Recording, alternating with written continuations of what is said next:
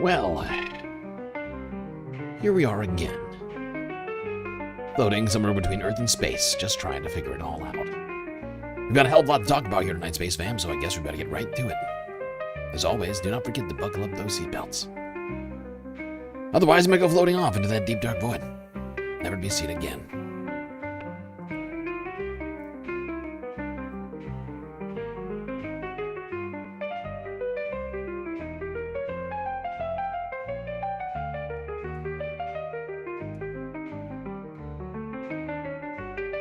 Well, here we are. Time for another show. Weekending report. Lots to talk about, but first, a few shout-outs. Hermit Horologist Tamara Chanzan, Schmegley, 123 in the YouTube chat. Young Chris, a close fourth. Carl Schmidt, also here. And Rogerb, over on Twitch. Oh, Mo and Noah, Matt Lee, hiding on the vertical chat. Well, here we are. Late start to the weekending report. Lots to talk about. Supreme Court decisions this week. Elections. The economy. And, of course, the reflecting pool. Also, some updates on AI and how things are going there. Wildfires burning across the country, Utah. Cottonwood fire spreading rapidly. State of emergency called hours ago. And heat wave continuing to melt Europe. Got updates in South America on the earthquake that happened there this week. And I'm not just talking about the geological one. A lot more, including updates on Iran and the lack of understanding. Let's start in the United States.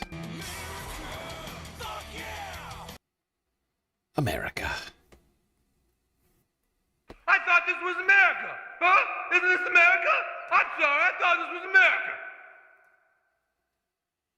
Yes, indeed. Earlier this week, yesterday, in fact, we're not going to cover it again, but earlier this week, the Supreme Court, not the Supreme Court, the DOJ decided to issue a memo basically telling states that you no longer have to abide by decades of policy regarding disabilities. But of course, it's not just disabled people or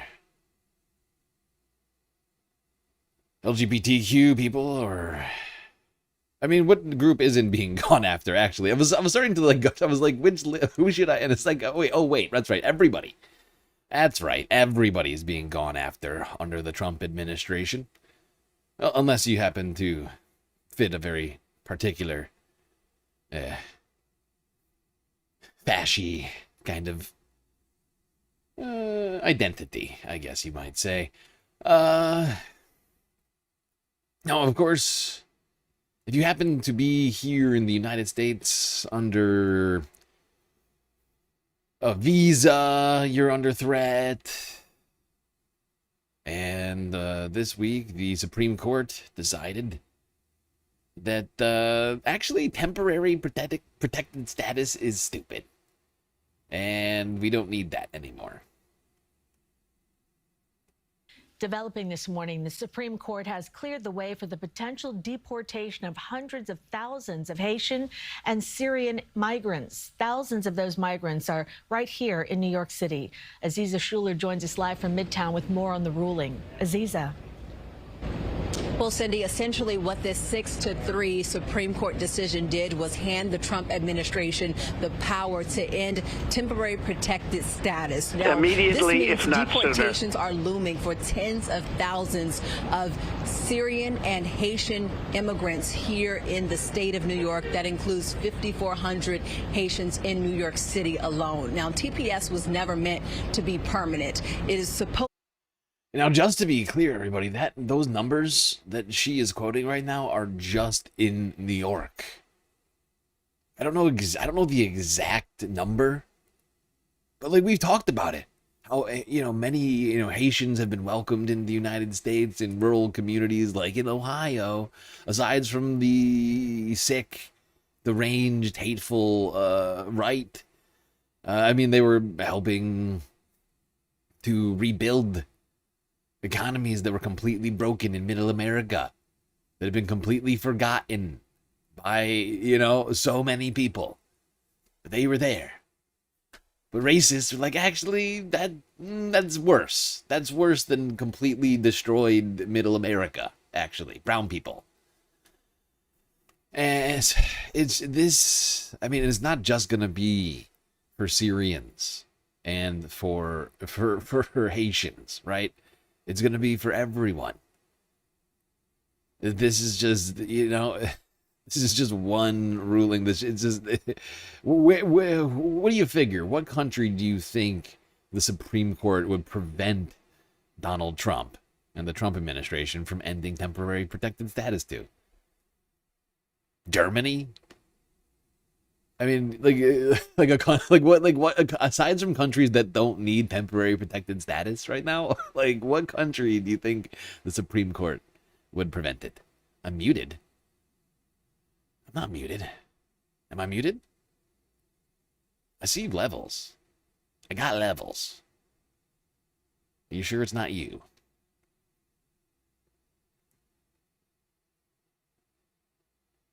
Not muted, says Twitch. Not muted. Thank you, Ducky.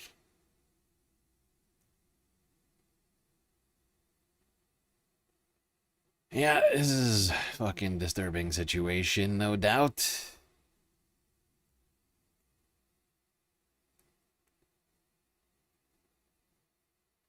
The Supreme Court decided that the Trump administration acted within its authority when it ended temporary legal protections for immigrants from Haiti and Syria. But really, this decision could have a much bigger impact. It could affect all 1.3 million people from 17 countries who are covered by temporary protected status, TPS, which allows the Homeland Security Secretary to let people remain in the United States with work authorizations if they deem it unsafe for return due to a natural disaster like an earthquake or civil strife. The plaintiffs in this case said that the Trump administration failed to adequately consider conditions in Haiti and Syria, and in the case of the Haitians, that it acted with racial animus toward them. Yeah, no, it's absolutely racist. And it's also deranged in its hypocrisy, because at the same time, these people are, the Trump administration, Republicans are constantly saying Haiti is an unsafe place. So they're literally going against the very terms under which temporary protected status is granted. Like, they're looking at it, all these guys probably accept the fact that Haiti is dangerous, but they're like, actually, it's not too dangerous for these guys. Right? That's basically, they're like, actually, for black people, danger is not, it's an operative term, right? That we'll decide it is, it's insane, right? Like, of course, Trump is now, of course, claiming that Syria is much better, saying that Jelani is actually a great guy who's doing a great job. But technically, there's been reports of all sorts of, violence since he took power, ethnic violence, right?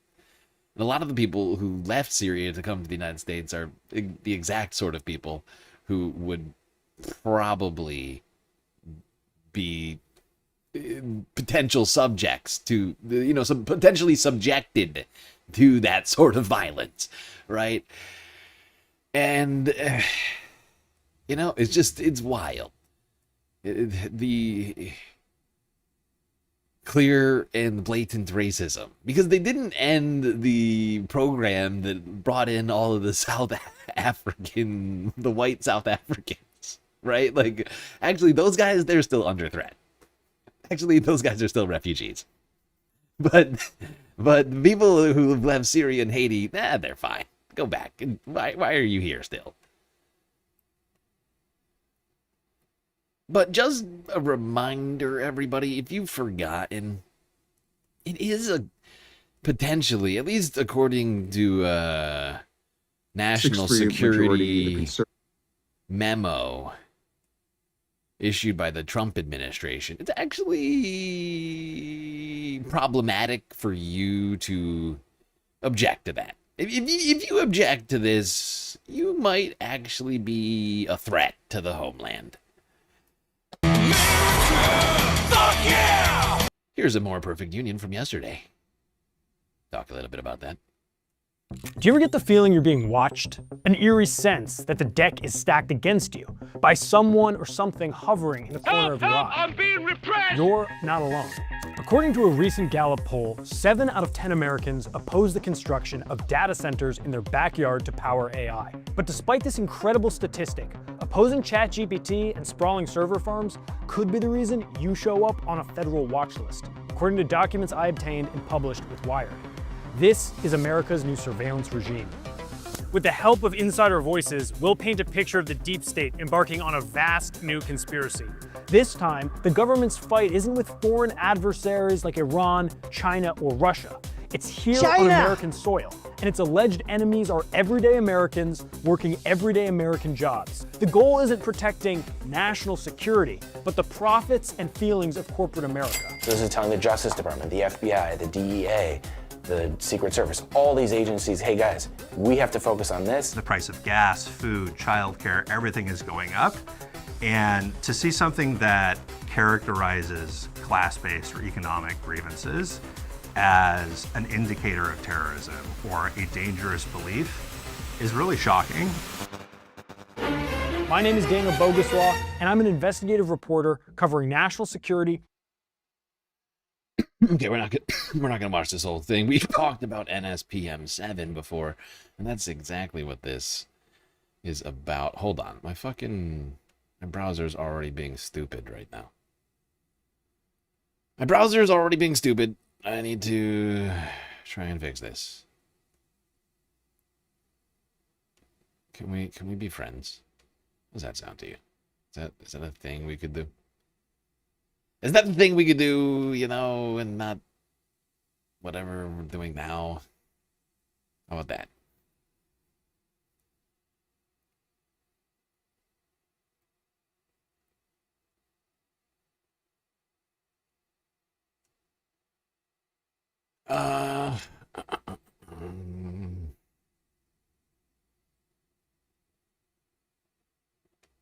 Government doesn't want you to know. The clearest signpost of a new mass surveillance and intimidation campaign taking place across the country is an unassuming 5 gifted 1 subscriptions to the community. Columbia Regan, thanks for the gifted.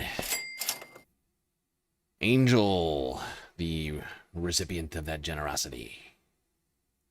5-character acronym, NSPM7, short for National Security Presidential Memorandum 7. Can we assume that you or persons under your direction at the Department of Justice have prepared that list of groups or entities who are designated as domestic terrorist organizations? And I just remind you, that's a yes or no question. Did you prepare the list? I'm not going to answer it yes or no. This was the U.S. Attorney General Pam Bondi refusing to answer a member of Congress's question about the formulation of secret lists of subversives under NSPM 7. Right now. And her efforts to obscure the narrative around this program go even deeper.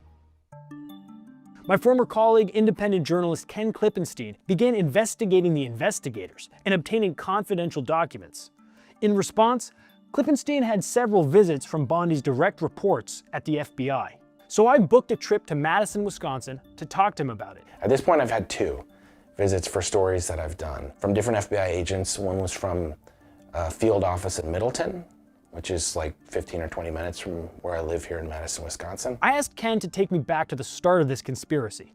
7 months ago on September 25th, 2025, when President Trump signed an executive order that unleashed drastic impacts and very little media scrutiny. It's really a significant order because when it was first handed down, I think there was a lot of confusion about what it was. There were questions about, oh, this is just rhetoric. Trump says a lot of things, which he does say a lot of things that there's, you know, it's just Trump saying crazy things. But this was absolutely something that has been interpreted by the federal government as something that we're going to operationalize. But where did NSPM-7 and the FBI's visit to Ken come from?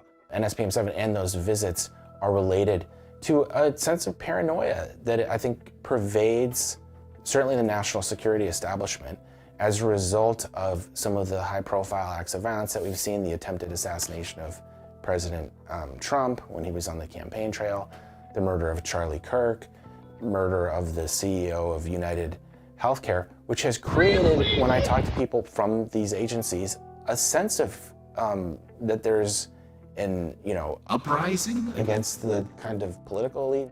While the average American who takes issue with the greed of big corporations, the overreach of big government, and sky-high health insurance rates isn't about to commit an act of political violence, they're being targeted by the same powers used to target lunatic assassins.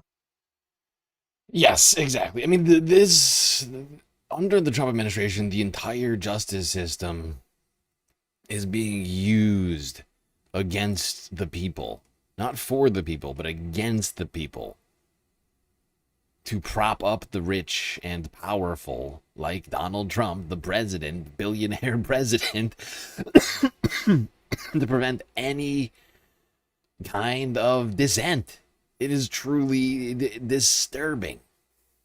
And honestly, this is exemplified in the latest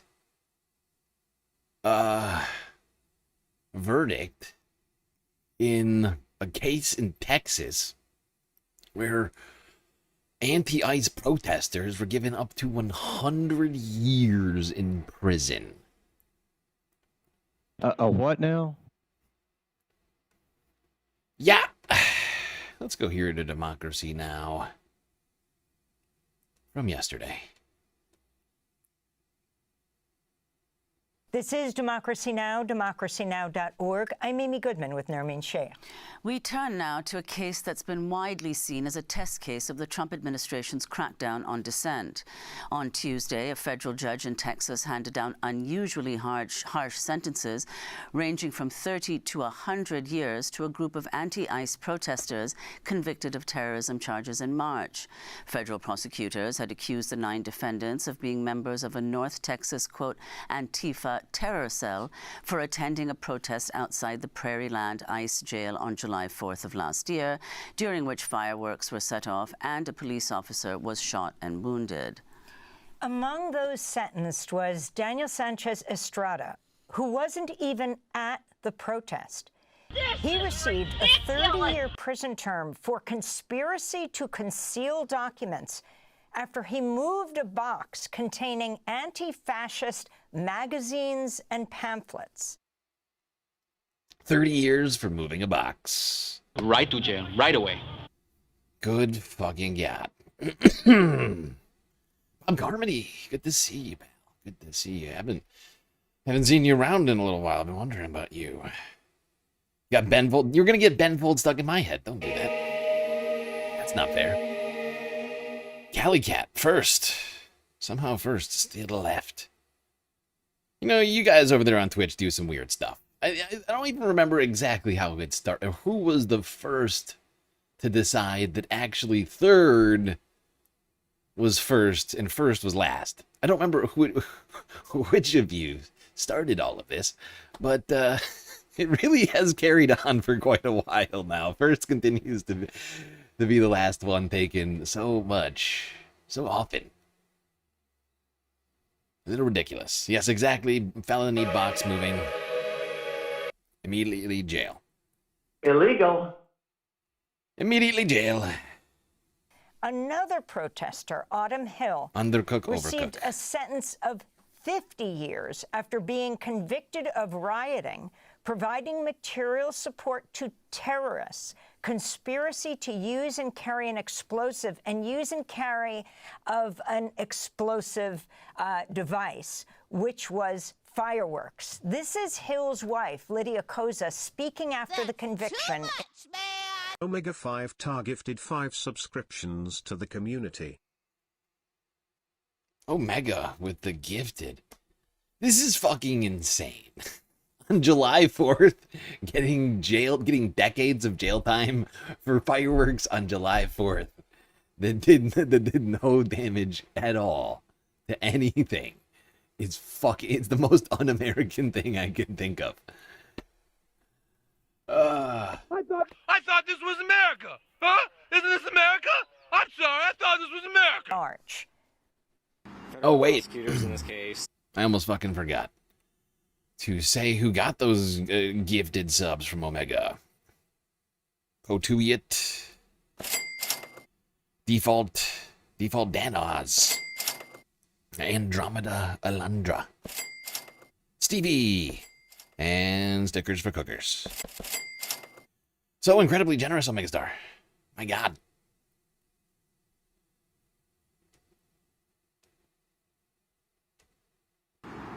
Told a panel of Northern District of Texas residents with a straight face that lighting off fireworks on the 4th of July was terrorism, was a riot.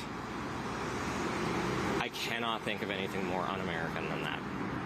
And I cannot think of anything more inhumane than the horrors that ICE is inflicting through its state terror on our communities. Acting U.S. Attorney General Todd Blanche welcomed the unusually harsh sentences, writing that, quote, Antifa terrorists who attack law enforcement and federal facilities will face swift and uncompromising justice.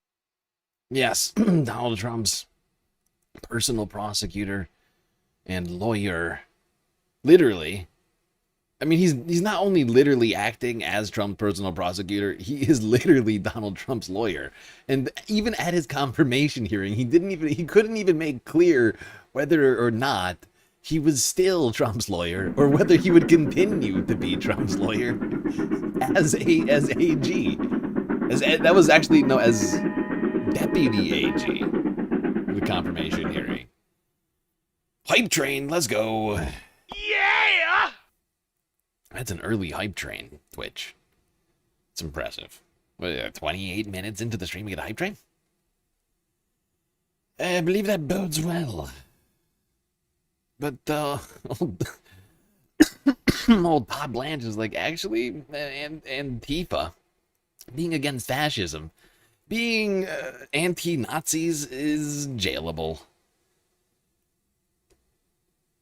Thank you, Todd. I will say thank you very much. I love you, sir.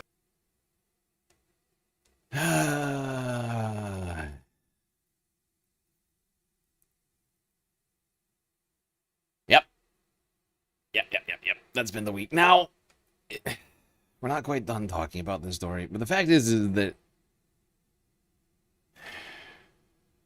like, I don't want to at all minimize this.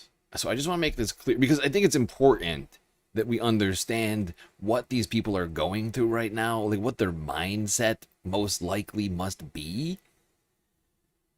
You know, walking around as now convicted terrorists who, I mean, can you imagine trying to get an apartment or a job as a convicted terrorist? I mean, like right now, they're almost certainly going to appeal this ruling because it's fucking insane. It first off, it treats these people who did fireworks outside of an ICE facility as terrorists worse than the Jan 6ers, right? The Jan 6ers served their sentences, like all of their sentences, many of them had a litany of charges. All of those sentences were served concurrently, right? They were all served at the same time, right? A lot of times people get convicted of a whole bunch of crimes. They're not, because it's seen as unfair, right? People are not forced to serve, usually. Sometimes they are, depending on how heinous the situation is. There's discretion given to the judge, essentially, right, on sentencing. But the fact is usually those are served concurrently, right?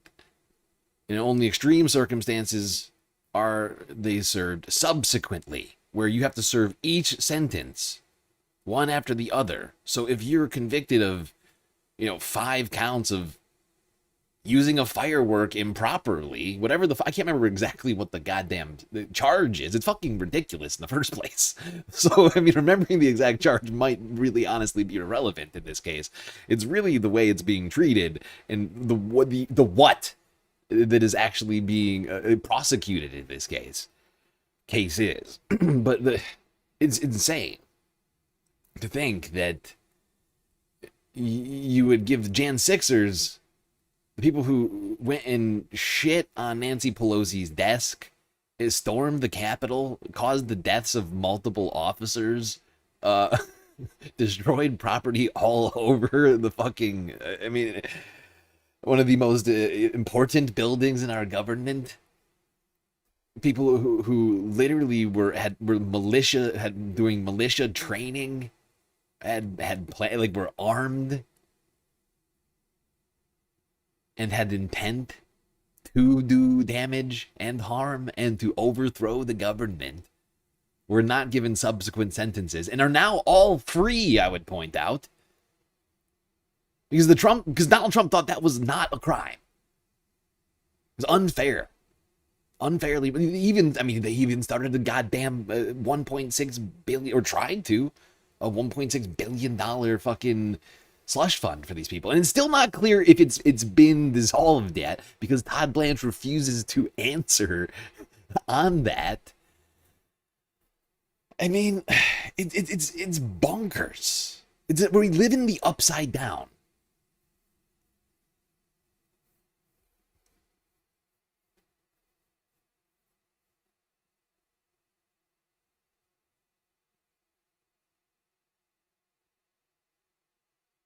You know, like we said before, felony box moving and improper use of a firework on the 4th of July. Right? I mean, that's basically what we're talking about here. And people are serving 20, 30, 50, 100 years. I mean, they will appeal it. And almost, I mean, I have to believe that they will win on appeal, because it's utterly nonsensical, just according to precedent. But just imagine being those people right now as convicted terrorists who may never have those actually overturned. Their lives have been fucking ruined for a firework or for moving a box, and it's fucking crazy. Meanwhile, Jan 6ers are walking free, and Trump wants to give each one of them $1 million. And this is why we have to care more about the judiciary. Let's talk about that a little bit. It's the Majority Report. I think this was actually from last week. I can't remember when this interview was done. It might have been the beginning of this week. Honestly, my concept of time right now from the last couple of weeks is all fucked up. Oh,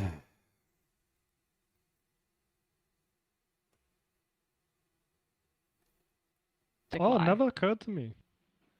Interesting. It's just crazy enough to work. Yeah. Let's play this clip of Chuck Grassley. Chuck Grassley could be heard in the background. I think it was it Blumenthal or who was it? No, it was Chris Murphy, I think, was asking this question. Coons. Coons was asking a judge, I think it was, the question is, could Trump serve a third term? That was maybe one of them. And there were other questions about this. And so Grassley could be heard. You know, maybe it was the Biden win the election. I think it was one of those three questions. I feel like it was Chris Murphy. I can't remember, but it doesn't matter because you can hear Grassley in the background, who is aged and often like old people don't realize what their volume is at different times. Sure. Looks around to his aides and goes, at this point, I feel like I've got at least 3 dudes in Congress who all are the same impression. Like Chuck Grassley, fucking God damn it, what's his name? Like Mitch McConnell. They're all just starting to like meld into the same guy. Like the like centenarian fucking dickbag who still is somehow miraculously alive and has not left power yet.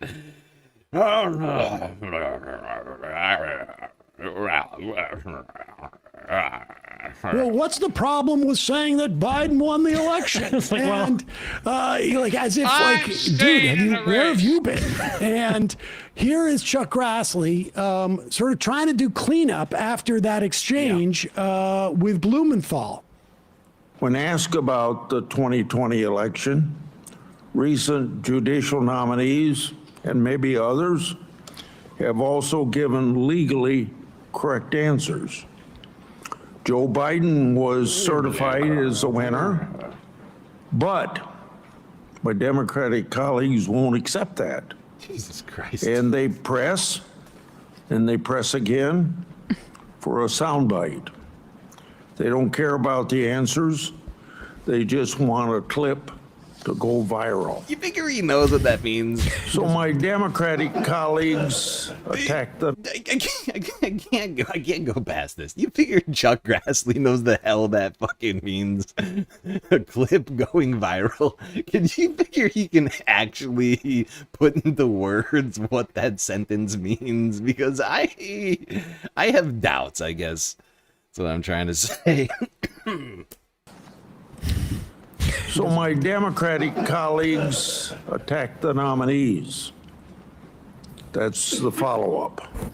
They goad them to weigh into political controversial topics. Political controversial topics, as in who won the presidency? Columbiarican_9505 just cheered 100 bits. Oh, God. Giving protesters these long sentences is utterly ridiculous. No, it is ridiculous. It's just as ridiculous as me wishing for Bob the Xenomorph to be real. Put that in perspective. Yeah, you're right. You're right. They are both in about the same realm of reality, but sadly, one actually is somehow having a real world effect. You know, well, I guess technically Bob has a little bit of a real world effect, but it's certainly not as notable as 100-year-long sentences in terrorism charges. You know, like, I'm forced to talk about Bob from once in a while, but that doesn't have any, like, real serious real world consequences. This fantasy does, I'm afraid. I think Bob is harmless. You know, I mean, in reality, right? Bob's harmless. You know, we worry about him around here, but really, when it comes down to it, Bob isn't doing the kind of damage that the Trump administration is doing. You know, if we were to quantify it, Bob's actually, you know, coming out pretty clean at the end of that sort of scrutinization. What was I going to say? I forget what I was going to say now, because I went down this road with Bob. It's Bob Road. This is the real world implications of Bob. God damn it. And also, in 2020. Also, let's point out a hearing for a lower court. I'm sorry, Bob. We're talking about Bob the Xenomorph, not Bob the Carmody. I don't mean to confuse. I feel like I've somehow... See, now we have some serious... It seems like Bob the Xenomorph... I feel like I'm being proven wrong, like, actively right now by my own... I'm being foiled by my own petard, is what I'm trying to say. Bob the Xenomorph is... I don't know how he acquired it, but Columbia Rican apparently has a Xenomorph pet, which he's named Bob. It's been releasing around the space station lately, causing problems. But truly not even close to the level of problems. I do feel, even after all of this, I can say safely that not even close to the level of problems of the Trump administration. Nominee in the Senate Judiciary Committee is not what I would necessarily think of as, like, spicy internet video. That's right. This is not the place where everybody's like, you know what will really get me exposure? Asking a question. Oh, that's what I was going to say. About that's what I was who going won the to election. say. Like it was the fucking pause. It was the fucking pause that look, where is he? This right at the very end of Chuck's statement here. Wait, go back one more. Into political controversial topics. Political controversial topics. Like it's like he doesn't have. He's like lost object permanence or something. Like in the middle of the sentence, he like gives up. Controversial. Are they like to go away into political controversial topics? He's like, oh right, there's an end to that sentence. I forgot. Hold on. Like, God damn it. Why are guys like Chuck and Mitch still hanging on? These guys are like, it's wild. It's wild, the octogenarian takeover of the government. Spicy internet video. That's right. This is not the place where everybody's like, you know what will really get me exposure? Asking a question in a Senate Judiciary Committee hearing about who won the election. Like, the soundbite is because they won't answer the question. Right. It's not even like a guarantee that you'll even get talked about on this show. And if it doesn't happen on this show, which basically our currency is boring exchanges from. You know, as something we discovered is that, you know, first of all, Blumenthal asking these questions is basically the most exciting thing that's happened in the Senate Judiciary Committee in years, and that's saying something. Whoa! Is that we looked in just on Demand Justice Social, which is not like, we're not like, I don't know what's the we don't have like this gigantic social presence. Just videos of Blumenthal asking these questions, 10 million people have watched, which is, I think, says something not just about how undiscovered this part of Trump's attack on the justice system is, but also like people are just happy to see it called out. Like, it's just, people are just relieved that someone's willing to call this out. And, you know, Blumenthal's a normie on so many things, but this is his mission now. He's really mad about this. And okay, we can't listen to this whole thing here tonight. I got a super long list, not quite as long as yesterday, but we also ended yesterday. Like, it was 100. How many videos did I have last night? It was 139 or something. I cut out like 60, but then replaced most of those back. I got like 120. So it's been a long ass week. You remember yesterday's show? We still got we skipped a fuck ton. We skipped a fuck ton of stuff, and as a result, we're gonna have to really, and by we, I of course mean me. I'm gonna have to really keep the pace on this puppy. But this is an important topic. Don't let Sam fool you. This is not a boring conversation. This is very relevant.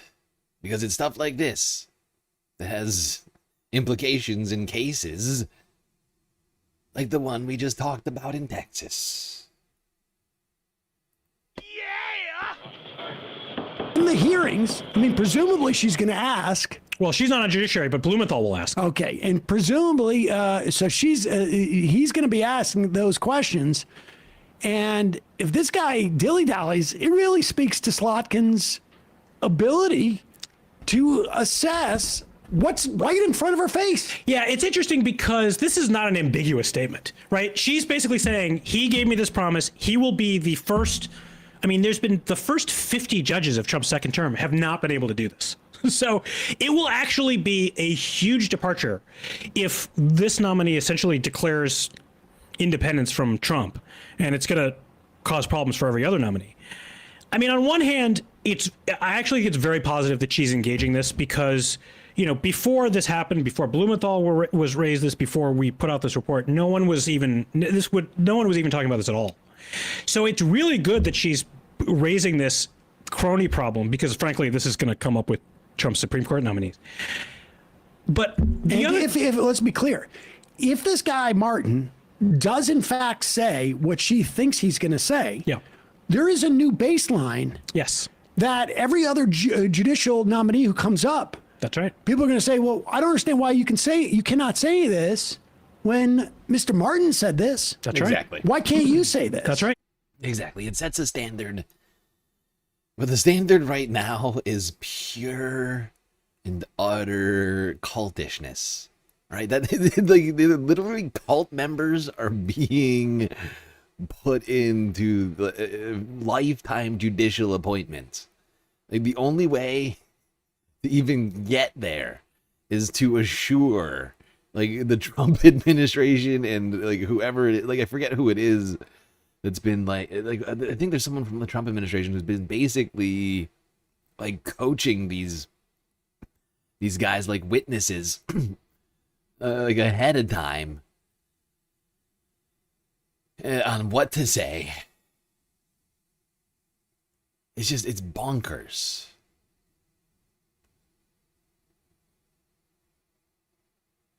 But technically, there is stuff that we can do. I forget what this. When do they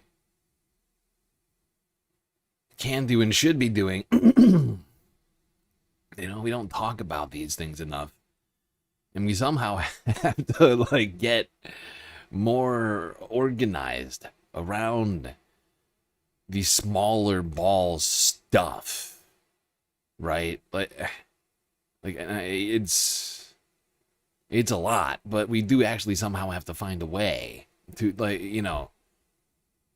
And I think he makes the point. I can't remember, fucking hell, what is this guy's name again? I know it's in the description of the video, and Sam says it at the beginning, but I can't remember his fucking name. But he says it at some point. I think it's him who says it. Somebody has said it recently, and it's stuck in my head. But like, Moms for Liberty. Josh Orton. That's The his name. Republican movement. Josh Orton, his name. But the Moms for Liberty proved that like a tiny group of psychos can totally change politics at a local level, right? Just by like going like school board meetings and city council meetings and shit, and just like screaming like a psychopath about like non-real stuff, but like just making a lot of noise. And honestly, the Tea Party kind of proved it before them, right? Which is why we need to like be continuing to activate more and more on this level, right? Just democratically, you know, just engaging on at these meetings and whatever else. Like, that really is a lesson we got to learn from the right. Is that like being loud and just like just being loud and annoying to people is to some degree has some sort of effectiveness.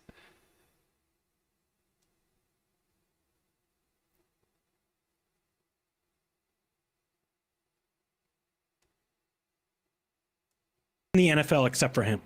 That's who he wants on the court. And I think one of the sort of unexplored sort of consequences of Trump throwing Cornyn overboard, well, I was just Cassidy overboard, the dynamics in the Senate Republican caucus are fundamentally different now. He's, you know, he threw Cornyn overboard and has made the Senate race in Texas competitive. I do not think he has yet faced the reality that those sort of self-inflicted political wounds that he's caused himself, I don't think he's yet understood how they would manifest in a Supreme Court nomination. So, yeah, no, that is a good point. Because he has made a bunch of enemies of sitting senators who he has supported the challenges of, for like singular instances of having crossed the Trump line, right? And those guys might very well push back on Trump, but it's not clear to me that we can count on that, right? Although we did see, although it's partly, there's another partly self-inflicted wound, we did see earlier this week Trump lose the War Powers Resolution vote in the Senate, something that hadn't happened for, I mean, we've been waiting how many months now? 4 months for that to literally four months to the day for that to happen. Of course, like I said, it was a partially self-inflicted wound, not related to his attacks on that's not necessarily 100% related to that, because he also had at least one senator with him during the vote at a fucking rally in Pennsylvania instead of in DC voting. But he did lose by more than one vote. So it wasn't a fully, I mean, it was a partially self-inflicted wound. He clearly wasn't focused on it. I guess that's the main point, is that he clearly had his eye off of the fucking ball and just, you know, like, what are you, too busy congratulating yourself in Pennsylvania to notice that you're losing a vote in the Senate. Whoopsies. I made a huge tiny mistake.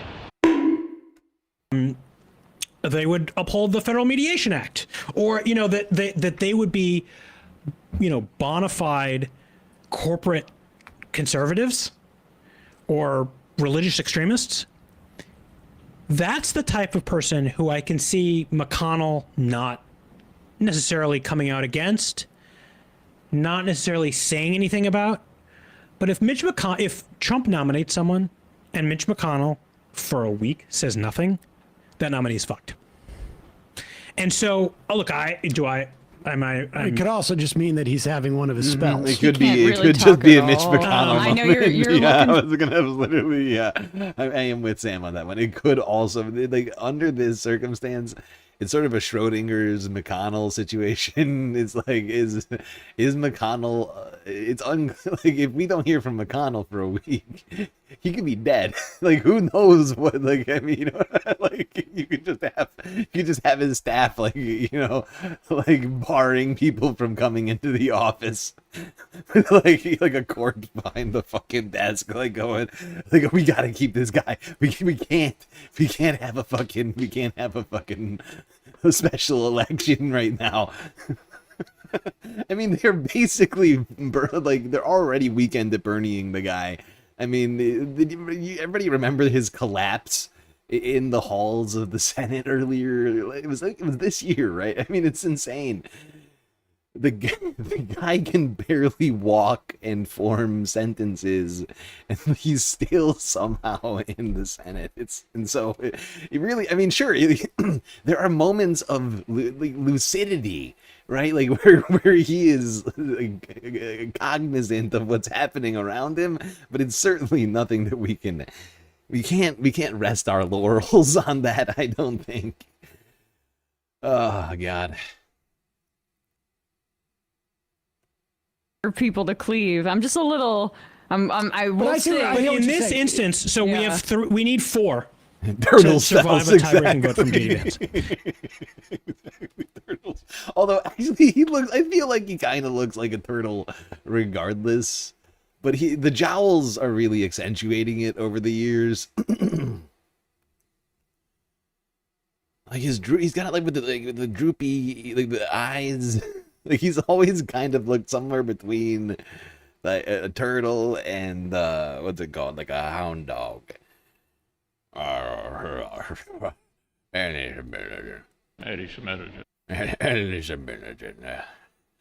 terrible. We all know about it. What I'm saying is that 4 months ago, Columbiarican_9505 just cheered 100 bits. Just an FYI, Bob escaped through the vents again. I tracked him, and he sneaked on board the delivery shuttle to Texas. The shuttle went down somewhere, but at least he isn't on the station anymore, and Bob is a card-carrying DSA member, so he might run for public office. Do you think xenomorphs can run for office? Now you've put the whole station in jeopardy. Okay, Columbia Rican. Actually, the whole country. My God. Although I think a xenomorph would be better representation than John Cornyn. Certainly Ken Paxton. I would take a xenomorph over Ken Paxton. But of course we have a better option, technically. Rico. What office is he thinking of running for? I guess that's the question. I don't know the rules. I do think he'd probably get deported by, like, Greg Abbott or something. I think I would have said, look, we're going to make this difficult for them. We think we need to be ready. We think if it's a crony, we can really make this painful for the Republican Senate candidates in the different states. Right. Now I'm saying there is the math that if he chooses dumbly, if he nominates someone. Oh, I'm not gonna lie. I would love to see. Sorry, I didn't mean to restart the video. I would love to see, like, ICE try and take Bob to a detention center. Like, I would pay money, good money, to watch Bob the Xenomorph and ICE and or CBP phase off. I think a lot of people would, actually. It's probably a big money making opportunity when you think about it. Actually, I think Bob's got a chance. I think he's got a shot. When you like, I think actually they're gonna have a tough time deporting Bob. As a xenomorph, I do think he has some advantages.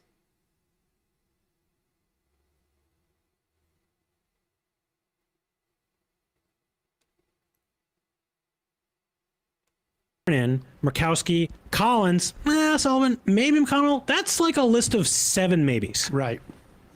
So I think that the lame duck could cut either way. If I'm anybody with a political sense in the White House, I'm not risking waiting to the lame duck because I just don't know how the people that I've And plus, if you do it in the lame duck because the Democrats have taken the Senate, you don't do it if they haven't. Of course. And in that instance, if I'm John Thune and I'm going to ram this thing through in 6 weeks, I'm going to be a minority leader, and Chuck Schumer will be like, "Don't worry, but I'm going to let's take be. care But of you, to be John." clear, even if the Democrats don't win the Senate, even if it's closer, if it's 51-49. Trump has less votes to lose, right? And so my argument from the beginning is the time that Trump has the most political leverage to confirm a justice that he wants in the Supreme Court, or 2, is between now and the November election and never after. Well, there it is. What should people be doing right now, Josh, to prepare for this? I mean, we have everything up at demandjustice.org. In the event of a vacancy, we're going to put up a site that basically has a whip list right away. We've partnered with Indivisible so that the moment there is a vacancy, we and Indivisible are basically going to spring into action to start looking at what are the Senate races where that we can play here. How do we basically attack the credibility of a nominee right away? And so demandjustice.org is where to go to be prepared for that.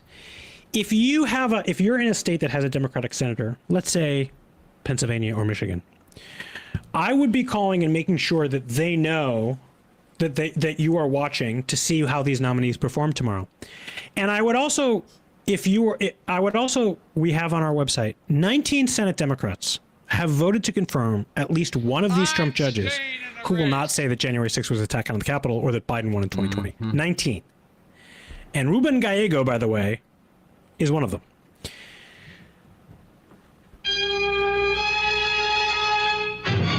So I would say that if you are a constituent of one of those senators, one of the problems and one of the reasons that I think they've been able to vote to confirm these Trump judges is because they think the Democratic base is not paying attention.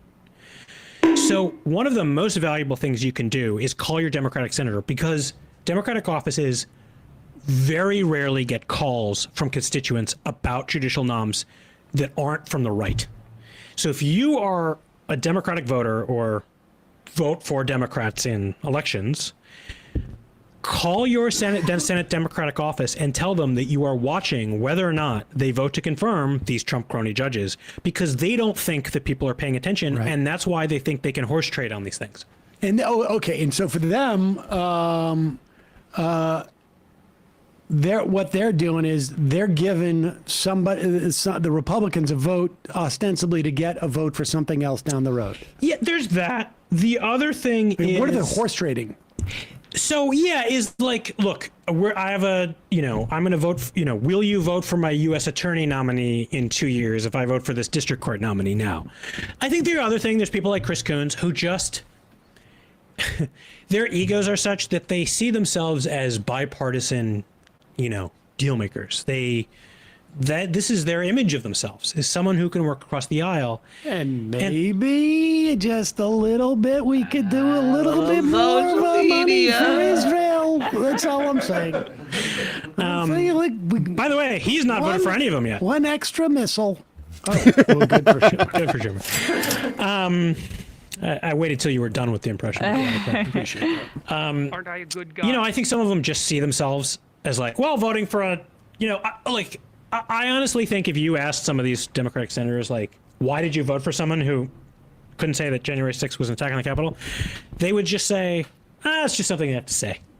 They're just, and I just think that they treat Trump and all of these attacks on our system of justice as abnormal everywhere except in the Senate Judiciary Committee hearing room because they think that the base doesn't pay attention to judges. And so you can't, I'll give you an example. The week that Democrats in Senate Judiciary decided to start favorably voting Trump nominees out of committee this term was literally the week after Comey was indicted by the justice system by the Justice Department the first time. And there were Democratic senators who, I swear to God, at the beginning of that meeting were denouncing Trump's weaponization of our system of justice and his political prosecution of James Comey. And then towards the end of the meeting, voting to advance Trump nominees who wouldn't say that he lost in 2020. I mean, within the course of an hour, those two actions. Yeah. Unreal. That's crazy. Exactly. So, punish your senators with phone calls.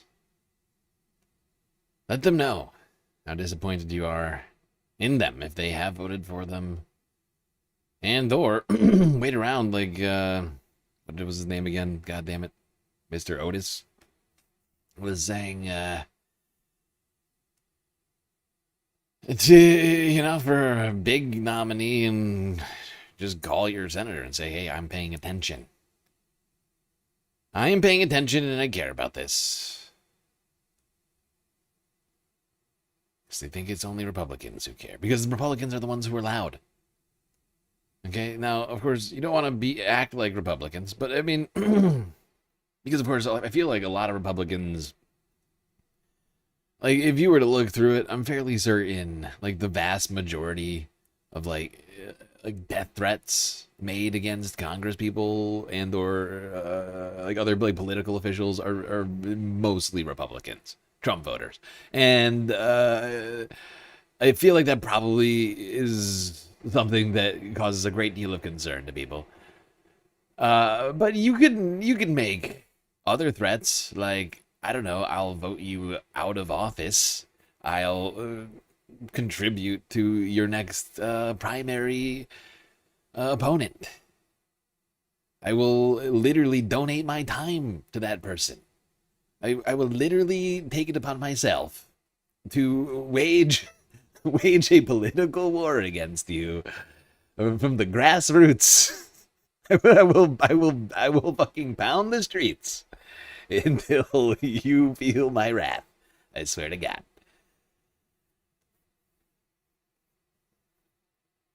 You got Fetterman? Oh. Yeah. Yeah, no, that's you got Fetterman, you got Shapiro, you got a bunch of people you should probably call, although Shapiro's not voting in Congress.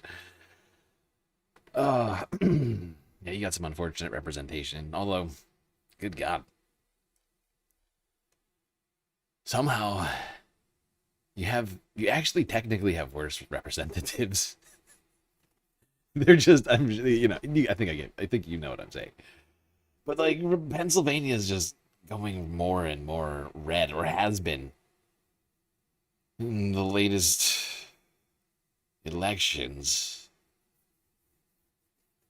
You're next. Yes, exactly. You're next. That's basically what I'm saying to you. Tell them that they're next if they don't do what the party wants. And stop self-dealing. Stop working with Republicans and Donald Trump. Now, there are some people who are out there taking it upon themselves to do everything they can to stand up to those people who succeeded in standing up to those sorts of people in the Democratic Party this week in the primary elections of New York. Here's the AP. And I'm so excited to to get to work and to bring all of you with me to Washington. To keep fighting the fight that we have been fighting at the federal level.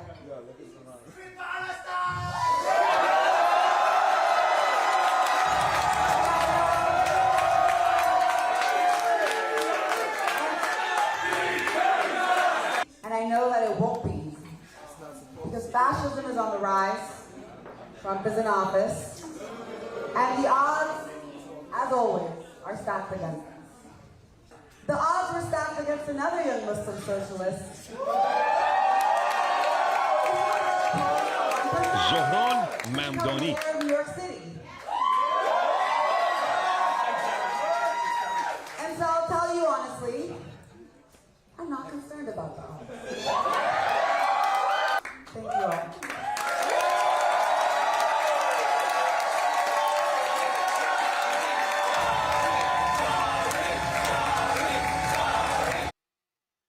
Yes, indeed, these races in New York were the talk of the entire media apparatus this week. Most of it freaking out over multiple incumbent Dino Dems losing in primary elections in deep blue New York. What I see these results as a reflection of are the fact that New Yorkers are hungry for a new kind of politics. They are hungry for a politics that understands working people should be at the heart of it.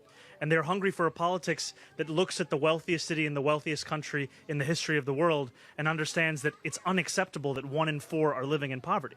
What we're going to see from the 3 congressional candidates that I was so proud to endorse and who all won yesterday in Daria Lisa Avila Chevalier, Claire Valdez, Brad Lander, as well as what we're going to see from the 5 state legislative candidates that I endorsed that won yesterday evening, Iapa Saira Tupac, Eli Northrup, Samantha Katan, Abir Kawas, and Brian Romero, is a singular focus on the fight of the working person.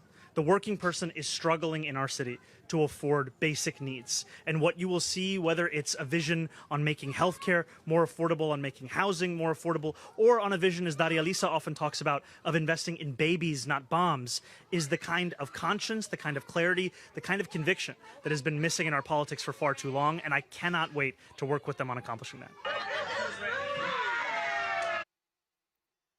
Well, there you go. That was Zohran Mamdani speaking at the late registration for 2K applications, which is, I believe, closing very soon. So if you're the sort of person who has a child that could, benefit from this, should get in there. Child Care for All initiative from Zohran. But also speaking on these races that leftist candidates won in New York. And it wasn't just the city. We talked about a few other districts where galactically endorsed candidates won. The 23rd, the 24th. AOC winning her district again. I think technically in Buffalo, the 26th, I think a leftist DSA-backed candidate won by default there? I can't remember. I think, won the primary, once again. These are all primaries. But yeah.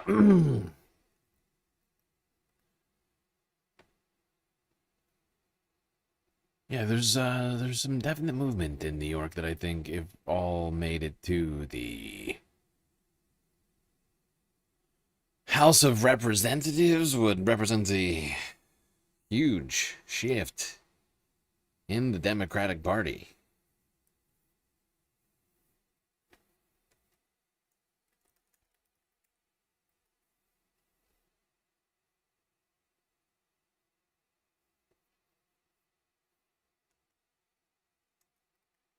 Right? Oh wait, no, it wasn't that. No, it was. I think it was an assembly seat.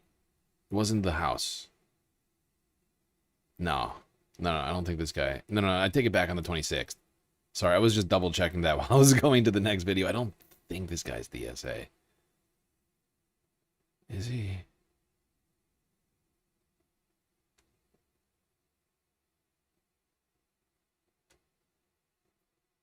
Maybe. Gotta find his fucking website. Where is it? There it is. Whatever. I'll keep looking at that.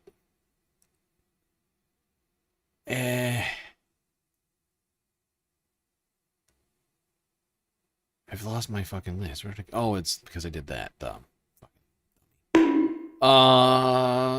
Let's go here. Democracy Now. Talk about this seismic shift in the Democratic Party.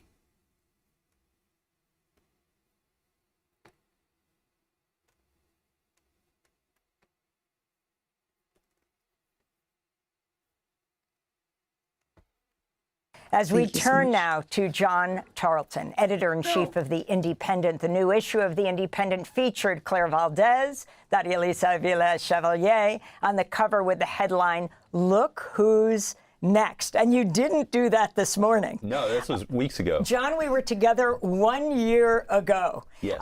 With the primary election of Mayor Zoran Mamdani, but he wasn't mayor yet. Yes. Talk about what this means. As he said, no, that wasn't the end. This is clearly just the beginning. All his candidates won. Yes, this definitely shows that Zoran Mamdani's victory last year was not a fluke or a one-hit wonder. There is deep support across much of New York City for what he's doing. He's become, I think, a more popular mayor as he's went along.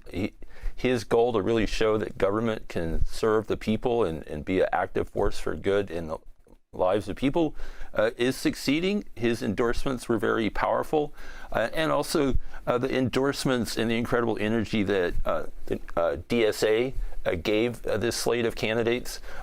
Zoran endorsed most of the DSA slate, but not all. And there were 4 assembly races where he didn't endorse, and DSA won 3 of those 4 races as well. So really, Zoran Mamdani and New York City DSA are now huge powerhouses in New York politics, and it's going to have big national ramifications. When we see Democratic Socialist Nithya Raman in a runoff in Los Angeles with Karen Bass. She finished a close second behind Bass, but you got to really feel the wind is at her sails. Kind of another case of a much older politician who's maybe lost support in Los Angeles, and Raman, offering something fresh and new. And there's more primaries to come. Yes, and that is the big thing, right? Is that there are more primaries to come. There's one happening next Tuesday. We talked about it yesterday.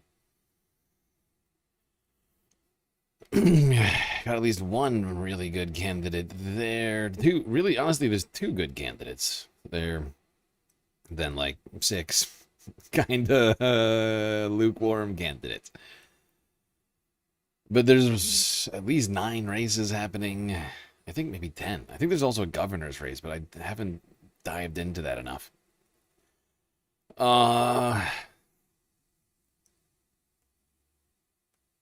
We still got at least 20 more primary elections between now and September. Columbiarican_9505 just cheered 100 bits. Sorry for stun locking, but Hassan posted a tweet of himself at the Dari and Claire victory rally saying Richie Torres is next.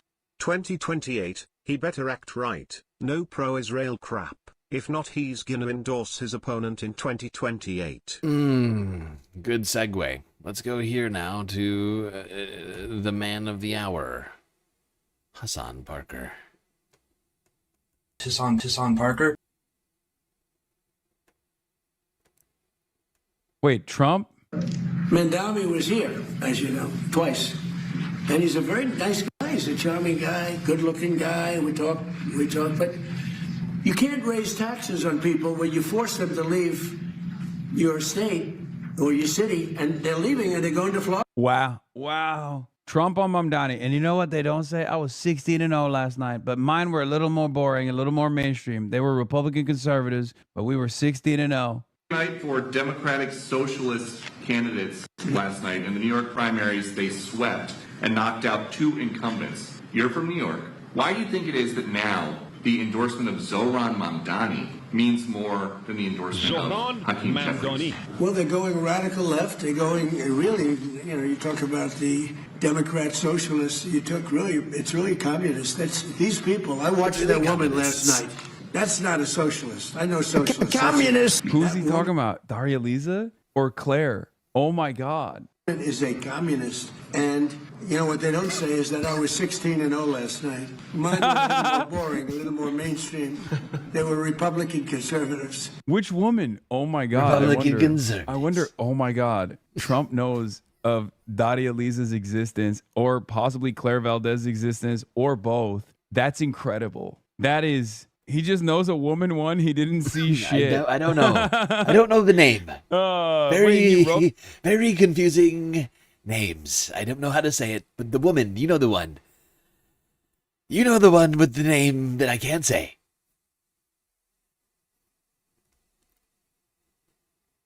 Like this, can we all we've heard Trump try and pronounce names that are not of a sort of Anglo-Saxon like origin, right? Like,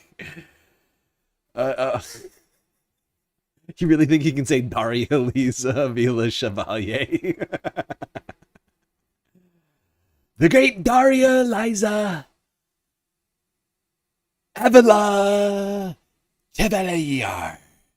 She's very nasty communist.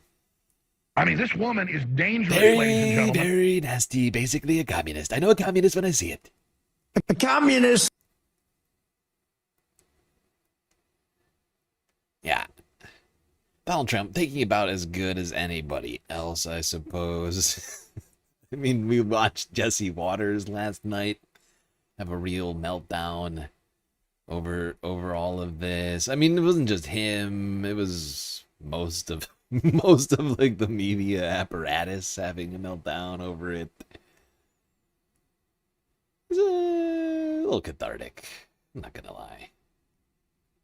Because, of course, we've been talking about these primaries for months now. It's nice to see progress happening in this way, and seeing the progress that's being made, triggering a certain group of snowflakes.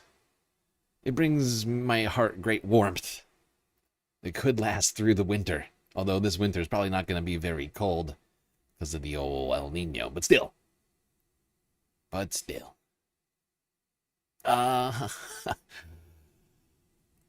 Here's little news.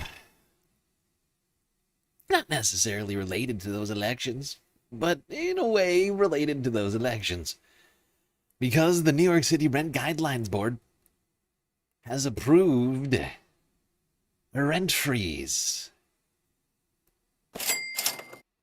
Yeah! That's right. Yesterday, the board, which was partially appointed by Zoran, in a historic vote, have made living in New York just a little bit more affordable. Affordability. Historic vote last night. The New York City Rent Guidelines Board approved a rent freeze on 1- and 2-year leases. And the move impacts about 1 million rent-stabilized apartments across the city and is a big political victory for Mayor Mamdani. Christina Fan is live outside City Hall in Lower Manhattan. Christina. Well, Cindy and Mary, while this vote is a huge win for both the mayor and tenants, it also comes with a lot of controversy. Critics are slamming that while it may be politically popular, it is going to hurt the city's housing crisis. Oh no, the landlords are upset. It's controversial because the landlords are upset. It's controversial because, like, 0.5%. All right, I don't know exactly what percent, but it's like, like 1% of the population is mad.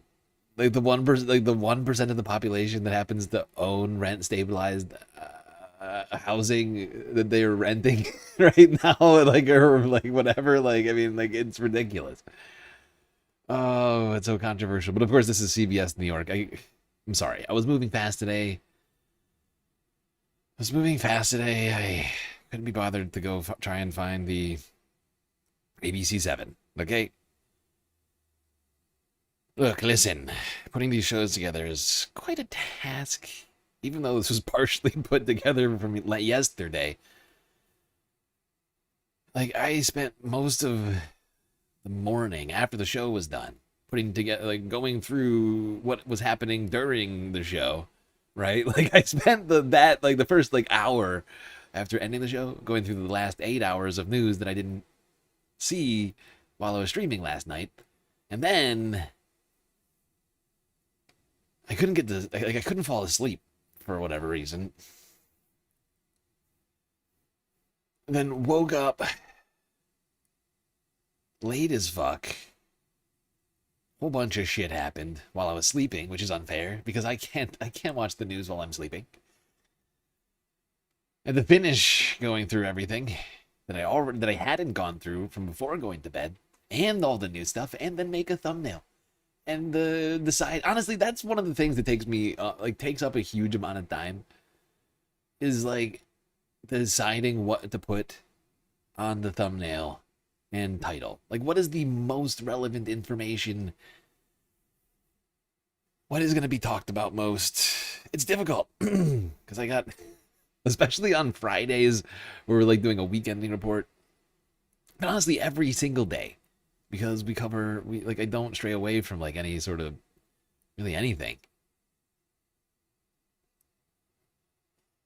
And it gets weird sometimes. It's real weird. I don't know why I'm talking about this. Oh, right, because CBS New York. Look, listen. Local news. I'm still subscribed to all the local CBS channels for now. Partially because there are some localities where CBS is the only option. Not that New York is, but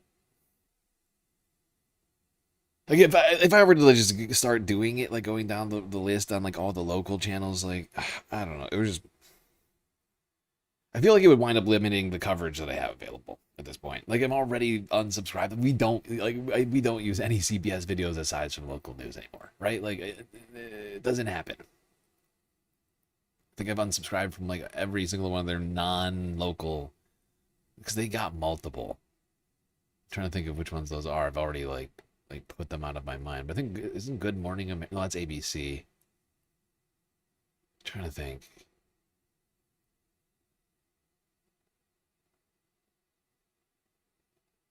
Anyways, that's not the importance of this discussion right now. We're talking affordability.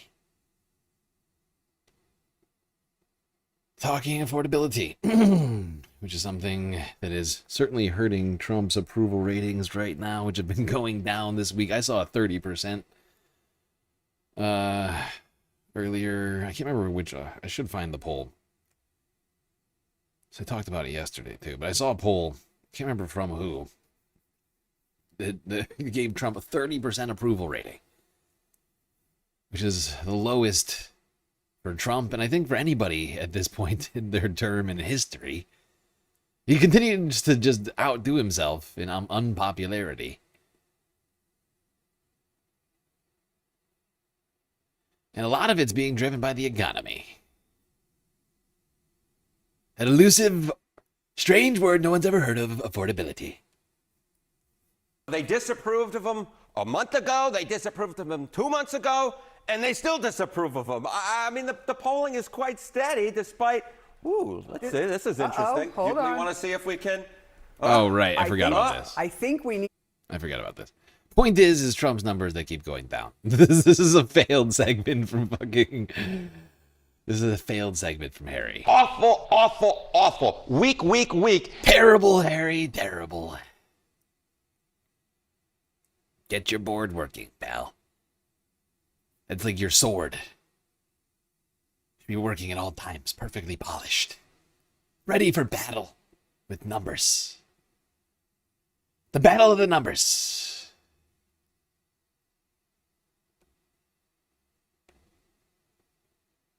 Can't just show up to the fight and say, "Oh, my sword doesn't come out of its scabbard." Nope. Dead. Immediately, if not sooner.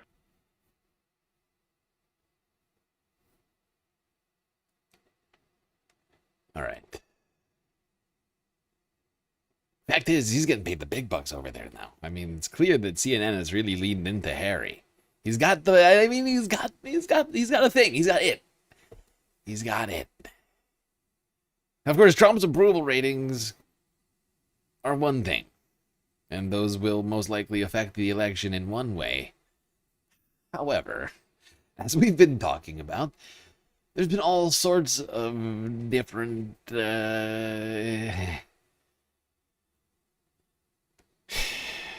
what do you want to call it?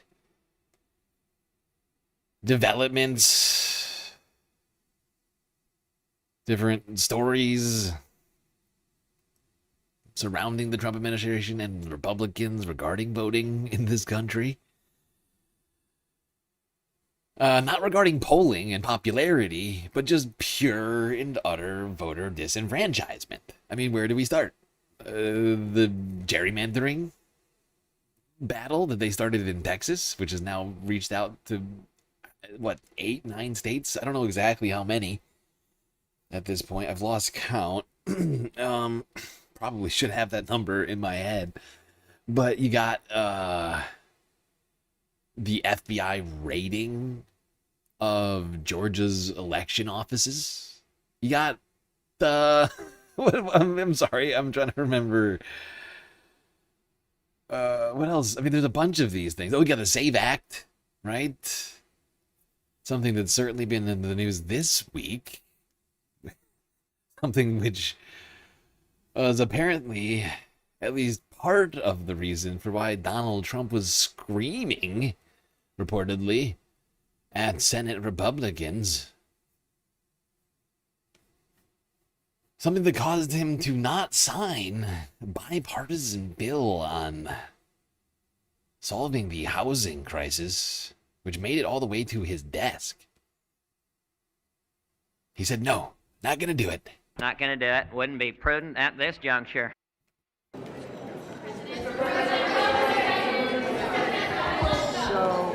I think we had a really great meeting, and we're very proud of the party. We like our leader. We like everybody really in the room. I don't like a few people, but that's okay. I think you know who they are. But I'll give you that information someday. But for the most part, we have a really well-unified party. And I said it. You can't tell me that the music doesn't make this 10 times more awkward. We watched this one yesterday, but we had to watch this again. Because Trump was reportedly screaming at Republicans in this meeting. And the vibes of Republicans are fucking hilarious. Got their hands crossed in front of them, sort of looking around, just looking incredibly uncomfortable. We got Doug Burgum and Witkoff, the cabinet in the back, also looking uncomfortable, but in a slightly different way for some reason. Like where they feel, I feel like these guys, like Senate Republicans are here, they're awkward because they just got yelled at like a bunch of children. The Trump administration officials, I think, are feeling awkward because they're watching their boss, Daddy, belittle Senate Republicans to their face. Just got done watching Daddy yell at them. Daddy can do no wrong. And I think to some degree they must feel at least a little bit shameful about that. You should be ashamed of yourself for having that thought. That's okay. I think you know who they are. But I'll give you that information someday. But for the most part, we have a really well-unified party. And I said it very strongly. We have the hottest country anywhere in the world. We're the most powerful, we're the smartest, we're the most respected. 2 years ago, we were a laughingstock all over the world. We had a terrible group of people representing us.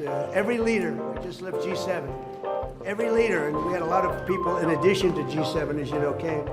Everyone said, what we've done in a year and a half is a miracle. And Iran is being very nice.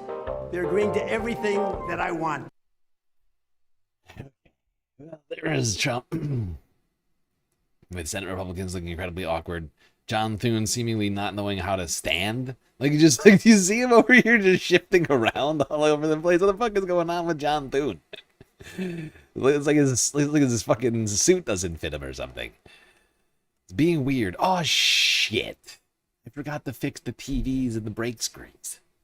It's very stupid of me. Oh, I forgot to fix the TVs, the brake screens. I need to get more organized.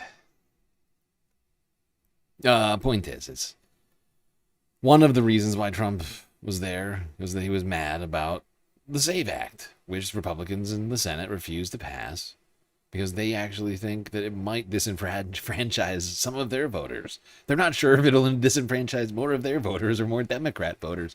So they're sort of on the fence right now and have been avoiding and hoping and praying that Trump wouldn't bring it back up. Honestly, from what I could tell, it passed the House, made it to the Senate, and the Senate was like, "The save what? Huh? We'll talk about it later. We think it's a great piece of legislation. We're going to vote on it very soon. Don't worry." And then they just sort of sidelined it. And they're like, please, sir, never bring it up again. And then he's like, actually, I'm not going to pass this bill. I will not sign it into law until you pass the SAVE Act. And so now we don't have that new housing legislation. But the real reason, which is why he ended, I think, with that comment about Iran, is that Senate Republicans failed to prevent Democrats from holding him accountable with the War Powers Resolution. But once again, it was partially his own doing because he had the junior senator from Pennsylvania, the junior Republican senator from Pennsylvania with him at a rally in Pennsylvania rather than in D.C. voting on that fucking resolution. So he really only has himself to blame. He also lost, though, by 2 votes. So I guess to some degree, I see why he's mad, but it's also just so ironic because he really, truly wasn't paying any attention to that. Certainly not enough to prevent it. I mean, he was literally at this rally while it was going down. He didn't even know what was happening, and then he gets mad at Republicans. Like, it's really, I mean, it's just incompetence when it comes down to it. Right, like you wield power, like unprecedented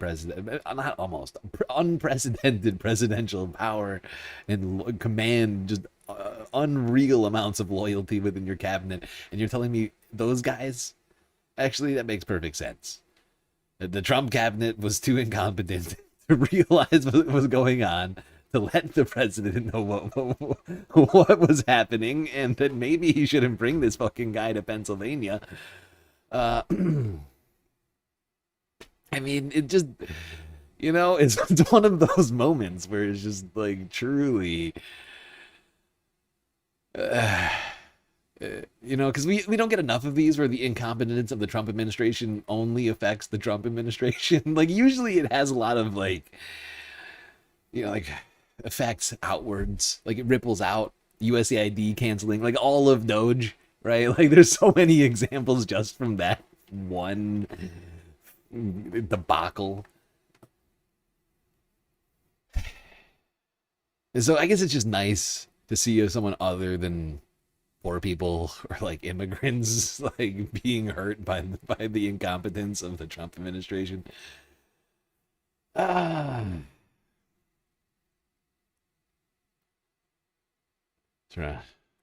Sort of icing on top of it is Donald Trump himself. U.S. Now this. Oh, right. I forgot what I was going to next. Now, unfortunately, we have another story this week that sort of makes this SAVE Act story a lot less great. Because once again, I still don't think the SAVE Act's gonna pass because I think Republicans have made them. Maybe if they do, I mean, it's fucking. It's GG on the Jim Crow, right? Like, full on. I mean, we're already really pretty much there as it is. Columbiarican_9505 just cheered 100 bits. Got to love the incompetent Benny Hill administration. Maybe we should have played that instead of the elevator music. I don't know. They both have their own merits, I suppose.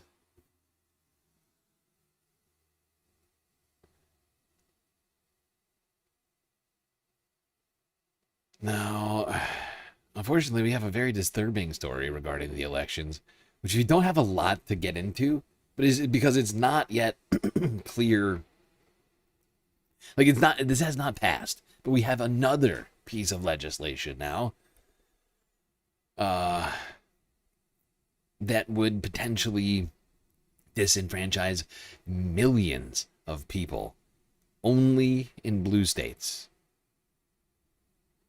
As this latest, I think this is legislative, actually not, I can't remember if this is administrative or legislative.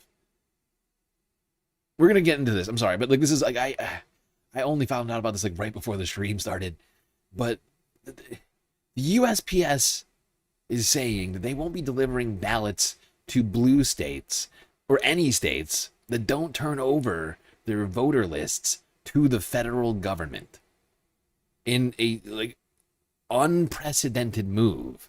Essentially, the USPS, the Postal Service, is being used as a vehicle to facilitate Trump policies and desires that they can't get across the finish lines, right? You can't get the SAVE Act passed? Fine. We'll get the USPS to stop delivering mail-in ballots to blue states. This is ridiculous! Here's ABC from yesterday. Democrats are warning a proposed Postal Service rule could disenfranchise millions of voters. Under the proposed rule, the Postmaster General says the Postal Service won't deliver ballots in states that refuse to give the Trump administration this is administrative. a list of approved This is voters. administrative. This is not legislation. This is administrative. This is the very thing that they're claiming that agencies, like, oh, how can agencies do these sorts of things? Act as, you know, oh my fucking God. But the USPS isn't even, oh, this is insane. This is wild. The Trump administration a list of approved voters. Yes Like, or no? like, If a literally, state like refuses- the whole fucking Doge bullshit, fucking tragedy that we lived through last year, like that we were still seeing the fucking repercussions of. Like, what was the fucking point I was just making? Sorry, I just got mad about Doge instead of the thing that I was like yeah. What was I just fucking saying just now? I had a good point and I just lost. I just lost it. Oh my God. I made a huge tiny mistake. Like that's what it was. The whole point of the Doge, fucking,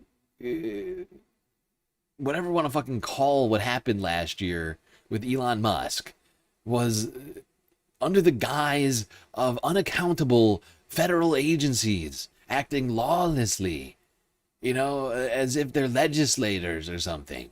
You know, like that was the whole argument that was being made. It's like, oh, all these runaway, lawless federal agency bureaucrats that are making decisions that you know shouldn't be made by these unaccountable bureaucrats. And now you got a fucking unaccountable bureaucrat in the fucking Postmaster General saying, actually, we're not going to deliver mail-in ballots to blue states.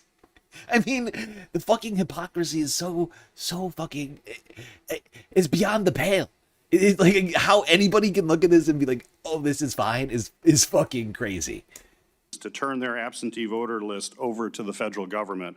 Will the Postal Service still mail their ballots under this proposal rule? Under our proposed regulation, no. We would tell the state that we need the manifest. I feel like I'm now the Postmaster General says he'll follow We would whatever tell rule the is in states effect at the time no. of the election. ABC.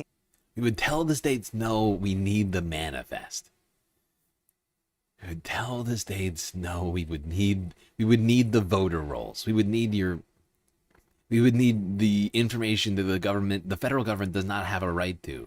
We need to facilitate for the government, the federal government, an illegal like seizure, essentially. It's coercion, right? It is fucking political coercion. Like this is beyond.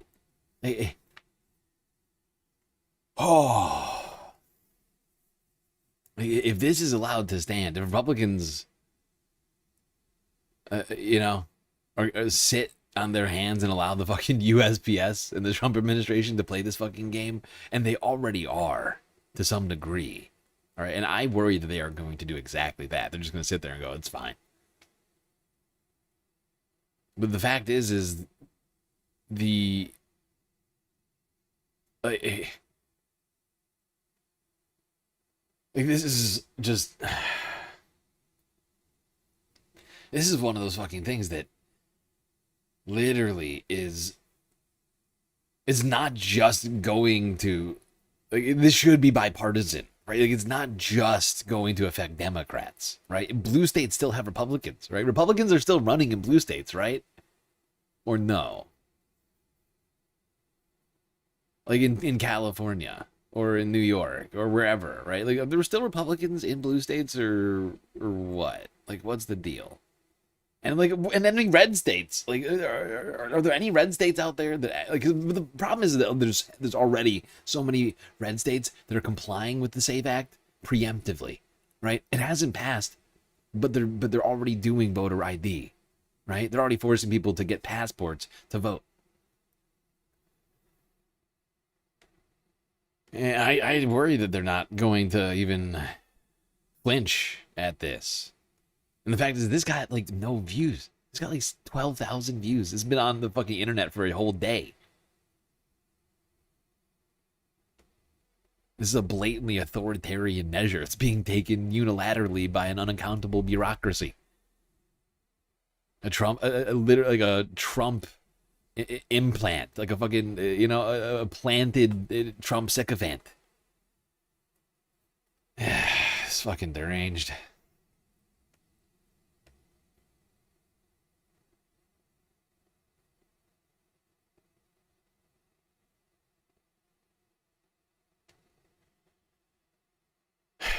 This is the real steal, though. If we get to like early voting, like when these ballots are supposed to start getting handed out after the primaries are over, and we don't, and people in blue states, the USPS does not start, like, we got a real fucking problem. That's the actual steal. That's an actual election steal. Not giving people ballots because the states won't comply with the federal government. The federal government is not supposed to have any say in how states do elections. It's insane. It's insane that I feel that I'm saying this sentence right now. Like, that I'm saying these words.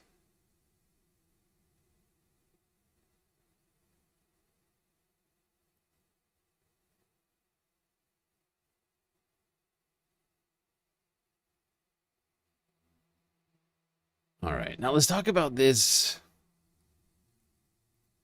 book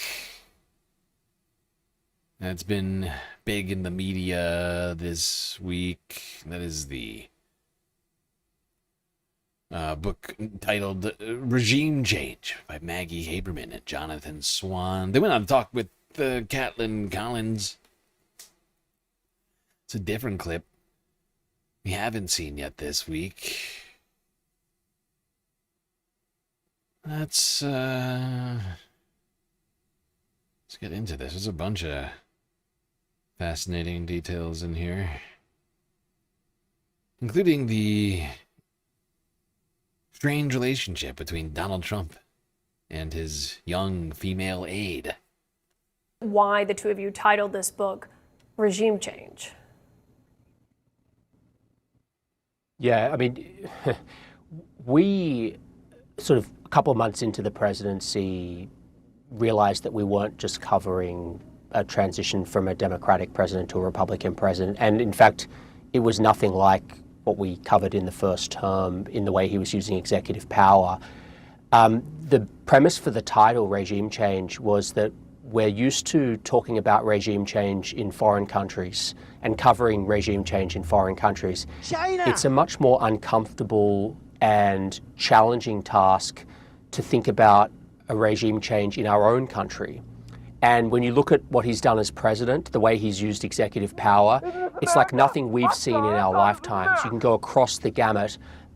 When George W. Bush went to war in Iraq and Afghanistan, you know, as flawed as the decision-making was, there was a process of getting approval by Congress, the branch of government under the Constitution that has the power to declare war. Trump didn't even talk to Congress. He just went to war. When he went and snatched a foreign sovereign head of state out of his bedroom in his pajamas in the middle of the night and forced regime change in Venezuela, he didn't talk to anyone in Congress. When he started a trade war with the whole world based on authorities which, once the courts caught up to it, were invalid, again, there's no consultation. So it's unilateral expressions of power like we haven't seen in our lifetimes. And what we wanted to do in the book was to really emphasize what's in front of our own eyes and try to dig deeper and show people how it's working in there, how this country is being run by the very small group of people that are in charge of this country. Yeah, and you do that very effectively. New details about one of his closest aides, Natalie Harp.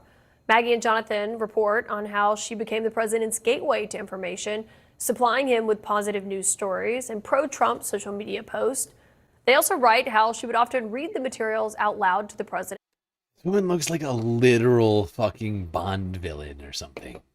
Like, you know what I mean? Like, she dresses and like holds herself like some kind of a literal movie villain.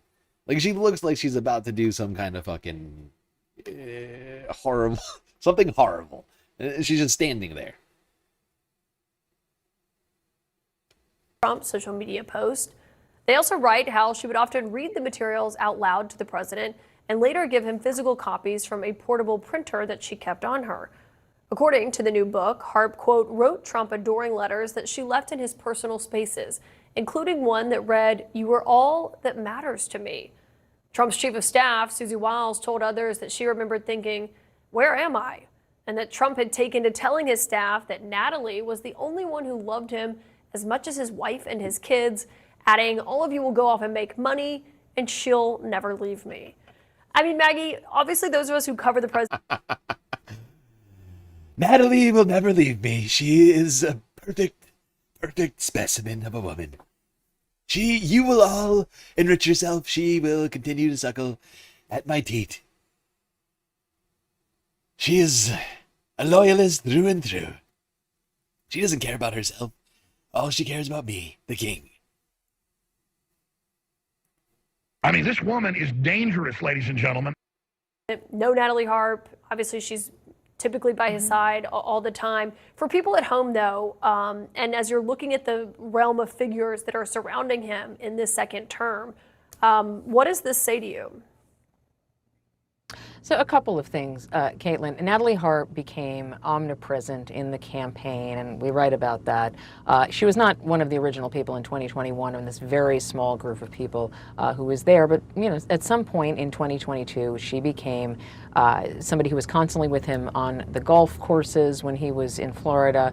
Again, they would refer to her as the human printer because she had this portable printer where she would hand him pieces of positive information.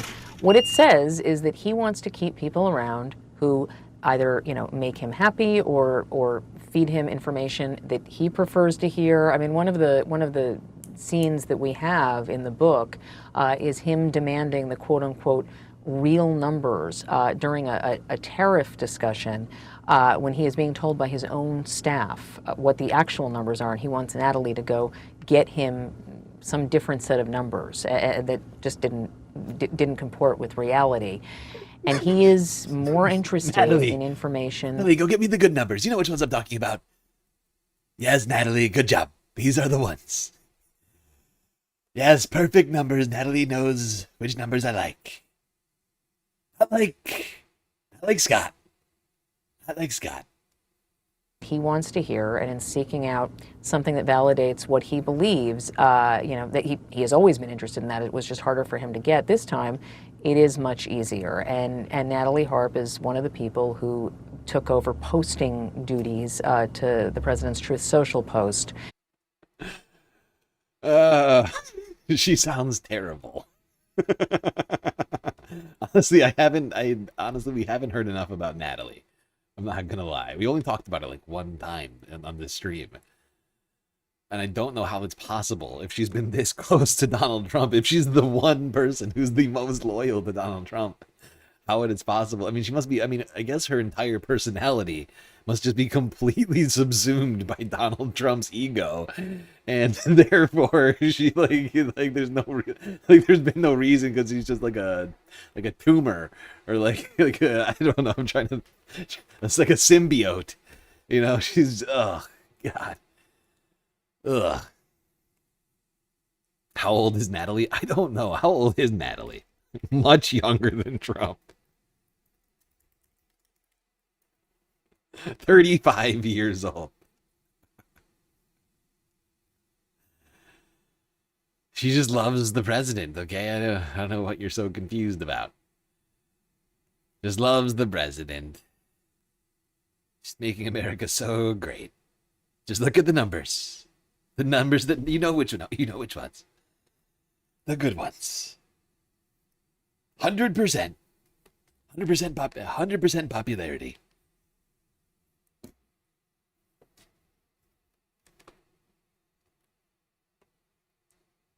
Thank you.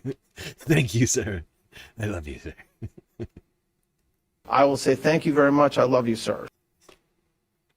Now, unfortunately, America is not saying thank you very much, I love you, sir, when it comes to the cost of living.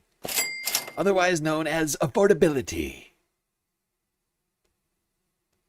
PodSave did a little edited piece on the tremendous corruption around Freedom 250. It is amazing. And we'll get in a moment to Donald Trump's... Trump will be dating Natalie Harp in 10 years. That's hilarious for two reasons. Because he'll be 90 and she'll be 45 years old. Like, I mean, if he even makes it that far. But also because that's a throwback to a disgusting claim that Trump said about honestly, a woman who, I mean, not a woman, goddammit, now I'm doing it, about a young girl going up an escalator who, if I had to guess, would probably be Natalie's age. In fact, I think we should do some digging. I think that girl might have been Natalie. Oh, God.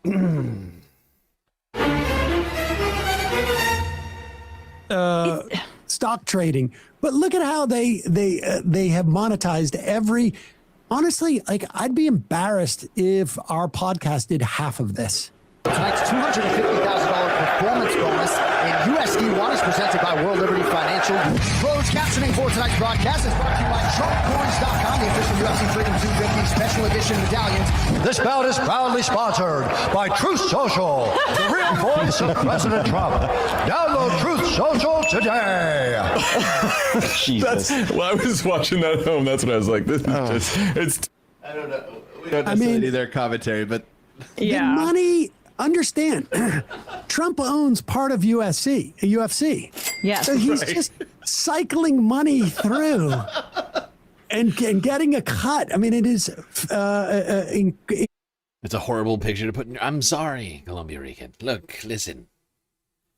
I talk for 8 hours. Sometimes some of the things I say might be unintentionally gross to you. Or even sometimes intentionally gross. But I guess what I'm saying is I'm sorry. I made a huge, tiny mistake. It is crazy. They sold what, seats for 1.5 mil. It was on Paramount Plus. Yep.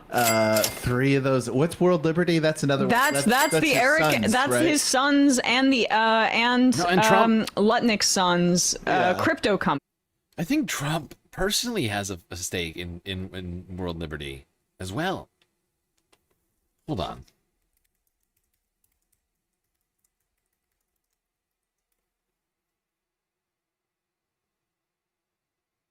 No, not...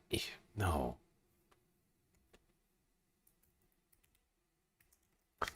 It just gave me fucking hell. Just gave me Elf, the makeup brand. Yeah, Donald Trump has a massive personal stake in World Liberty Financial.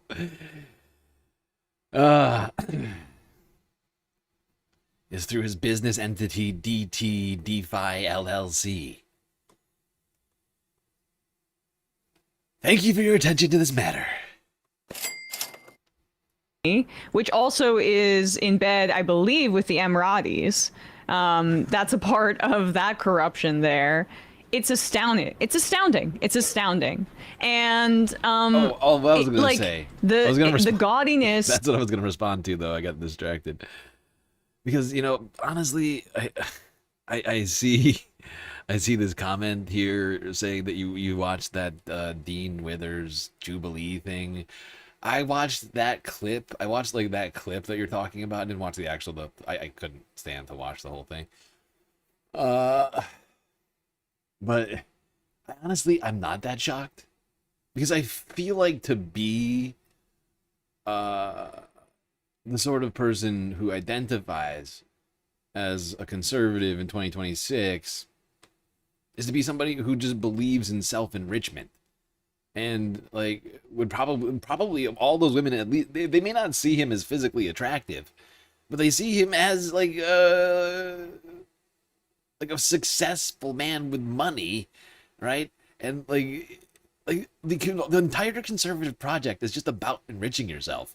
It's just everybody doing grifts.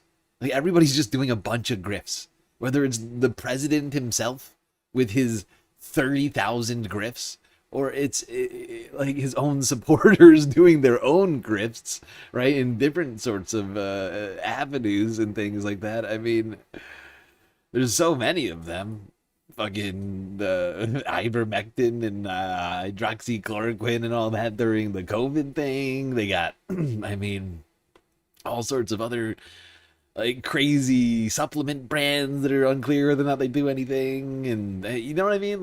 They all got grifts. It's like the grift economy over there, and doing things that are just solely to enrich yourself or to be more proximate to power, or to appease, and in fact, in the particular case of Donald Trump, to appease the leader of the party. It's all this. It's that's all the same goal, I feel like, somehow. Matches with the corruption so neatly. The dirt bike tricks on the White House lawn, the cage match fighting on the White House lawn. It really doesn't get any grosser than this. There is a part of me that enjoys that because I think the White House has always been a bit of a desecration. Yes, so time to desecrate it back. Right, but also, can we get Bruce Buffer to do our Sunset Lake reads? Right, but it's not a fun desecration. Sunset Lake, Right. I skipped over that. But it's not a fun desecration would be a punk rock one. This is just... I mean, it's the most honest thing I've ever seen, though, because this is so disgusting. Use code MR20. Get 20% off all your purchases. I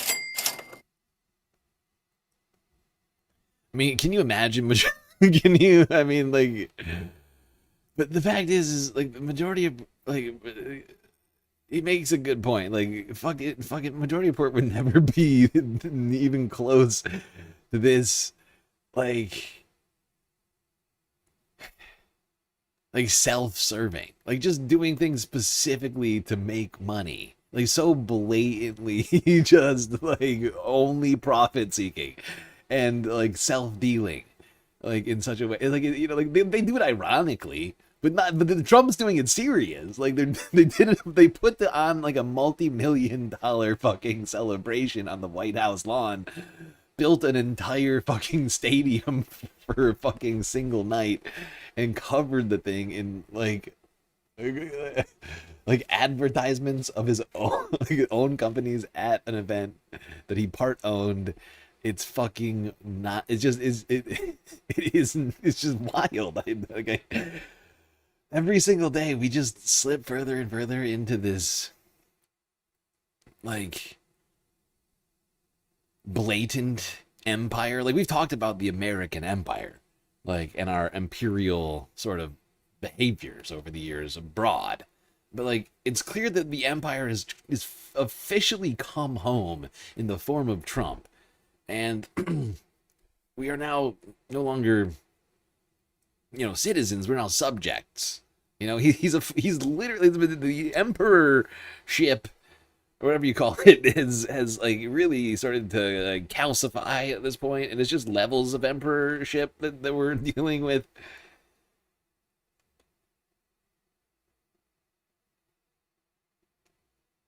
Like he's just blatant open air corruption that we're not even asked to, but actually scolded for like noticing. You know, like that's I mean, what, like, it's just out of control. But some people are still trying to do the journalism out there. To drive that big ass truck right on the lawn. So on top of the corruption associated with the big UFC 250 celebration, CBS did an investigation showing that Donald Trump, in between obsessing about the waiting pool and in between launching a war, has had a lot of time to play the stock market. Our CBS News investigation shows President Trump has traded stocks at a level never before seen in the American presidency.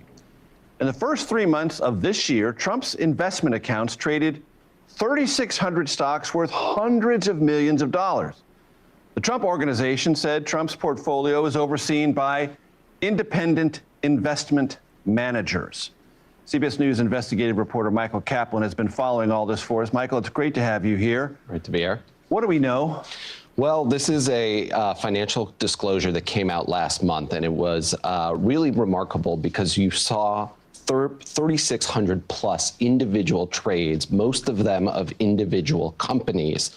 And the sheer volume of this is what's extraordinary. I mean, the portfolio leaned heavily into tech stocks and the major technology giants. You had Apple and Amazon and Microsoft and Oracle as some of the most bought and sold securities. But this is sort of unprecedented in the sense we're talking about individual companies instead of index funds or sort of a larger pool. And trades. many of the companies you just named, Check, have active interests before the federal government, point one.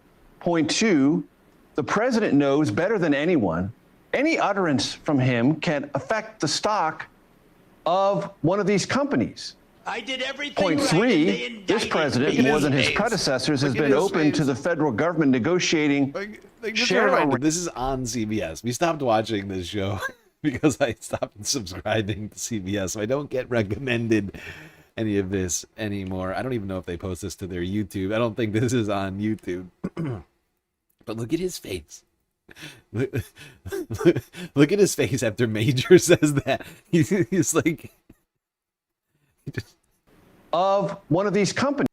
Any utterance from him can affect the stock of one of these companies. And he just sort of... He just looks at Major like... I want to respond, but I can't respond to this particular statement. Otherwise, I might lose my job. Barry is sharpening a knife somewhere nearby. Three, this president, more than his predecessors, has been open to the federal government negotiating share arrangements, purchasing some portion of privately held companies, all of which have implications for this portfolio. Yeah, and I just want to stipulate at the top, the Trump Organization, which manages these funds, told us in a statement that the president, his family, doesn't have any Sounds like he has a gun to his head. I did everything right and they indicted me. This is all being handled by third-party investment managers. But some of the timing of these trades is interesting. Take, for example, NVIDIA, the chip maker. The first week of January, he traded up to $1 million worth of NVIDIA stock. And the next week, the administration loosened export controls around the export controls around these chips to China. So now NVIDIA has an easier time selling its prized AI chips to China. The president bought hundreds of thousands of dollars worth of Palantir, touted Palantir by its ticker name on his Truth Social account after that. And Eli Lilly bought hundreds of thousands of dollars worth of Eli Lilly, and the administration has been making it easier to buy GLP-1s and policies. And historically, presidents have had blind trusts where they are so far removed from it, and the actions of the federal. Yeah, historically, Jimmy Carter had to sell his peanut farm because the Republicans were concerned that it would somehow give peanut growers some sort of advantageous position against other. They would get like special consideration because he was a peanut farmer. You don't really hear those complaints about Donald Trump vis-a-vis, I don't know, any of the hundreds of businesses his family has started. I mean, I don't know exactly the number, but I don't know, let's start. Phones, shoes, cryptocurrency, hotels, golf courses. Somebody help me. I know there's way more than that. Oh God, my brain is broken. But you know what I'm saying? Like, there's not a peep. As to be completely unaware. This is closer. I'm not saying it's illegal. I'm just saying it is closer than we've ever seen before. Yeah, and you know, again, the Trump organization says the president has no visibility into this. And what's actually interesting I understand what's going on. No, there's no Trump branded guitars. Shut up. Don't say untrue things. GetTrumpGuitars.com. These beautiful guitars features the iconic phrase "Make America Great Again" inlaid in authentic pearl. Shut up. Shut up. No. This can't be real. This can't possibly be real. How? What? Introducing the limited edition American Eagle Guitar Series. Available in acoustic and electric. The only guitar officially endorsed by President Donald J. Trump. Order now while supplies last. These beautiful guitars features the iconic phrase "Make America Great Again." Inlaid in authentic pearl of the neck of the guitar and the number 45 on the headstock, signifying President Donald J. Trump's historic term as president. American Eagle Series, these limited edition guitars are numbered with only 1,275 available, you girly man. $1,250 for the $1,250 for the pleasure. $10,750 for a Trump signed acoustic guitar. Holy fucking shit. How is that a thing? Why that was a fascinating rabbit hole we just went down. Here is this guy somehow got the short stick and had to do this investigation, and he's sitting up there like, they're making me say this and the president's gonna get me fired tomorrow. I don't know where I'm going to go work. But I just want to remind everybody, the Trump people said they did nothing wrong. I just want to say that again. Pants down and he's wearing concrete shoes. Or he's hearing the gears turning of the safe that Barry Weiss is hiding in because she can't have any contact with her employees because she's so afraid of them, and they're like, she's coming. She's gonna get this fourth bolted door unlocked and is gonna come and reprimand me. I'm wondering how this even happened. I look up what CBS News 24/7 is, and it's not on TV. This is their. It only plays YMCA though. It won't even play Lee Greenwood. Oh my god. Oh, it's so sad.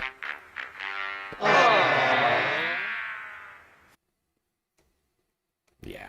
Well, CBS trying to do journalism over there and simultaneously not get fired. You know, I gotta give him a little round of applause.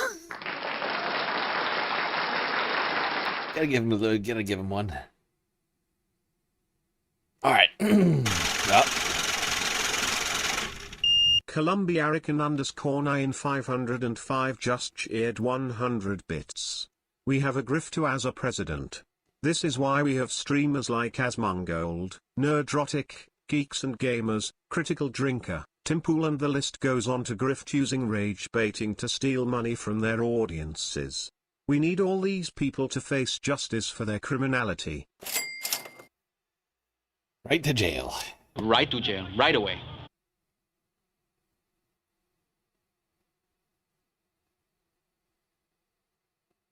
All right. Oh, well, Donald Trump and his family continue to enrich themselves to just unprecedented levels. The polls are showing that on the economy and people's financial situations, not his financial situations, on their financial situations, not good, as it turns out. Most of America. Let's go here to CNN. Holy Toledo. The great Harry Emden with the numbers. I looked at thousands of polls. Your Ipsos, your Marquette University Law School, your New York Times, Siena College, your Quinnipiac, your Marist.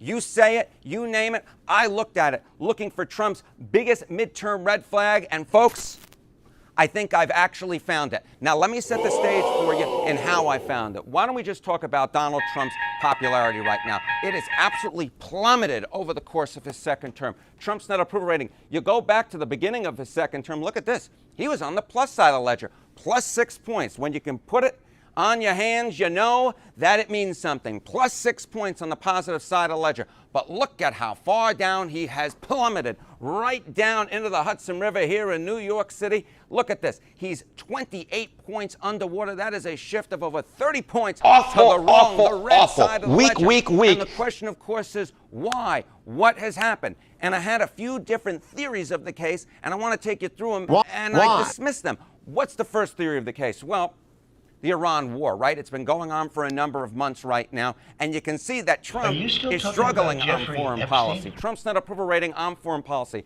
You go back to the beginning of his term, 1, 2 on the positive side of the ledger. Barely on the positive side, but hey, you'd rather be barely on the positive side than the negative side of the ledger. But look at where he's fallen to now. 24 points underwater in February of 2026, just before the Iran war started. And look at it now. It's even lower. It's a little bit lower, but it is lower. Holy Toledo. Points underwater, nearly a 30-point shift against the President of the United States. So you might be saying to yourself, hey, this seems bad. Isn't this what's driving the negativity around Trump, dropping him to term 2 lows in terms of his overall approval rating?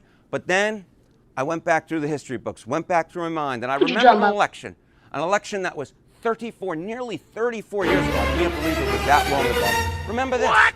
Remember when President Bush, George H.W. Bush, for the youngsters out there was actually a President Bush before George W. Bush, George H.W. Bush's father, he won a war, for goodness sake. They won the first Gulf War against Iraq, and his foreign policy approval rating, his net approval rating, was on the positive side of the ledger. Look at this. Going into that 92 election, plus 17 points.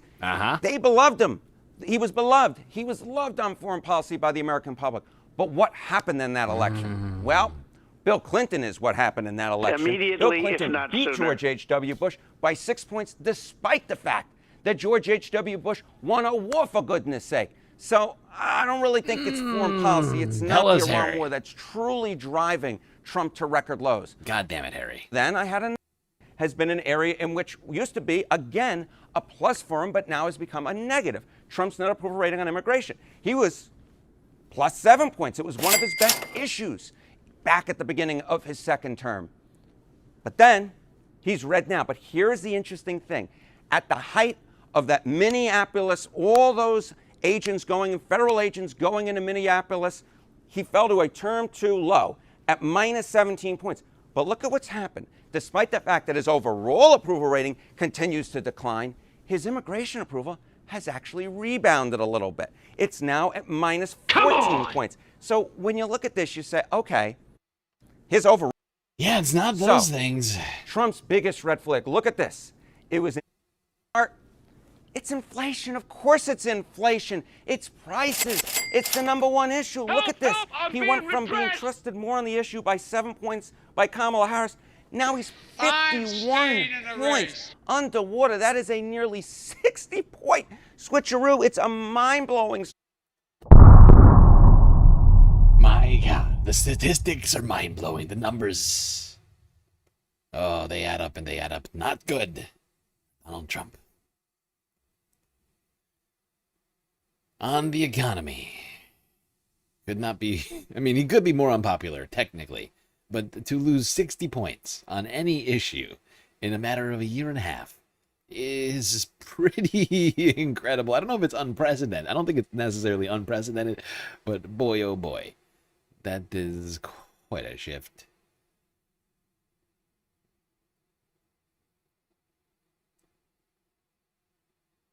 Yes, indeed. And people are struggling to get by in this country. People choosing between food and gas, health insurance, and homeowners insurance. Rent, and I don't know, I'm thinking of another expense. Cell phone. I don't know. You get what I'm saying.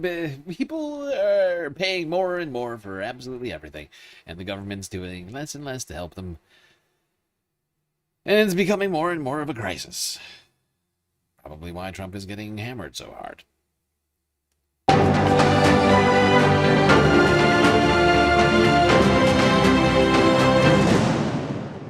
This is America, and this is a special episode on the affordability crisis in the United States. When costs exceed incomes, people are forced to make painful trade-offs. Stagnating incomes and rising costs mean more and more people are having to decide whether they go further into debt. Or if they choose to give up food, fuel, and medicine in order to get by. Affordability is a serious challenge from one coast to the other. It doesn't matter if you're middle class or on a low or fixed income. We need an affordability drop. I mean, I can work on it. I can try and find one. Until then, I'm just going to keep saying it myself. Affordability. Affordability. Everybody's saying it. Newfangled word. Never before heard of. A new concept. Democrat hoax. Are you still talking about Jeffrey Epstein? This guy's been talked about for years. Everyone is feeling the pinch. So let's take a closer look at the affordability crisis in the United States. For people right across America, everything has been getting more expensive. From food to fuel, healthcare to heating, everyone's feeling the pain. But if you're a pensioner or living on a low or unpredictable income, that's when people are being forced to make some very tough decisions. A mother weighing up how to feed her family with how to get to work. The elderly deciding whether to buy all or some of the medicine they need. That's the reality of the affordability crisis here in the US, but it's not just food and gas prices that have been the problem. It costs more to insure homes.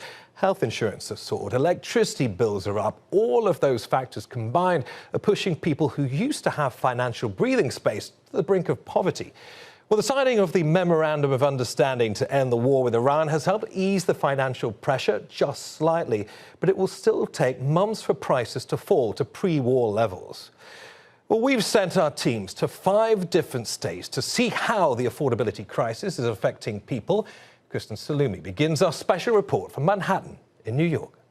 Zohran Mamdani. New York is home to some of the most expensive real estate in the country. And it's not just the fancy high-rises on Billionaires Row. Prices are high all around the city. About 2/3 of New York households are rentals, and rents hit new records this year. In Manhattan, the median now tops $5,000 a month. We still have some bagels. Forcing some families to make tough choices, even families in working-class neighborhoods who own their home. So this is the space. We have the bathroom. Kat Casey is a clinical social worker. She uses part of her home as an office during the week, but rents it out to tourists on the weekends to help make ends meet. Pick out the chippies you want. Her husband works on the technical side of the theater industry, and with 3 children, they have to get creative to make ends meet. We have gotten smart and had to get smarter and tighter along the way with eating out and groceries. And so we've had to shift into buying bulk meats at Costco and then freezing them in smaller portions. But it is a constant consideration in our lives of. Yep, families struggling to just put enough food on the table.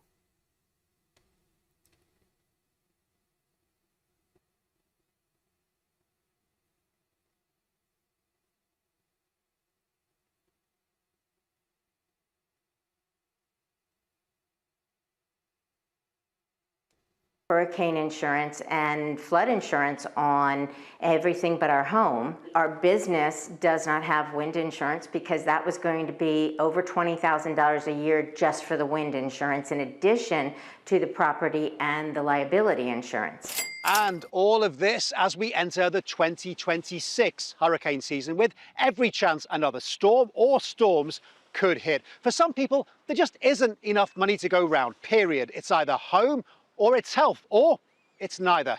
Perhaps Leah says it best. We can do better. So that's part of the story here in Florida. Let's take it over to the other side of the country, to the West Coast, and John Hendren in California.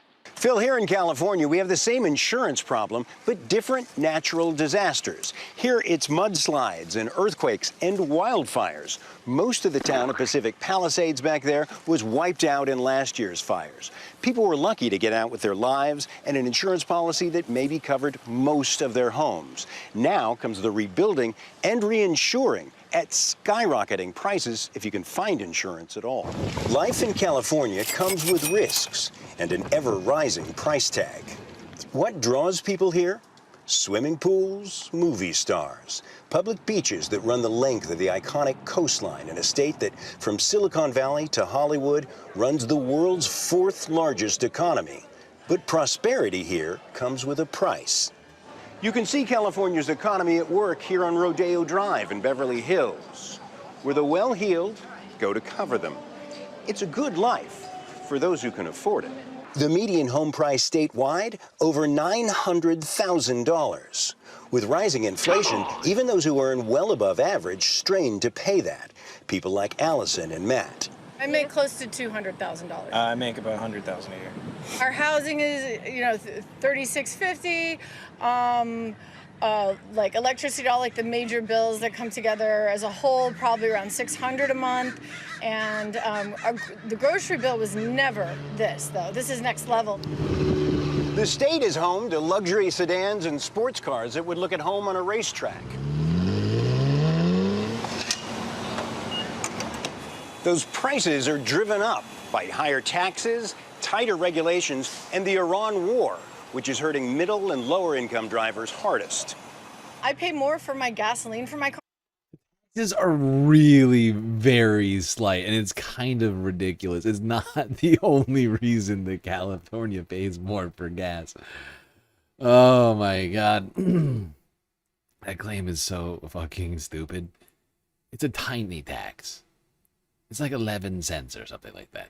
Doesn't account for the massive spike in prices over the last fucking 4 months.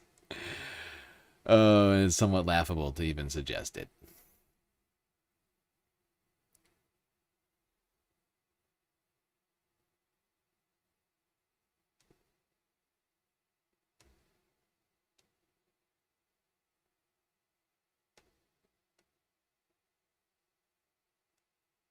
Jobs paid well, people lived in a thriving community.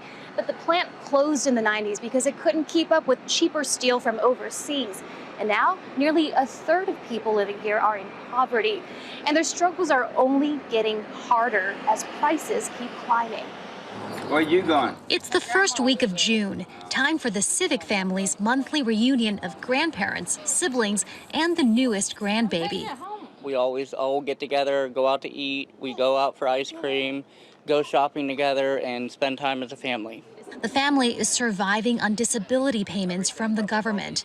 And now it's even harder for them to celebrate because they're all chipping in to buy baby Maya's supplies. As a family, we all have to pinch our money together and afford to put towards diapers and wipes for the baby. I help my daughter with her baby. I buy her diapers, wipes, whatever she needs. And it's just rough. It wasn't supposed to be like this in Johnstown. Donald Trump had promised people here during his last presidential campaign that he would lower prices. We will defeat inflation very quickly, and we will make America affordable again. That message resonated, and 70% of voters in the county sided with him, helping to deliver the pivotal swing state of Pennsylvania. I think the people that live here have seen a lot of hardship, and I think that they believed what he was telling them. and they really wanted to believe that he was going to change things and make things better. Yep, except things aren't better. They're worse. But since then, the economy has further declined, pricing already poor people out of gas and groceries. 1 in 5 people in Cambria County receive federal food aid. About 2,000 are losing that help after the president insisted Congress cut the program's funding in order to offset tax cuts. Non-government charities like this one that gives away food to school children say they've seen a surge in need. We have a 63% increase from last year at this time. So we're serving a lot more families, and we're just so thankful between food donations and community donors and the support of the community. At this emergency shelter for families who've lost their homes, the staff has had to make resources stretch. It's a struggle, and I try to the best of my ability. Yep, millions of people across the country are facing the loss of food stamps, cuts already being made to these programs. Some states, especially blue states, have supplemental, but that doesn't make up for the loss of federal dollars. And it's affecting huge portion of America. Miriam Flores is sacrificing a lot to keep her kids happy, not hungry. I stopped eating myself so I could feed my children or save food for someone who didn't have enough.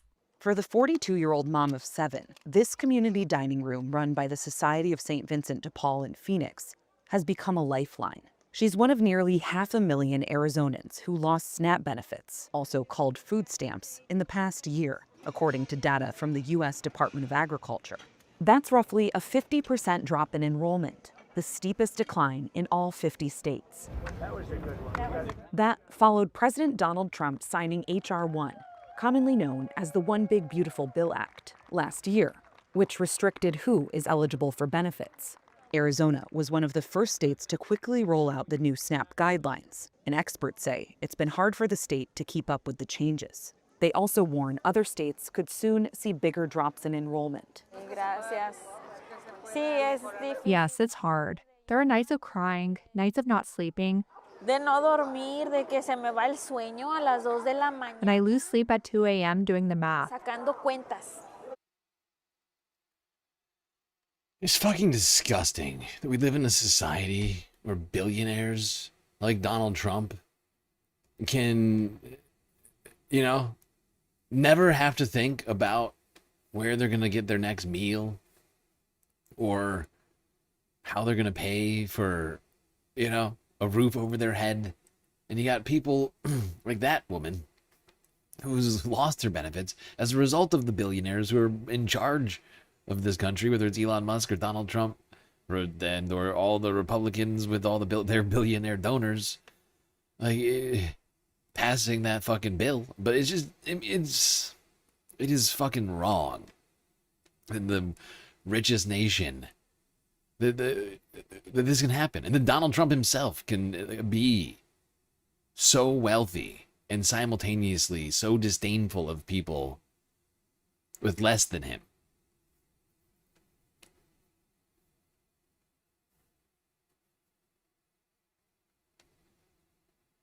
And that he can continue to use the presidency to enrich himself and use taxpayer dollars for personal vanity projects that fall apart, literally. Yes, of course, it's time now for the reflecting pool. Something which I believe cost the taxpayers $15 million.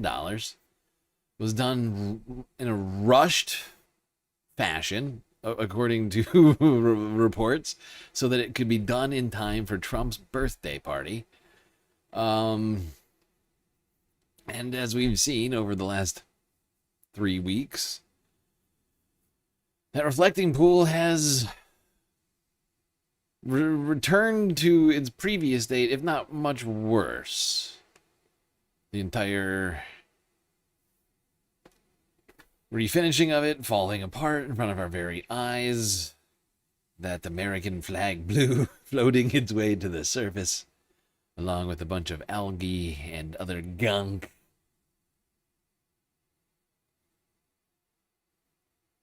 But Donald Trump has now been asserting this week that actually it's not due to incompetence or just nature, like ducks going in the pond, which they've been spotted doing, because they're ducks and it's a pond.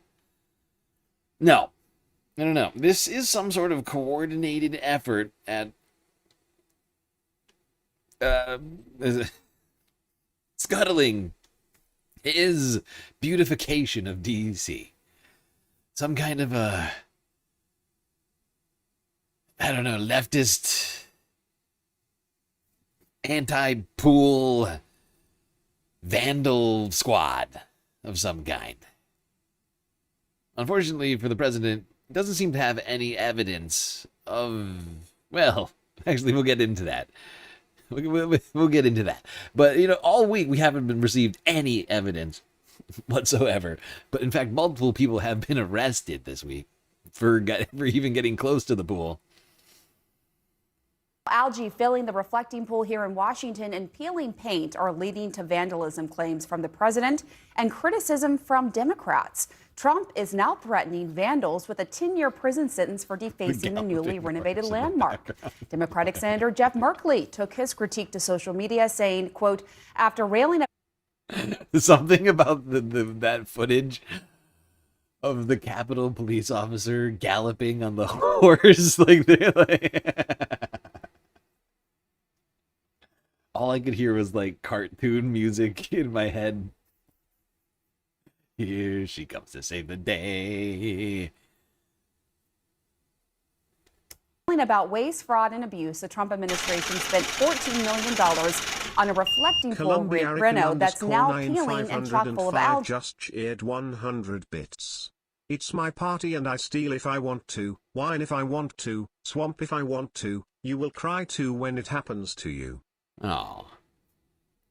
Oh. It almost sounded like the song. It's pretty good. Thank you, Columbia Regan, for the bits. I just realized I haven't been keeping track of this, have I? Just a reminder, everybody, we're 2.5 hours into the stream. We've made some serious progress on the galactic content goal, but it's not yet completed.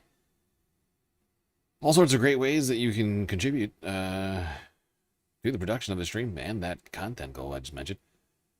Twitch, bits, power-up subs, gifted subs, prime subs, Cash App and PayPal, Throne, and, of course, Patreon. Wait, not Throne. Well, maybe whatever. The traditional ways. No YouTube, of course, still demonetized, unfortunately. I'm pressing to get answers for this embarrassing waste of resources. President Trump says the reflecting pool will probably need to be drained again and work will begin immediately. This to fix what some consider just to be a really bad repair job. He says it is vandalism. Several people were arrested over the weekend for allegedly vandalizing the pool, including a 3-time U.S. Olympian. The president claimed that some of them were pouring toxic chemicals into the water. They say they were just touching the paint at the bottom. Okay, this is America last behavior, okay? Arresting an Olympian for touching the pool? Right to jail, right away. Peeling off. Want to get right to CNN's Tom Foreman. Tom, I know you spent a lot of time there over the last few days. I'm glad to see you are not in federal custody. You're here to report on what you have seen. Yeah, talk about money literally down the drain. They're talking about draining this thing now. I guess kind of starting over to repair what happened. What the White House and other officials are claiming is that people went in there and at some point slashed or started pulling up this this material from the bottom down there, this hard sort of plastic material that's all this blue. You hear it called paint. It seems to be more of a true liner that was sort of formed there. Nonetheless, it is coming up in some places. We don't know how many really. And they're fighting the continuing algae problem. And if you listen to the U.S. Attorney for the District of Columbia, they are pledging to use the full weight of the law to go after anybody who's messing with any of it. Listen to her. And there are several citations that have been handed out to individuals, and these are cases that will be prosecuted to the full extent. It's a crime to touch the paint on the pool. This is fucking deranged. This is fucking deranged, dude. These people are just mad with power. They talk about weaponization of the justice system. Touching the paint of the reflecting pool is punishable by jail. Right to jail, right away. Oh my God. Illegal. It's just crazy. By the way, this is ABC News touching the paint here. Is ABC News going to jail?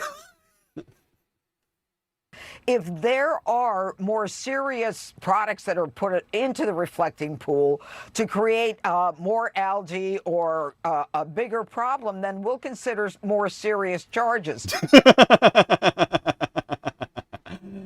Oh my God, we're considering more serious charges. Oh wow. What, terrorism against paint now? Jesus Christ. Yes, felony paint touching. Felony box touching. A lot of crimes. A lot of crimes happening here in the United States, apparently. These are the serious crimes that we need prosecuted here in this country. Not the Epstein files. No. No reason for us. Remember the Justice Department said that actually we don't need to do any prosecutions. There's nothing in those files. Oh my God, I just remembered something. How did I forget to do this? Oh my God. We're going to talk about that tomorrow. There was a ruling from a federal judge. Oh, we got to get into that one tomorrow for sure. Epstein files wise. Oh boy. God, I'm hungry. I didn't eat before the stream. That was a very stupid idea. What time is it? Oh, Jesus Christ. Do I have food?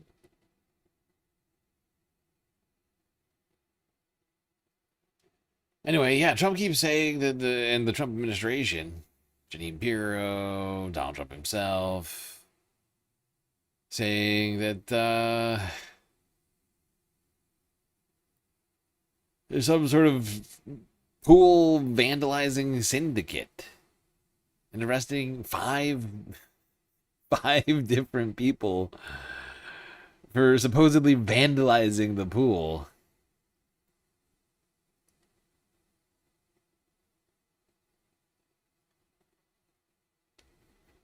With us now, CNN senior legal analyst Ellie Honig. If these people, as they say, were touching floating paint pieces in the pool, is that really a crime? Well, if that's indeed all that happened, John, then no, there is no federal crime for merely touching federal property. There is, of course, a federal law that prohibits people from destroying or damaging federal property. And by the way, if you want some instances where that's been easy to apply, look, for example, at January 6th. Dozens of those rioters were charged with destroying property at the Capitol. Or, more recently, look at examples of anti-ICE protesters who were charged and convicted for destroying government property if they destroyed government vehicles or damaged government buildings. In this case, it's all going to come down to this in all of these cases. If these people were leaning into the reflecting pool and ripping up or tearing up that lining, then yes, this law could apply at its lower levels. But if all they were doing was leaning in out of curiosity and touching the lining or touching floating paint, then no, there is no crime to that. So the line no crime for touching paint, according to Ellie Honig. Thank you, Ellie. All right, let's go over here to this guy. A communist. Hassan Parker.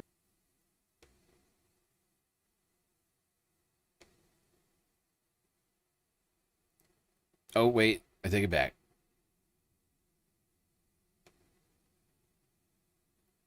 first, I forgot. Before we go to Communist Hassan Parker, we have to go to France 24 for a truth or fake segment. I love when France 24 does these truth or fake segments, because it kind of gives me like a barometer of what sounds the most outlandish to people outside of the United States. Like the truth or fake ones are hilarious to me, especially when they come to Trump. Whereas, like, is it true that Trump is blaming vandals for his failed reflecting pool? Yes. Vedika Bahel joins me here in the studio. Good evening, Vedika. Hi, Monty. Good evening. So tonight we're talking about the reflecting pool in Washington, D.C. It's set to be drained again despite a recent multi-million-dollar renovation. Donald Trump is blaming vandals for the peeling paint and the algae, but hasn't offered any proof. What can you tell us? That's right, Monty. It looks like the Lincoln Memorial reflecting pool is set to be drained again. It had just recently undergone a renovation costing upwards of $14 million, and on Monday, Donald Trump blamed foul play for the blooming algae and the peeling paint, although he didn't provide any evidence to back up that point. Now, Trump seeks to turn the monument, what he calls American flag blue, in time for the 250th anniversary of the United States, coming up on the 4th of July. Now, That's not accurate. He wanted it ready for his birthday, which was on June 6th, or 15th? What day was it, 14th? God damn it. I can't remember what fucking day the president is born. Actually, that's not important information. The important information is that he wanted it ready for his goddamn birthday on like 2 Sundays ago.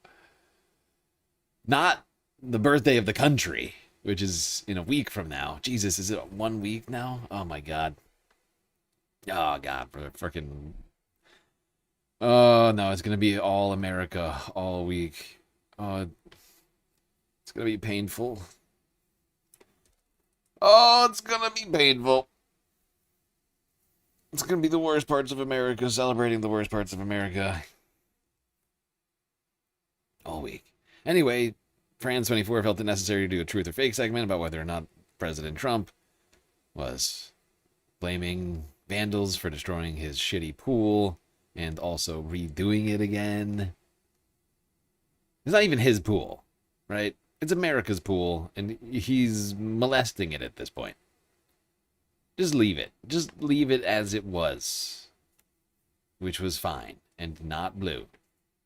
It's never going to be blue.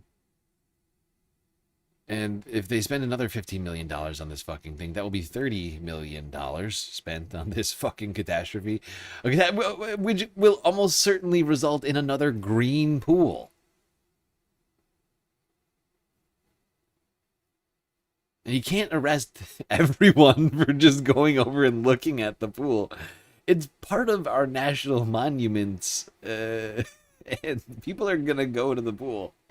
Not even just Americans, right? Like, just like people visiting the country, just checking it out. I served 2 tours in 2026 in the reflecting pool, brother. Shit got out of hand. Sometimes we had to arrest grandmothers. Those are the most vicious ones, okay? I'm sorry. It's fucking amazing. It turns out, you know how earlier today Donald Trump said that someone, a vandal with a knife, cut through the pool, which we all know is bullshit, obviously. Because, like, what's going on now is, like, obviously the pool has gained a lot of attention. So liberals are going to the pool, to the reflecting pool, and taking a look at what's at the bottom of it. And maybe some of them are pulling out the chipped paint particles. Okay? Obviously, that the chipping is not happening because someone is cutting with a knife. But it turns out Donald Trump, I guess, knew ahead of time that someone might try to vandalize it with a knife. And let's not forget, really quickly, about who and what was done. Like, who was enlisted to do this and what was done, right? Because the fact is that this thing was painted not with paint, but with pickup truck bed liner, right? Like, I don't know if anybody knows what I'm talking about right now, but there's like pickup truck guys like to put liner in the back of their truck to prevent it from getting scratched up, and when they put their tools in there, and it also looks cool, you know, because it's like a different fucking texture than the paint. You know, it's cool, even for guys who don't use their truck for work. And it's not pool liner, is what it's not. It's not pool paint. But this guy,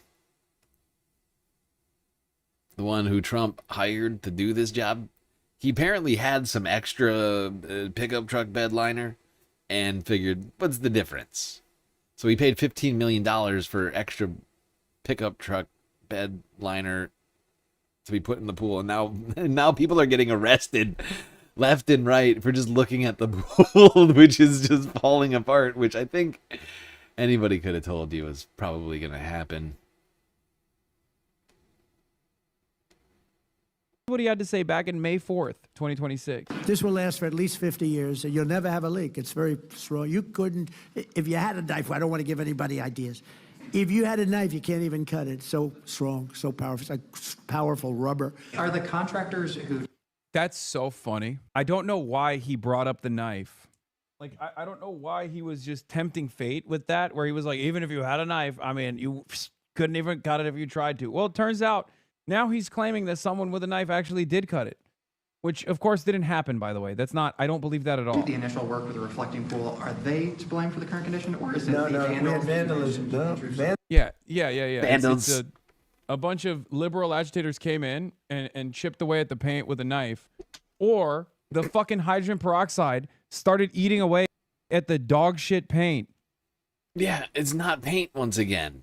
And it's not supposed to be, they're using it on the wrong surface, right? Like, pickup trucks are metal. The pool is cement. Like it's just fucking fiasco. But that's the problem with the Trump administration, right? He is an emperor ruling an empire, not a democracy right now.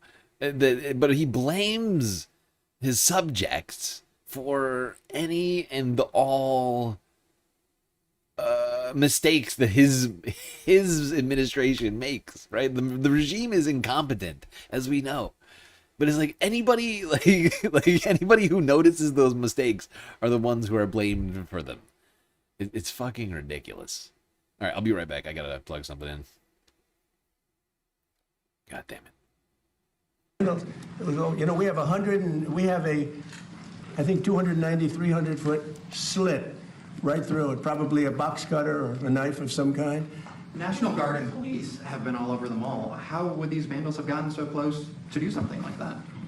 Do you have any proof of this? I mean, we didn't have a lot of them then. Who would think that somebody would go into a pool and take a knife and start cutting it? Do you have proof of that?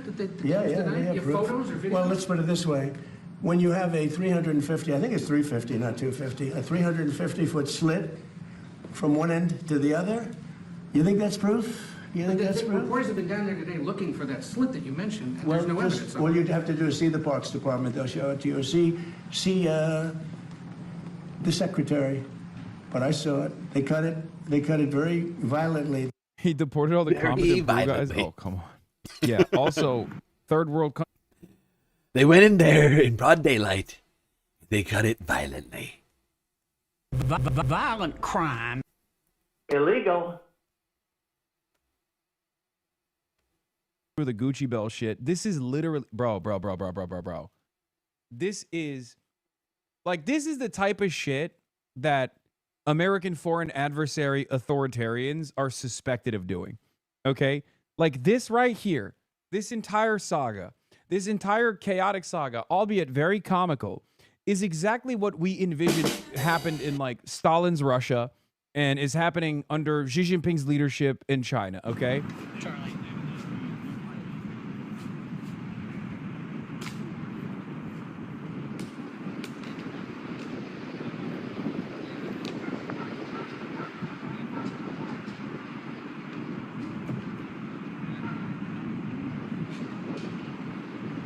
Plainclothes officers making arrests so of people stupid. trying to get a lick, trying to just fucking get a funny TikTok video, dude, claiming that this is vandalism.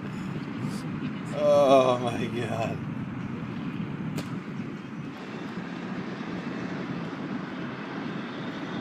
This is so painfully stupid.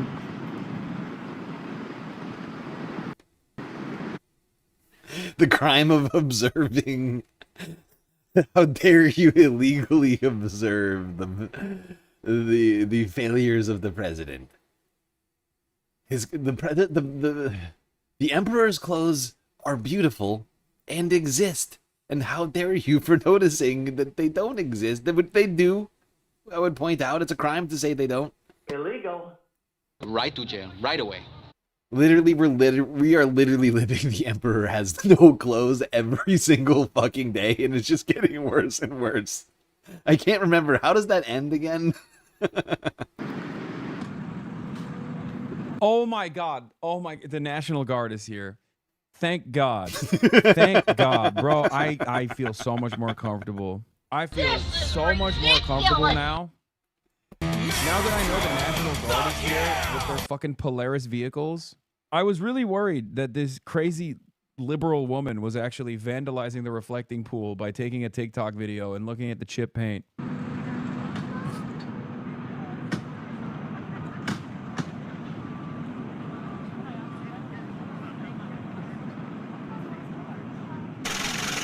Dude, he works for the National Park Services. Like, you don't have any shame. _9505 just cheered 100 bits. The deployment of Meal Team 6 for touching the water. What's next? Beheadings on the court square? Jesus, this is embarrassing. Yep, I'm pretty sure that's next. You know, I mean, what are we to think? Yes, the pool is ensafened, thanks to the National Guard. They're here to protect it. At all? Protect it from TikTokers. On the social media. Like, you don't feel even remotely ashamed of what you're doing? Is this what you thought your job would entail? Serious question for the guy. Did you think that you would be doing this? Because, like, if you're working for the National Park Services, you're like a fucking fun-loving, you know, forest-loving tree hugger, right? Like, that's what I thought. I can't believe even the NPS has chuds now. How is that possible? What, defending the homeland? Yes, defending the homeland from Iranian terrorists. I thought this was America. Huh? Isn't this America? I'm sorry, I thought this was America.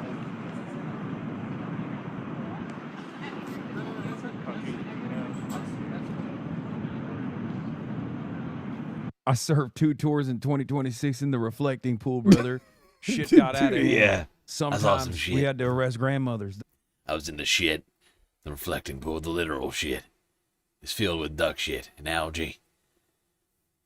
And people, TikTokers, taking videos in vertical format.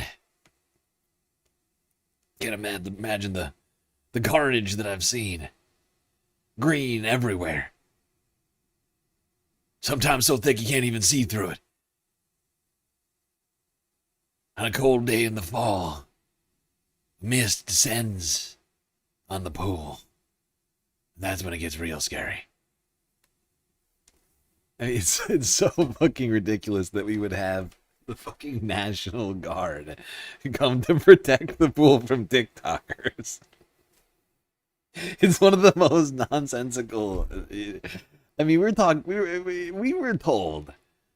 that the Trump administration was going to usher in an era of unprecedented efficiency, I believe was one of the words used quite frequently over the last year and a half. Question: is it efficient to paint a pool twice and to deploy the military to protect the pool? Not even a pool. It's not even a pool. It's not even a wading pool. It's not meant for humans. Like, it doesn't have to be clean, right? Like, it's for ducks. It's literally a duck pond and not a pool. We just call it a pool. Humans don't go swimming in it. And it's just fucking crazy that we would mobilize any branch of the military or government to protect the pool from TikTokers. It just seems like an inefficient use of resources. Those are the most vicious ones, okay? Am I the only one who thinks that that's an inefficient use of resources? I mean, even the National Guard. They got the National Park Services. They don't seem to be taking it that seriously. They have Capitol Police. Everyone is dressed up in tactical gear to arrest a clearly libtarded TikToker. What the fuck is happening? Bro, this is literally what we think is happening in Pyongyang. This is unironically what Americans think they're doing. This is the timing of Pyongyang, okay? Americans will sincerely look you dead in the eyes and be like, this is what happened in North Korea, and it's bad. And when it happens in America, it's good. Thank God we're these fucking vandals.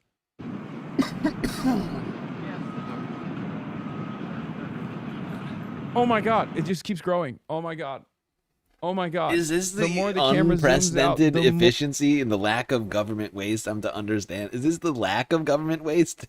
A dozen fucking government officials for one TikToker at the pool, the waste of $15 million on the pool. This is the government waste that I was told we were gonna get rid of. What is the? What exactly is the purpose of all of this? Just keeps growing. Oh my God. Oh my God. The more the camera zooms out, Cut out the the more bureaucracy. there are soldiers Exactly. What happened to that? What happened to cutting out the goddamn bureaucracy? Why do we need 12 guys here suited up for this one fucking TikToker, dude? It doesn't make any sense. Cops around. Are you fucking kidding me? Oh God. Well, first of all, some of the things that I say will be incorrect. Ironically enough, the whole beautification initiative for Trump was so that people could go and look at the reflecting pool and be like, wow, my president actually beautified Washington, D.C. With this level of law enforcement response, people are going to be scared to go near the reflecting pool. It's going to defeat everything. It's going to defeat the purpose of even, trying to implement a beautification initiative. Now, he's not anyway. Exactly. The Jan Sixers are free, and it's still not clear whether or not there's a $1.6 billion slush fund for them right now in the works. Meanwhile, doing TikToks at the Lincoln Memorial reflecting pond is a crime punishable by jail. Right to jail, right away.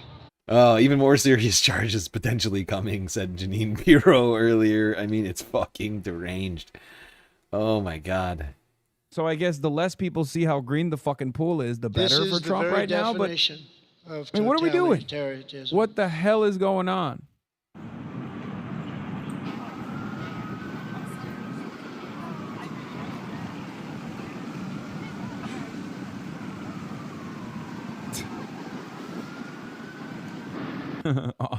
Operation Reflecting Pool. For fuck's sake.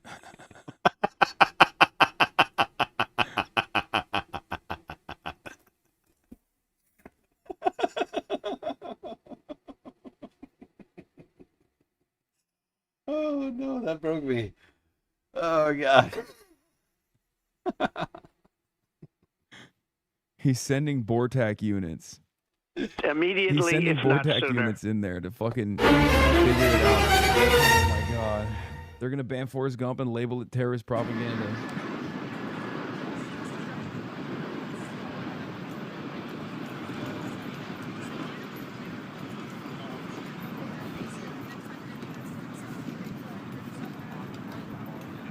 Chris Hayes interviewed the Olympian who was arrested for touching reflecting pool. Mr. Hearn, am I right that you were detained for 5 hours after this arrest? Yes, I was in the lockup at Haynes Point Park Police Jail, and I didn't know how long I was going to be held. I was held. After an hour, I was told that it was going to be a cite and release, so that led me to believe that I might not be there that long, but then it dragged on. I was photographed, and they put me back in, fingerprinted, put me back in, and I had not been able to allow. Look at this monstrous criminal. He touched the reflecting pool. It's like he touched our reflecting pool. Oh, Illegal. Swap the word reflecting pool for E. Jean Carroll, and it's not so funny, is it, libtard? Okay, some Republican is going to make that argument, actually. Now that I said it out loud, oh my God. Jesus Christ, Hassan. How dare you? I can see Republicans making that argument.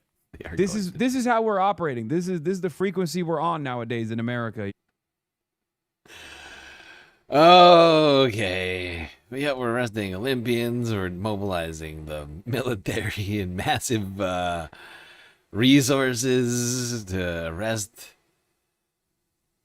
individuals near the reflecting pool. Apparently,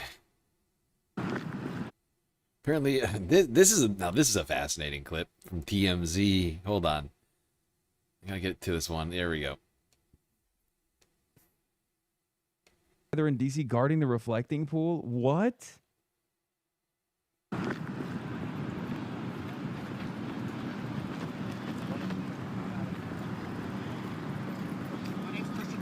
Why do you do it? I was yelling at the Oklahoma State troopers. Why? I was yelling at them. I know, but why were you yelling at them? Because they're here. But The Oklahoma State troopers. I know, but why would you be yelling at them? Like, Why just would because you they're be- here? I'm just trying to have a better I understanding. thought this was America. Huh? Isn't this America? I'm sorry. I thought this was Beast America. mode. Beast mode. How about the TMZ reporter is too fucking stupid to understand the premise? He's like, the Oklahoma State Troopers. Why are they here in DC? Right? Not Oklahoma. It's like, how are you confused? Like, it's pretty clear what he objects to. It's like some random other state, fucking state police being in a DC park. Like, what? Since when are they DC law enforcement? I think this guy was just trying to understand like why you were yelling at the Oklahoma State troopers. Bro, this needs to stop. We are absurd. This country is absurd. It's not even funny now. It's just disappointing. No, it's pretty funny. I mean, what can you say, man? Well, I'm afraid we can say more because there has been more developments on the Reflecting Pool saga in the last 24 hours. Do we need a recap? Just to recap. 3 weeks ago, the Reflecting Pool is finished in American flag blue using truck bed liner. It almost immediately, even before Trump's birthday, turns green, starts falling apart. People start noticing this fact more and more over time. And we now have at least like a half a dozen people arrested. The attorney, the U.S. attorney for D.C., Janine Pirro, former Fox News host, saying that we're going to prosecute to the fullest extent of the law regarding the fucking pool. And one of those people who was detained was a goddamn 3-time U.S. Olympian.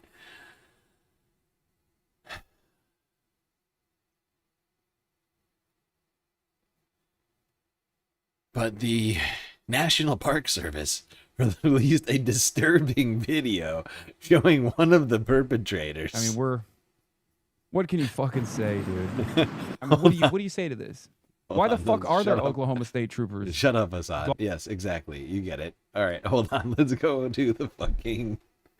This is so stupid. Prepare yourself. Oh, God.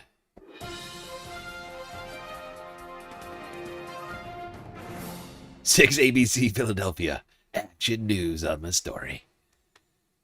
An investigation is underway into alleged vandalism claimed by President Trump at the Lincoln Memorial Reflecting Pool. U.S. Park Police released this video of someone reaching into the pool last Friday. What they're reaching for? Columbia _9505 just cheered 100 bits.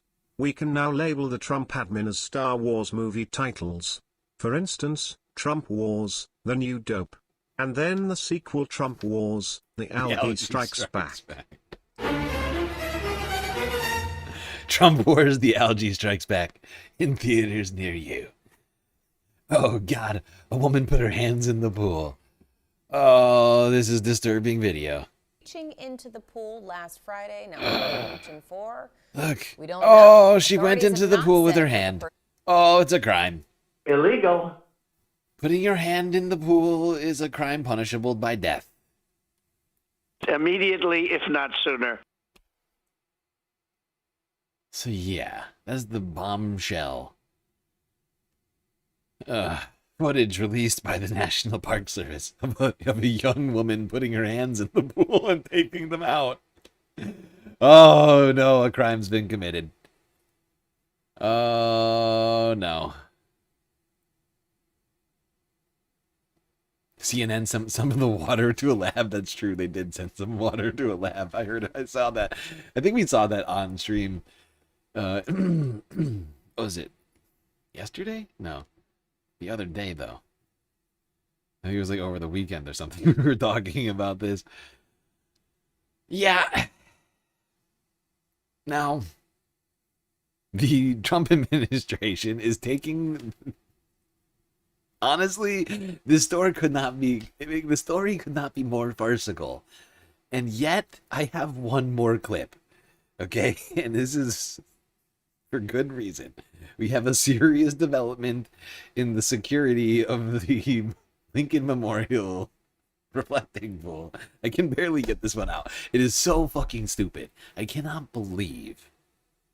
Like, I'm utterly beside myself over this next story, which I almost don't feel like I need to say anything about. I'm just gonna direct your attention to this.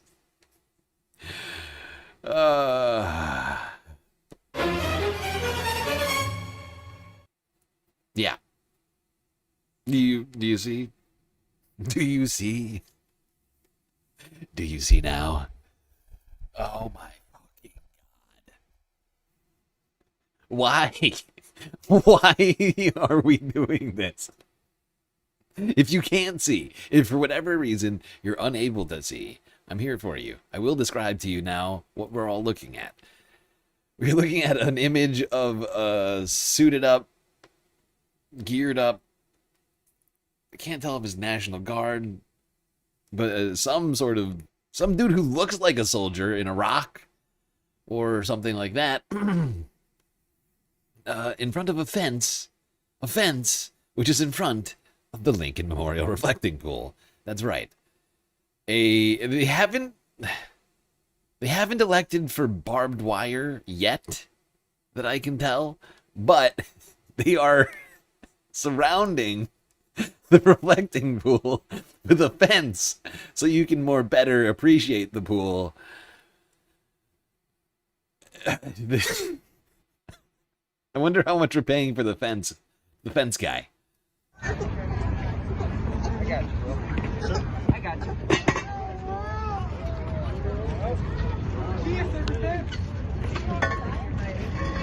This is ridiculous!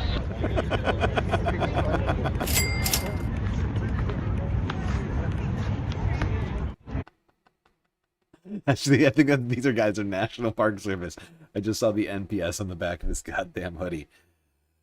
Oh my god. So the National Park Service is now putting up a fence around the Lincoln Memorial reflecting pool. Something that is really, I feel like it's much harder to appreciate when it's behind the fence. But hey, that's just me.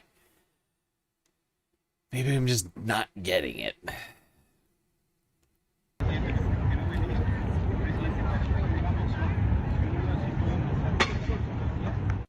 First day, so yeah, I have to check it out too.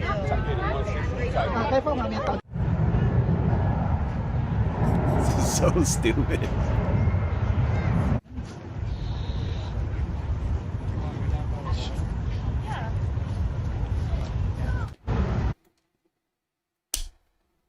This is the very definition of totalitarianism. I mean, the National Guard doesn't even look like they're taking it all that seriously. They're just sort of standing here, just aloof.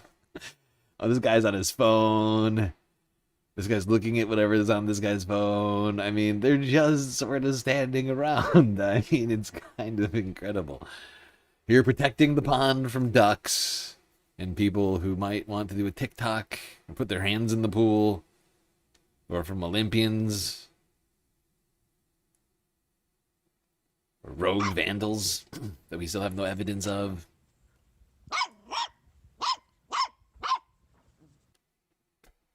How they stop the ducks? That's unclear. It's unclear, Bob. You've noticed a serious flaw in the security. Yeah, you've blown it wide open, Bob. Wide open, pal. Gotta give you some credit for that. They should have enlisted you in this whole project before taking it on, because clearly the ducks will not be prevented from entering the pond. And as we've been saying for a while now, it's mostly the ducks. It's got to be almost 100% ducks right now that are causing all of this. And of course, well, to some degree, the Trump administration themselves, the incompetence, the use of the truck bed liner rather than pool liner, something meant for metal, not concrete. Pouring who knows how much fucking peroxide or whatever they put in there. I can't remember what they put in there. But like ammonia, or I can't remember. They like not ammonia. It was peroxide, I think. What ammonia would have just made it worse. But they get the hyper bubbler going or whatever the fuck that thing was called. Like, why can't they just give up? Like, why can't they just be, like adults about it? But now we have the National Guard deployed to the reflecting pool with the goddamn security fence that I'm fairly certain by next month, by July, by July we'll have like barbed wire on it and like netting for ducks, because they're gonna figure that one out at some point. Somebody's gonna notice that the ducks are still getting past it. I don't know how long it'll take.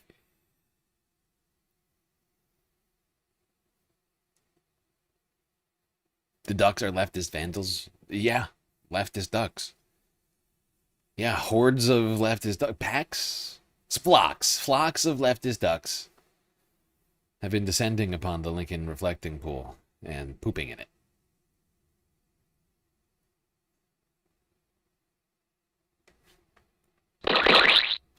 It's just what they do. They're ducks.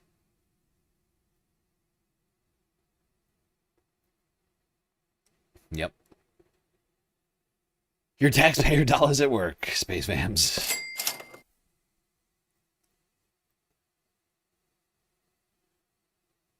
All right, I did the math on the galactic content goal. I think we're about 50% of the way through it. A little bit more. I think closer to 55. A little bit. I didn't do I did the rough math in my head. But we were doing pretty good. Doing pretty good here. But we are over 3 hours to the stream. So do consider contributing in one of the many ways we have available to you. Keep the space cast alive. Twitch, Cash App, PayPal, Patreon. Links in my bio on YouTube and Twitch. All right. Well, while your hard-earned taxpayer dollars are being used by the federal government to either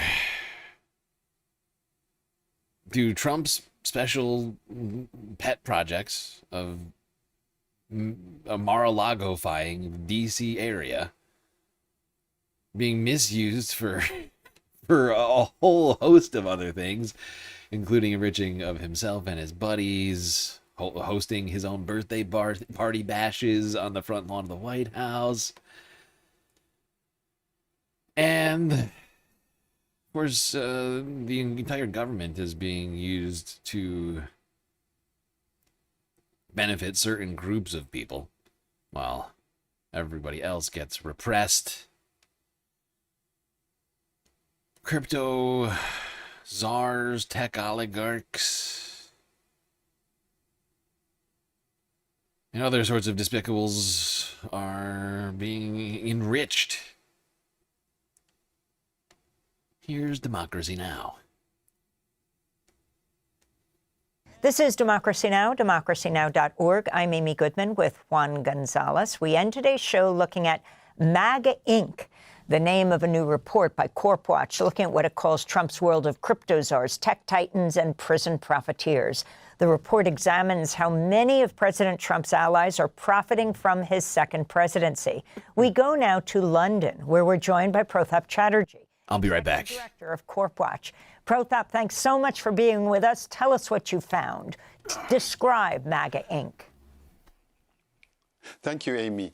What we've discovered, taking a deep dive into the businesses that profited from Trump, you can group many of them into these categories: the crypto czars and the tech titans and the prison profiteers. The crypto czars are companies like World Liberty Financial, which is actually a Trump family venture between his sons and the sons of Steve Witkoff. And what they're doing is they're cashing in on the cryptocurrency boom, together with companies like Tether. And what they do is they sell stable coins and decentralized finance.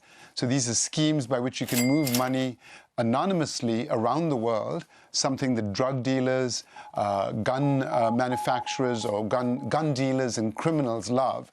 This is the sort of business that is now benefiting the Trump family. So this is the first aspect. He himself and his family have basically taken a cut of those proceeds and literally doubled his fortune from probably $3 billion to about $6 billion purely by taking a cut out of these proceeds.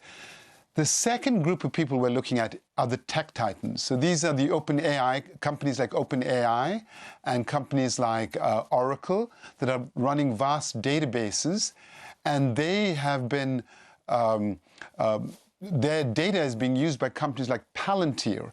And so Trump, the day after he was elected, brought Larry Ellison and Sam Altman of OpenAI to the White House. And he said that he would be helping them get energy for these data centers. And one of the key things that you need for a data center is an uninterrupted supply of power. So this means that he is giving contracts to people like Kelsey Warren, who runs energy transfer pipelines, and they are supplying gas to data centers in Texas, in places like Abilene in central Texas, in Amarillo, in San Antonio. And this is extremely profitable, but it also has a huge impact on local groundwater supplies. We're talking $250 billion worth of gallons of water being used by by data centers across the country, and it's going to double. So this is a huge, huge problem. But not only that, the data that they're using and vacuuming up is going to companies like Palantir, another big Trump supporter. And Palantir is using this data to help ICE round up people throughout the country and to provide to the Pentagon to use for things like Project Maven to target people in wars in countries like Iran. In fact, the Menab strike, the girls' school that was hit early on in Operation Epic Fury, was a result of Palantir's data gathering, data analysis. Yeah, it's truly disturbing how many like Trump adjacent sort of like businesses and individuals are enriching themselves vicariously through the Trump administration. It's really, the list is so fucking long.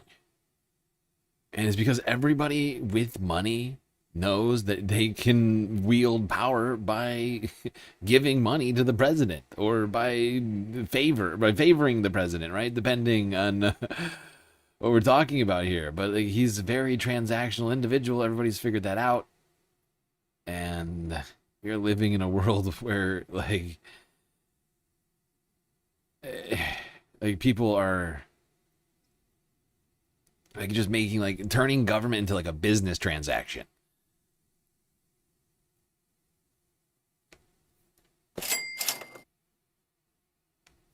To the DAPL pipeline in North Dakota, and they have sued them because Greenpeace, of course, has deeper pockets than the local tribes and the local activists, and won a lawsuit against them in the courts in North Dakota, which is a real problem. Greenpeace now looks to having to pay a fine of $345 million because they protested against the environmental impact of the Dakota Access Pipeline in North Dakota. Exactly. I mean, this is the story of the Trump administration. And the second Trump administration has been very effective at this, enriching its allies and targeting its enemies, right? If Trump doesn't like what you represent, they will use the entire force of the federal government to go after you. And if Trump does like who you are, what you represent, I mean, he'll use the entire force of the government to enrich you and to help you out with whatever the hell you want. You want a pardon? You want $1 million for doing that insurrection? I mean, want me to invade Iran for that $350 million? Sure. But everybody's just started to realize that that is the playing field right now. There's really no law aside from the law of Trump. And if you attach yourself to the right horse, you can enrich yourself. And kind of just skirt, you know, the legal framework supposed to keep our society from falling apart that Republicans have for so long claimed is of utmost importance to them and America. Now, while Donald Trump has, you know, vast stake in World Liberty Financial and in his own sort of, all of his own ventures, Trump Media, publicly traded company. Also, the Trump sons. Not just Trump orbiters, but the Trump sons have been enriching themselves in all sorts of places. Don Jr., right? I think it's Don Jr. One of the boys, heavily involved and invested in and working in the space of, what are we calling it again? Prediction markets. I always forget what it's called because really it's just gambling. And there's a big scandal now coming out surrounding Polymarket. And what some are calling a scam. Today I talked to two journalists who ran two massive investigations you'll hear about almost nowhere else. The Wall Street Journal, Politico, both talking about how Polymarket has been running deceptive ads. They're hyping up the odds of your success, Illegal. many times not disclosing that they are paid to do so, and even worse, a lot of the trades are completely fake. Not only that, these investigations heavily imply that Polymarket knew and facilitated a lot of this deception, even going so far as to create a fake website for these people to put their fake bets on. It's a bombshell allegation, and I really was like, well, why aren't more people talking about it? And then I realized, oh yeah, because so many people are on the take from the prediction market industry. They aren't exactly unbiased sources. They're making money from this industry. They have a vested interest in making it look as good as possible. You have huge celebrities like Rick Rubin, like Timothy Chalamet. You gonna hear about it from the news? Oh, sorry. Well, CNN actually has a prediction market partnership with Kalshi. You gonna hear about it from Fox News? Oh no, actually they have a prediction market partnership with Kalshi once again. Are you gonna hear about it from the Wall Street Journal? Well, actually yes, but the Dow Jones is actually partnered also with Polymarket. This is a fun fact that was brought up to me by one of the journalists who wrote the story as a line of disclosure they had to make, actually. My name is Caitlin Ostroff. I'm a reporter for the Wall Street Journal, and we just did a piece on how Polymarket is paying for deceptive bets to be shown on your social media feed. And even the Wall Street Journal are... Buckle up, Space Fams. This one is wild, okay? Boyzilla, I think is the only way I would have found this. And boy, oh boy. I mean, this is some blatant corruption. And like, I mean, what some people would probably call fraud, seemingly going on here over at Polymarket to increase users' engagement or interest in the platform, just like for marketing purposes, right? It's fucking crazy what is uncovered here.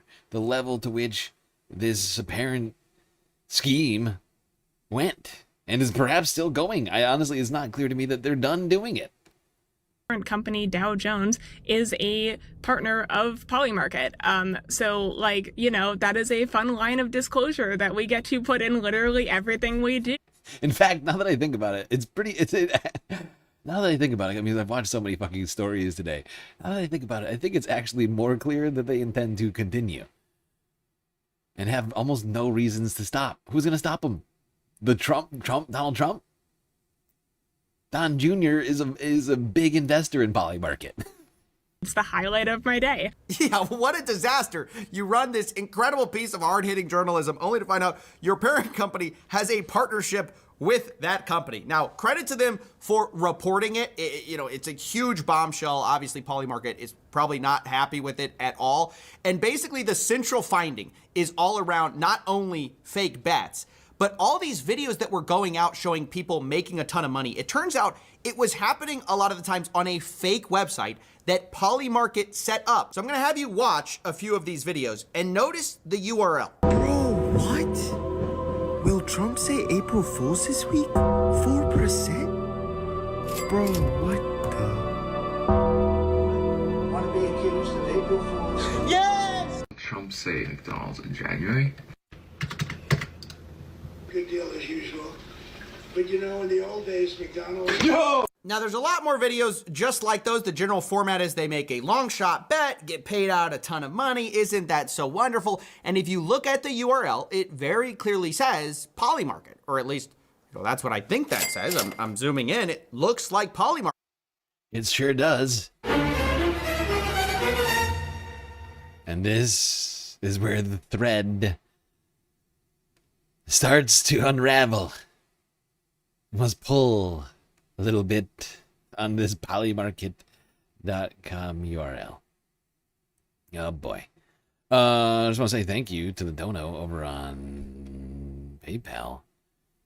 No name put in the message. No message at all, actually. Just $15. Generously donated by TB. Thank you very much. Remember, if you want to be shouted out, just put your name in the message when you donate on Cash App or PayPal. That gets us at like 90%. We're like making big strides on the Galacticon. Like 85, 90%. Something like that. That's big time. Making huge progress. Oh, it's right after this. Okay. Entirely. We have spoken to people who have told us that Polymarket created this website. That this website, Polymarket, was made by Polymarket. Wait, you said I didn't just have an aneurysm. I just heard Polymarket. What? This what is are you at least talking what about? we have called it. This is the so. Polymarket has created this program where they have told college-age creators to film content promoting the website, and as part of that, they should film themselves making trades. Now, to film these trades, Polymarket, our reporting shows, created a fake website called Polymarket, or at least that's what we are calling it, but it's P-O-I-Y Market. And when the I is capitalized, it looks exactly like the real thing in terms of the URL. But when you look at the actual website where the trades are being placed, there's a bunch of discrepancies that we found, which led us to realize that a lot of these bets that are being placed weren't actually on Polymarket's websites. They're on this fake website that Polymarket gave creators access to go and make what looked like real bets. Guys, to state the obvious, I don't know who thought of this. One, diabolical. Two, I mean, dude, I cannot tell. I spelled, by the way, one with an I, one with an L, but I forgot which one I spelled with an L. Yeah, that's wild. Yeah. I mean, this is clearly an attempt to obfuscate what like the reality of this shit. Like, it's beyond obfuscate. This is a fabrication. This is fucking wild. Like, this is a fairly sophisticated way to trick people into thinking these bets are fucking real. Just give people a fake platform that looks exactly the same as the real platform that you'd have to do a bunch of investigating into to realize that it wasn't real. I literally looking at it right now. I just wrote this. I can't tell the difference between the two. Those are not the same URL. And that was the cheat code they were basically using, was giving the creators the one where it looks like, you know, when you're taking the cell phone cam of your browser, it's going to show the actual browser. And so it looks like, oh, Polymarket, you're actually at their secret polymarket.com, where they were running a simulated version of the website to do fake trades for fake bets. So it looks like they could get rich. Which is fraud, by the way. I mean, that's my personal opinion. I mean, I don't think you can just deceive people into thinking, oh, that's a real product video when it's a complete fake. Oh, it's so easy to get rich like all these guys trading. Look at all these college-age people like you. Get in our app early, right, while you're young. Mm-hmm. It's fucking wild.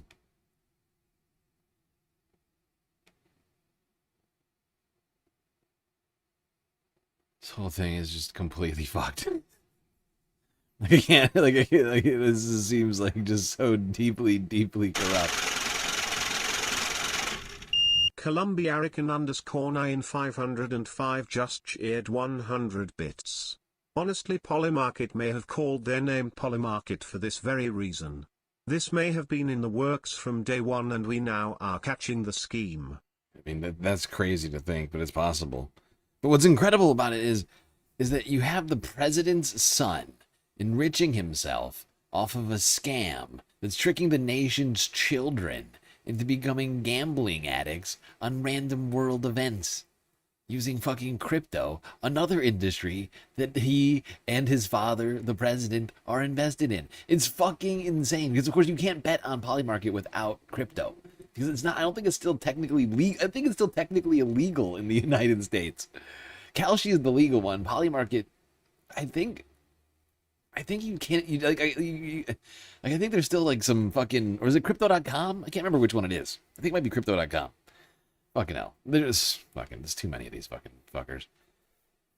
Might be both.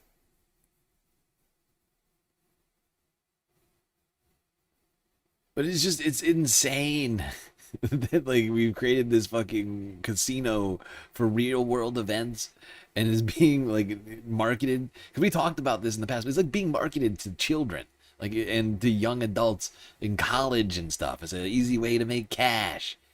You know, it's like, oh, things are tough. You can't get a job, kid. Here, you could make a life-changing amount of money on Polymarket.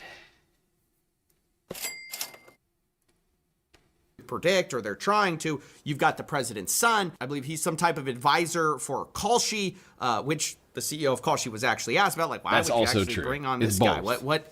I believe it's both. I'm pretty sure Don Jr. is both invested in Polymarket and an advisor to Kalshi. I think it's part of the joke, like the South Park was making earlier this year, is that like Don Jr. is like on a bunch of weird boards and like other sorts of random positions in places that just like are clearly only because he's the president's son. To Sebring, and the answer there is pretty priceless. Why did you guys make Donald Trump Jr. a strategic advisor? We have a lot of advisors, and they span across the board, across different functions. But really, this is all about growing this industry, the prediction market industry that a lot of people really believe in. What kind of advice does he give you? So it really is, again, about growing prediction markets. Does he come to meetings? How much do you pay him? What's his role? I mean, this is the son of the president. We have a lot of advisors. He's not just any advisor. He has a direct line to the White House.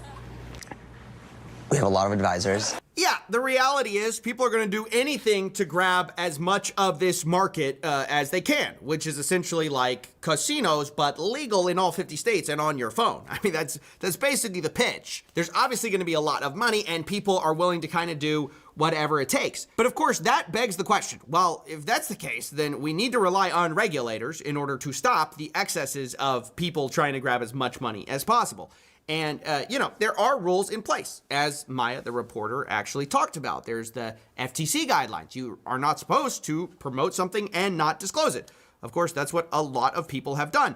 So I wanted to know, like, do these reporters believe that something's actually going to happen here? We did ask the FTC about what we found. We presented a summary of our reporting and we asked, is this something that would fall under the rules? And they didn't respond to any of my follow-up emails. So my indication is I really don't have that much insight into what they're thinking about this, if at all. Generally, these agencies, if they do have investigations, they're not confirming those to reporters while they're open. But the silence, I think, was pretty deafening when we reached out to them. Honestly, no idea. It's really weird being a journalist these days, and really at any point in history, because you never quite know what the public reaction will be. I mean, we haven't heard anything specific from the CFTC, but also generally government agencies don't comment on if they were going to do investigations into much of anything. So, if they want to investigate, that is their right, but we haven't heard anything. Well, at least they're honest. We don't truly know what's going to happen, although personally, I'll just give my opinion. I don't think they're going to be investigated for this. Poly market, I don't think, any of these prediction markets are really going to get meaningfully regulated. Yep. They're just going to keep acting as, or effectively, casinos, no matter how much they claim not to be.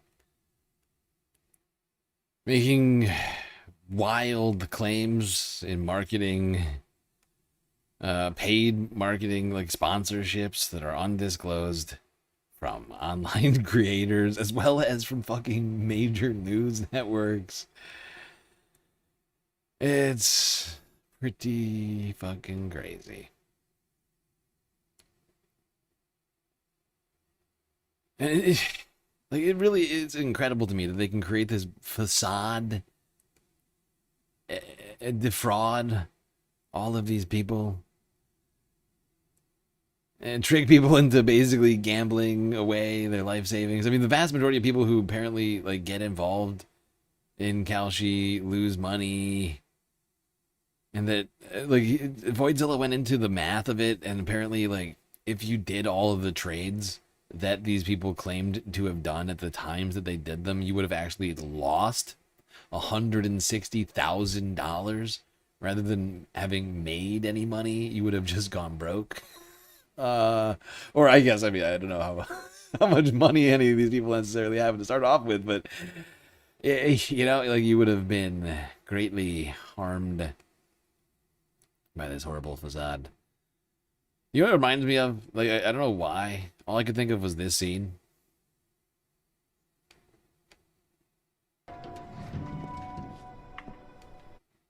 With the fake fruit. I don't know why.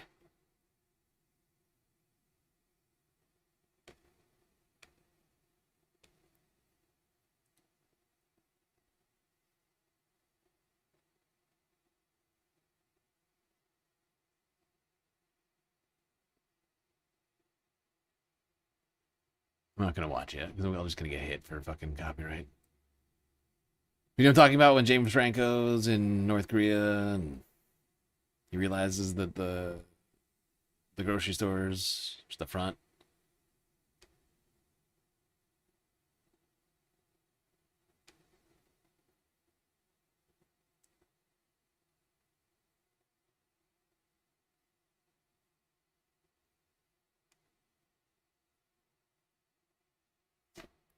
Okay. Because in a way, it is like an authoritarian regime with a completely fake narrative, or at least it's a son. I mean, is Donald Trump Jr. not just an extension of the Trump administration? Is Ivanka and Jared, are they not extensions? I mean, Jared's been out there fucking doing negotiations on behalf of the United States in the vast majority of diplomatic efforts that have happened in the last year and a half. You can't tell me these people aren't the veritable extensions of Trump and of the White House. No matter how much they want to claim to be separated, there is no evidence of that.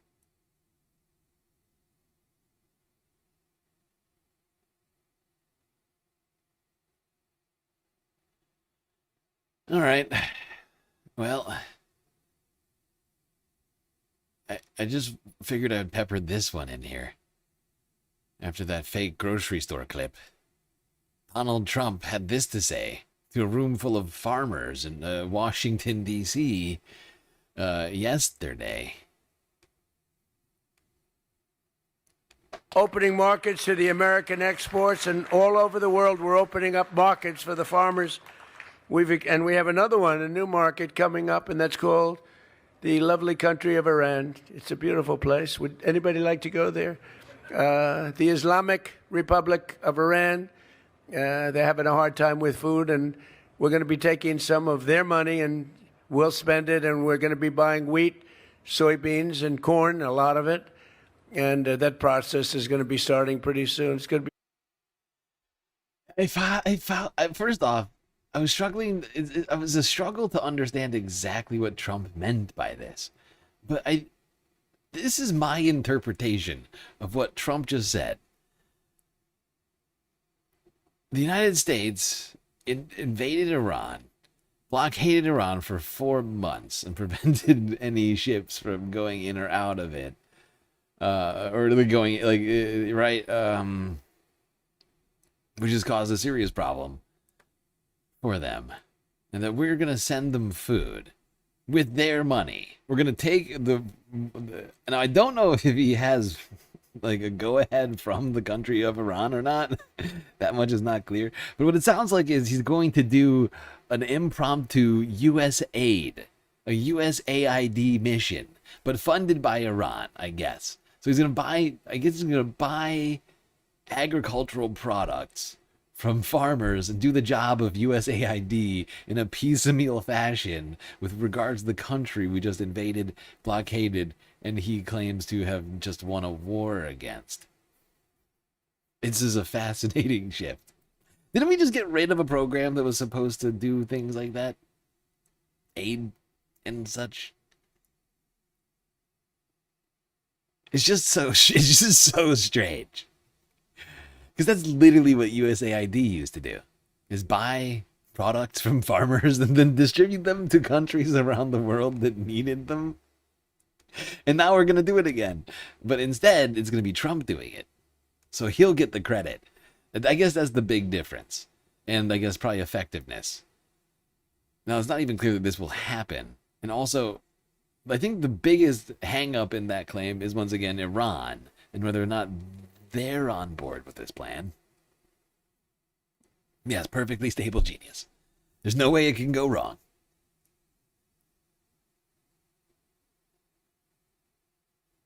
You infer that he's going to steal frozen funds to buy U.S. food to sell to Iran? Oh, that'll be fascinating to watch.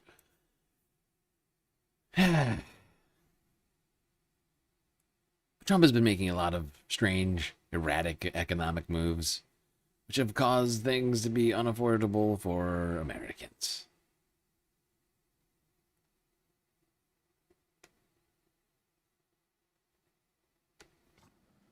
Senator Warren, you are now recognized. Thank you, Mr. Chairman. I want to thank you for holding today's hearing on affordability. It's only Tuesday, and our committee's already had a big week. We have to do. Yesterday, the Senate passed our 21st Century Road to Housing Act, and now the House is on its way to passing it too. This is the biggest housing bill in more than 30 years. It will help build more housing, bring down costs, and for the first time ever, stop private equity from snapping up homes that families are trying to buy. And your leadership helped make that happen. Thank you, ma'am. Our housing bill is an affordability accomplishment that everyone on this committee can be proud of. But it is not nearly enough to offset the economic policies of President Trump and the devastating impact that they have had on American families. So let's set a baseline. When Trump took office, inflation was down to 3% and headed down. The first thing he did was slap tariffs on nearly every item from nearly every country. These tariffs will cost the average American household more than $2,500 this year. Now, the Supreme Court struck down these tariffs as illegal, and the administration has not lifted a finger to give consumers a refund on the very high prices that they pay. Then came Trump's illegal war with Iran, which caused energy prices to skyrocket. The impact of the war continues to jack up costs for every single sector of our economy. Families have spent $43 billion more on gasoline alone than they would have if Trump had never started this war. Trump spent billions to cut renewable energy projects. You know, the kind of energy that would actually lower utility costs. And Trump and Republicans have sent health insurance premiums soaring, with next year's premium hikes already on track to rival last year's record-breaking increases. In between these disastrous policies, it has been nonstop Trumpian extravaganza of corruption and incompetence. Yes, Senator Warren is absolutely right. Everything Trump has done has made things financially worse for most Americans, and it seems like most Americans are starting to wake up to that fact. Realizing just how bad their financial situations have become under Donald Trump in less than 2 years. Let's run the numbers. The great Harry Emden. This is from yesterday. Affordability. The president seems to think the housing bill is not important. Has the affordability issue just gone away? You know, if I was a Republican member of Congress and I'm listening to President Trump, the only words that enter my mind are, oh, God, no, what are you doing? And that is because the issue has not gone away at all. Google searches for affordability. Look at this, up 500% this week versus the pre-2026 average. In fact, Johnny B, they reached, you have it going across the top of your screen, reached an all-time, well, I couldn't get the pen. There we go. All-time high this week. So no, the issue of affordability isn't going away. There's a reason why Republicans wanted this legislation not just passed, but signed into law by the President of the United States, because this is the issue, of course, that got Donald Trump elected in the first place, and they want to be able to give their voters something, their members of Congress something, so that the voters perhaps, don't vote him out of office come November. Affordability at an all-time high for searches An this week? all-time high. An all-time high. That's right. Up 500% this time last year.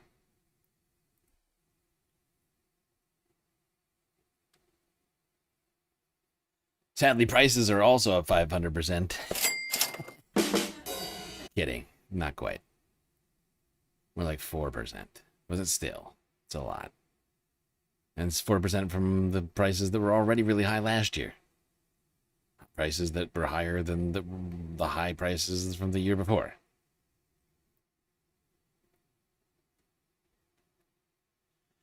Thank you, Harry, for the numbers on the affordability.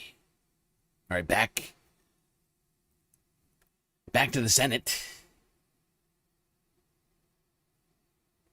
Elizabeth Warren grilling a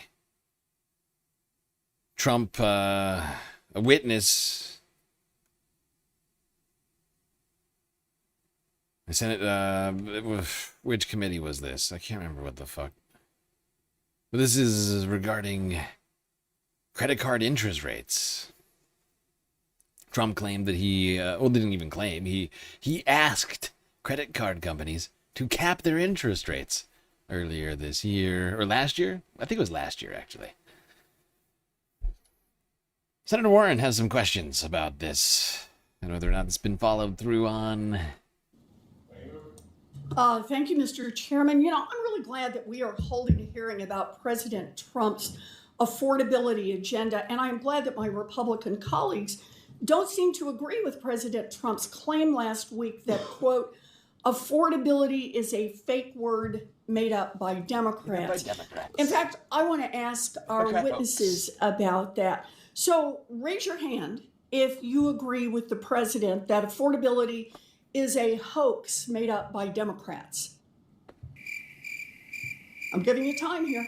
Okay, no hands up, and I assume that means none of you, Democrats or Republicans, agree with President Trump that the affordability crisis facing American families is a hoax, and that seems right to me. President Trump's agenda has driven up costs so that families are putting more of everything, from groceries to gas, on their credit cards. Trump's own top economic advisor, Kevin Hassett, recently bragged that, quote, credit card spending is through the roof. He's right. Over 100 million Americans have credit card debt now, many of them putting groceries and gas on their credit cards just to be able to make it to the end of the month. And delinquencies are at the highest level since the crash of 2008. So let's talk about affordability. In January, President Trump promised to cap credit card interest rates. He politely asked the biggest banks to put in place a 1-year 10% cap by January 20th. Now, Ms. Johnson, your organization represents some of the biggest banks in the country. We are more than 5 months past Trump's January 20th deadline. Which banks have implemented the 1-year 10% cap on credit card interest rates that President Trump promised to deliver? So thank you for the question. There's a couple of things I'd love to say. One, banks offer 0% APRs today. I'm sorry, I had a specific question. Donald Trump told the banks that they should lower their credit card interest rates to 10% by January 20th. He said that's what he would deliver for the American people, promised it to everyone in America.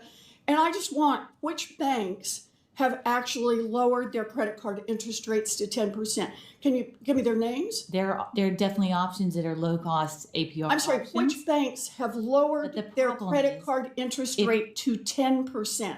Are there any that are at 10%? Can you name one?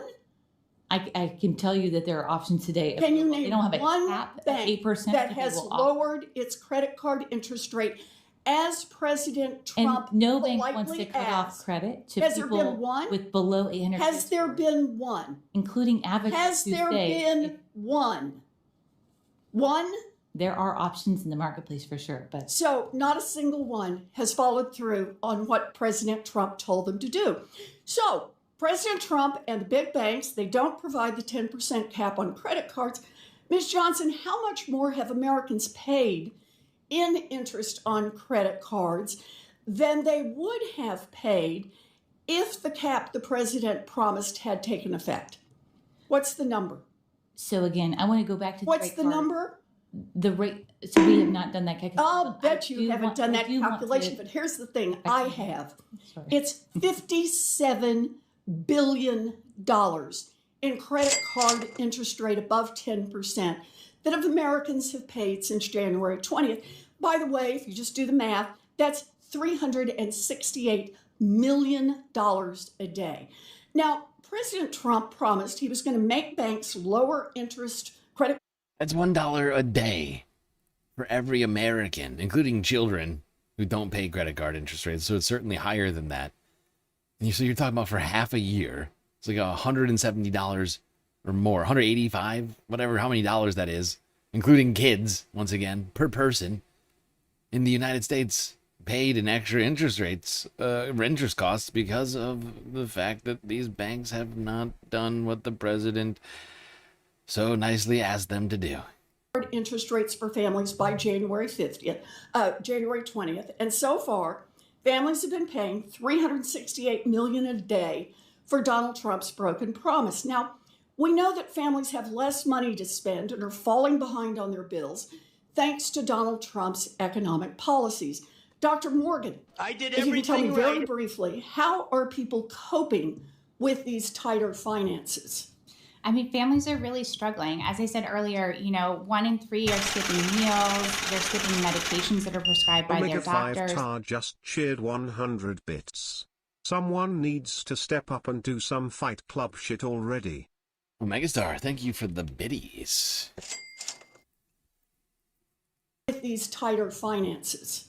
I mean, families are really struggling. As I said earlier, 1 in 3 are skipping meals. They're skipping medications that are prescribed by their doctors. They're skimping on healthcare services, and they're turning to debt. I think it's important to know that's a both and, right? We're seeing people both cut back on the things that they need to live their lives and also put their expenses onto high cost debt, both credit cards, buy now, pay later, paycheck advance loans.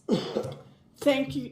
President Trump may love inflation, but it's killing American families. Congress needs to work together to fix the president's failed economic agenda and to make life more affordable for all Americans.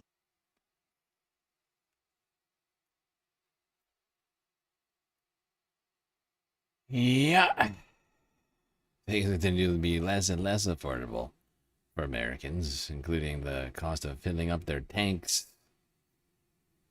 And some gas stations in California are being accused of using an AI price rigging software to artificially inflate their prices.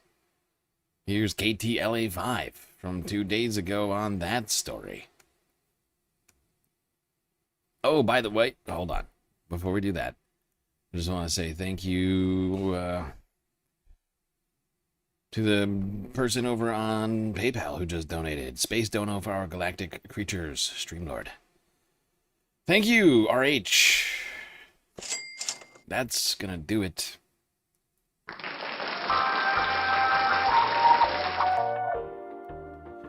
That's gonna do it on the galactic content goal for today. We've achieved greatness once again. Ensuring that we get all the sweet, sweet content that I have planned for us tonight, and there's still quite a hefty amount of that, to say the least. Speaking of which, I gotta start moving faster. I'm moving very slowly right now, and hopefully I'll be able to do that soon. But, I'm struggling, so I say. 4 hours, almost 4 hours in, but we finally completed the galactic content goal. It's beautiful, it's great. Alright, no more confetti. We gotta get back to this situation. I gotta finish the US news so I can get on to everything else. I'm moving woefully slow. KTLA5. A lawsuit claims AI was used by hundreds of gas stations around the state to not lower prices, of course, raise them.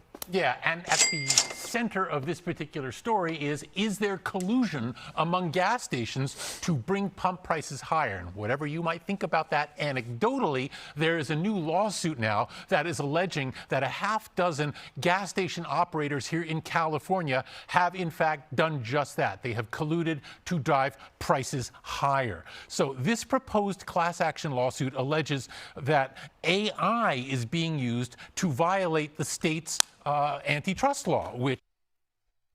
Yep, and this is very similar to the, what's it called? Not Red Book. Fuck, I can't remember the name of it now. But there was a real estate... There's like a number of different... We've talked about a couple of different programs like this. One for like renter, for like landlords. One for like grocery stores. And it basically just...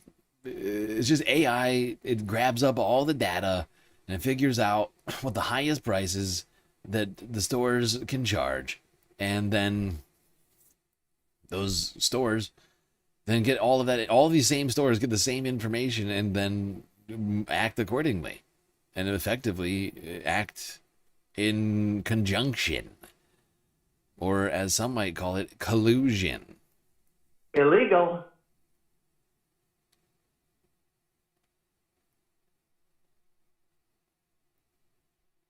Yep. But it's not just, it's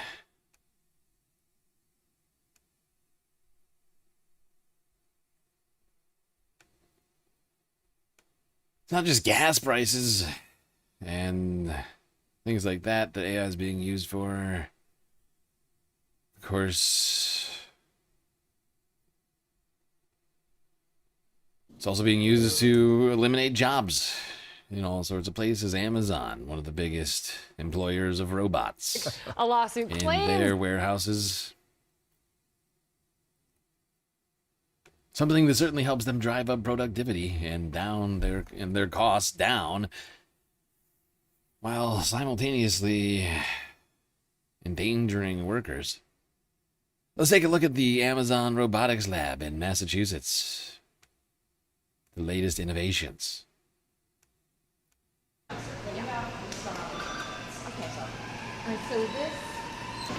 This is our Proteus robot. It is the first of its kind for us. It is a collaborative robot that can exist in the same space as humans, because in the past, we've always had to have a fence separating where the robots go and the people go, unless you're using some fancy security and safety protocols like a vest that broadcasts a stop signal. These don't require any of that. No additional training required, no additional technology. They are autonomously safe and certified by an external vendor. Oh, nice. An external vendor is certified that they're safe. Oh, good. I'm sure no Amazon workers will be endangered by these robots, even though Amazon warehouses have a much higher worker injury rate than any other in the industry. I'm sure these will be great. And they get to take the fences down now, too, so I'm sure the workers will be even safer with less protection. Meanwhile, apparently, Oracle, the data center company, database guys, have apparently shrunk their workforce by 20,000, instead opting to use AI instead of human beings. Oracle's total workforce declined 13%, or about 21,000 employees in its fiscal 2026. It says the cloud computing giant continued restructuring its business, partly driven by the adoption of AI across its operations.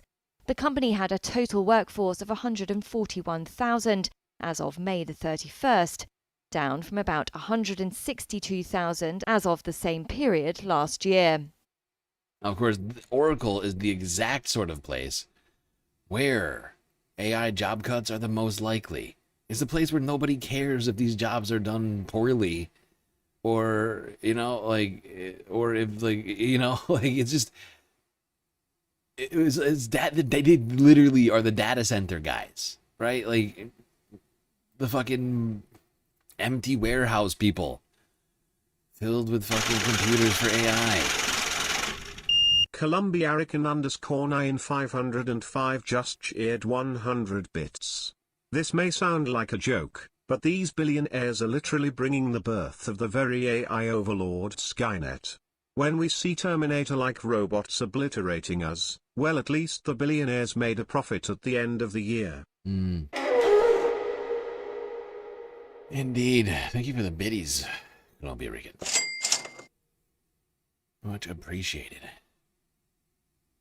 Midnight Tracker with the follow on Twitch.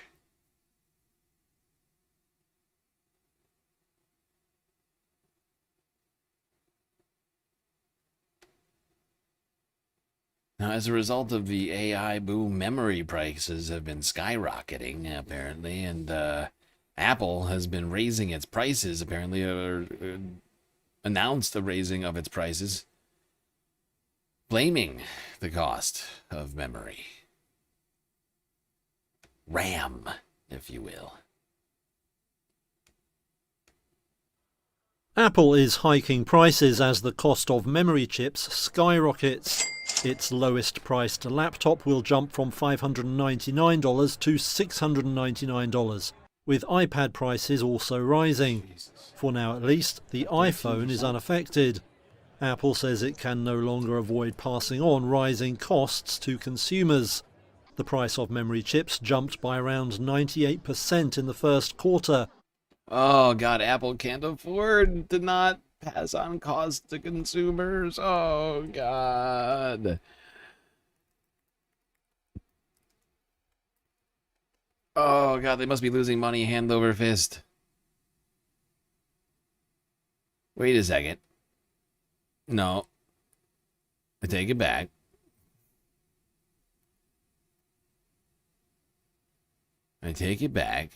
They've been making billions of dollars in Q1 of 2025 alone. I'm sorry, in Q1 of 2026 alone, excuse me. Or at least reporting the last quarter, $42 billion in net profit. They can't afford to keep prices down for consumers. Making billions of dollars every, like tens of billions of dollars every few months. And it's not enough. We have to raise prices, don't you see?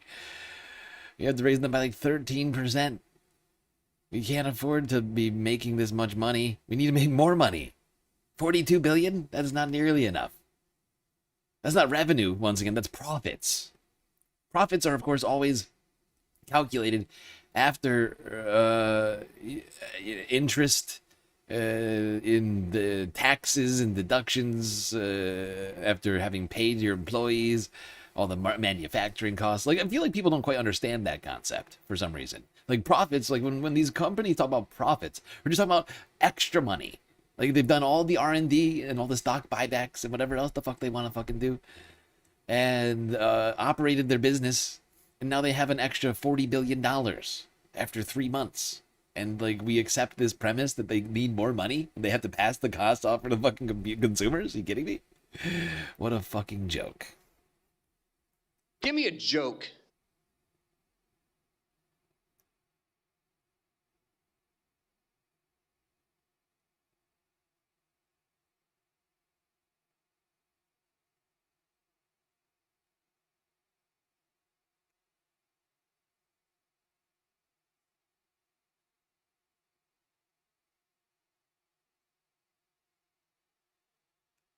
And while all these companies are throwing money at AI, the thing that's effectively raising the costs of things like chips, RAM, they are currently continuing to just lose money hand over fist. Sky high valuations on all these AI companies, but they're not making any money. They're losing it, in fact. They're spending more money than they are making. Big time. On weird shit. OpenAI apparently is also planning an IPO this year. I noticed they moved from not profit to profit, which just as a side note, I was contacted by a reporter from The Atlantic some time ago saying that this show has been scrubbed, about 11,000 episodes of our show. It's been scrubbed by a series of not-profit AI institutes, which they do to avoid having to theoretically have any monetary compensation responsibility. Then they get all the information they want out of our show and others, obviously. And then they use that on their as they convert to a for-profit enterprise. Right. I mean, with that, it's that is just the nature of their BS training. They just steal from everyone. And what's funny is, well, don't know if I'd call it funny for you, I guess, is it's still not enough. They still don't have enough. Even if they took every show on the... That's EBITDA? Isn't EBITDA when you add it back? I could have sworn... the EBITDA was adding back. What is it again? Interest, taxes, deductions. What's the A? Amortizations? I thought that was after. I thought that was added on. I thought that was like a way for businesses to. What is it? Like, what's the? I can't remember the concept of why they do this, but like they add those expenses on top of, like, back in, like, to the after net profits. Like, on top of net, right? Like, or like take them out of net profits to like figure out like some sort of like this how the business is operating. I can't remember exactly, but I feel like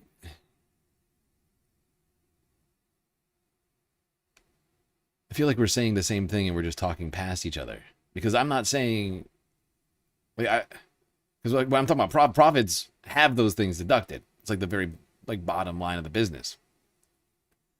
But so I'm distracted. I just want to go back to this, what was just being said. One thing I would point out is that actually, I think it was earlier on Friday or maybe Thursday, sometime this week, it was like in the last like 48 hours, I think OpenAI and Anthropic, who were just mentioned, that were supposed to be doing IPOs this year, are signaling that they may postpone their IPOs until next year.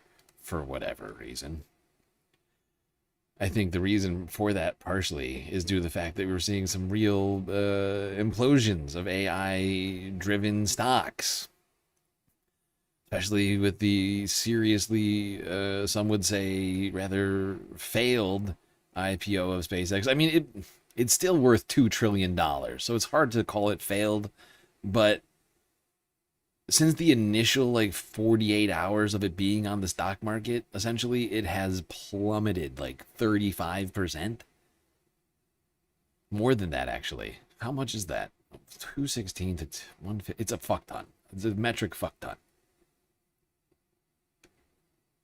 It's like an Olympic pool filled with $100 bills worth. It's like multiple Olympic pools filled with $100 bills, I feel like, worth of money just evaporated.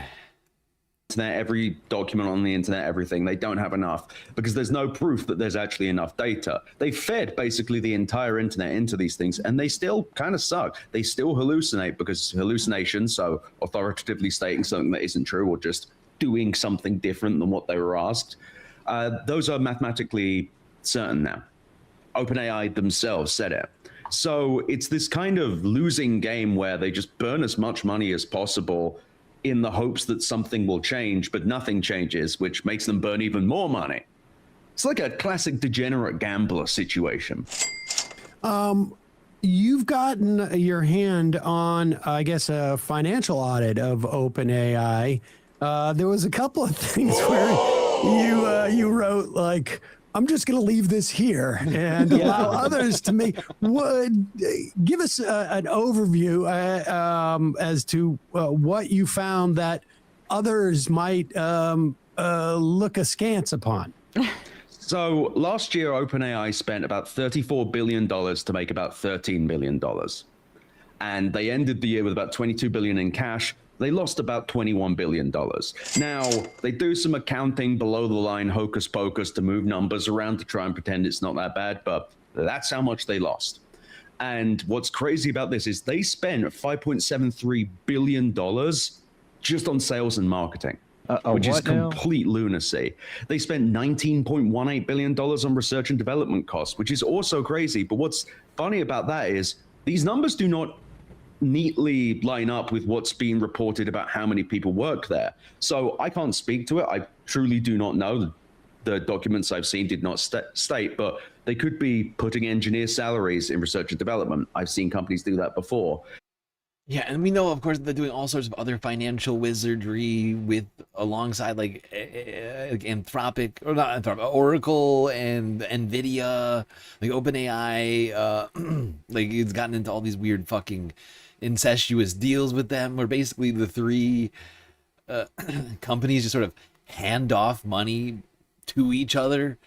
Essentially, just we're effectively like nobody's actually technically benefiting from it, like aside from being able to pretend to investors that in fact there's all this extra money coming in, but you're paying the guy who pays the guy to pay you that money. It really doesn't amount to anything on paper.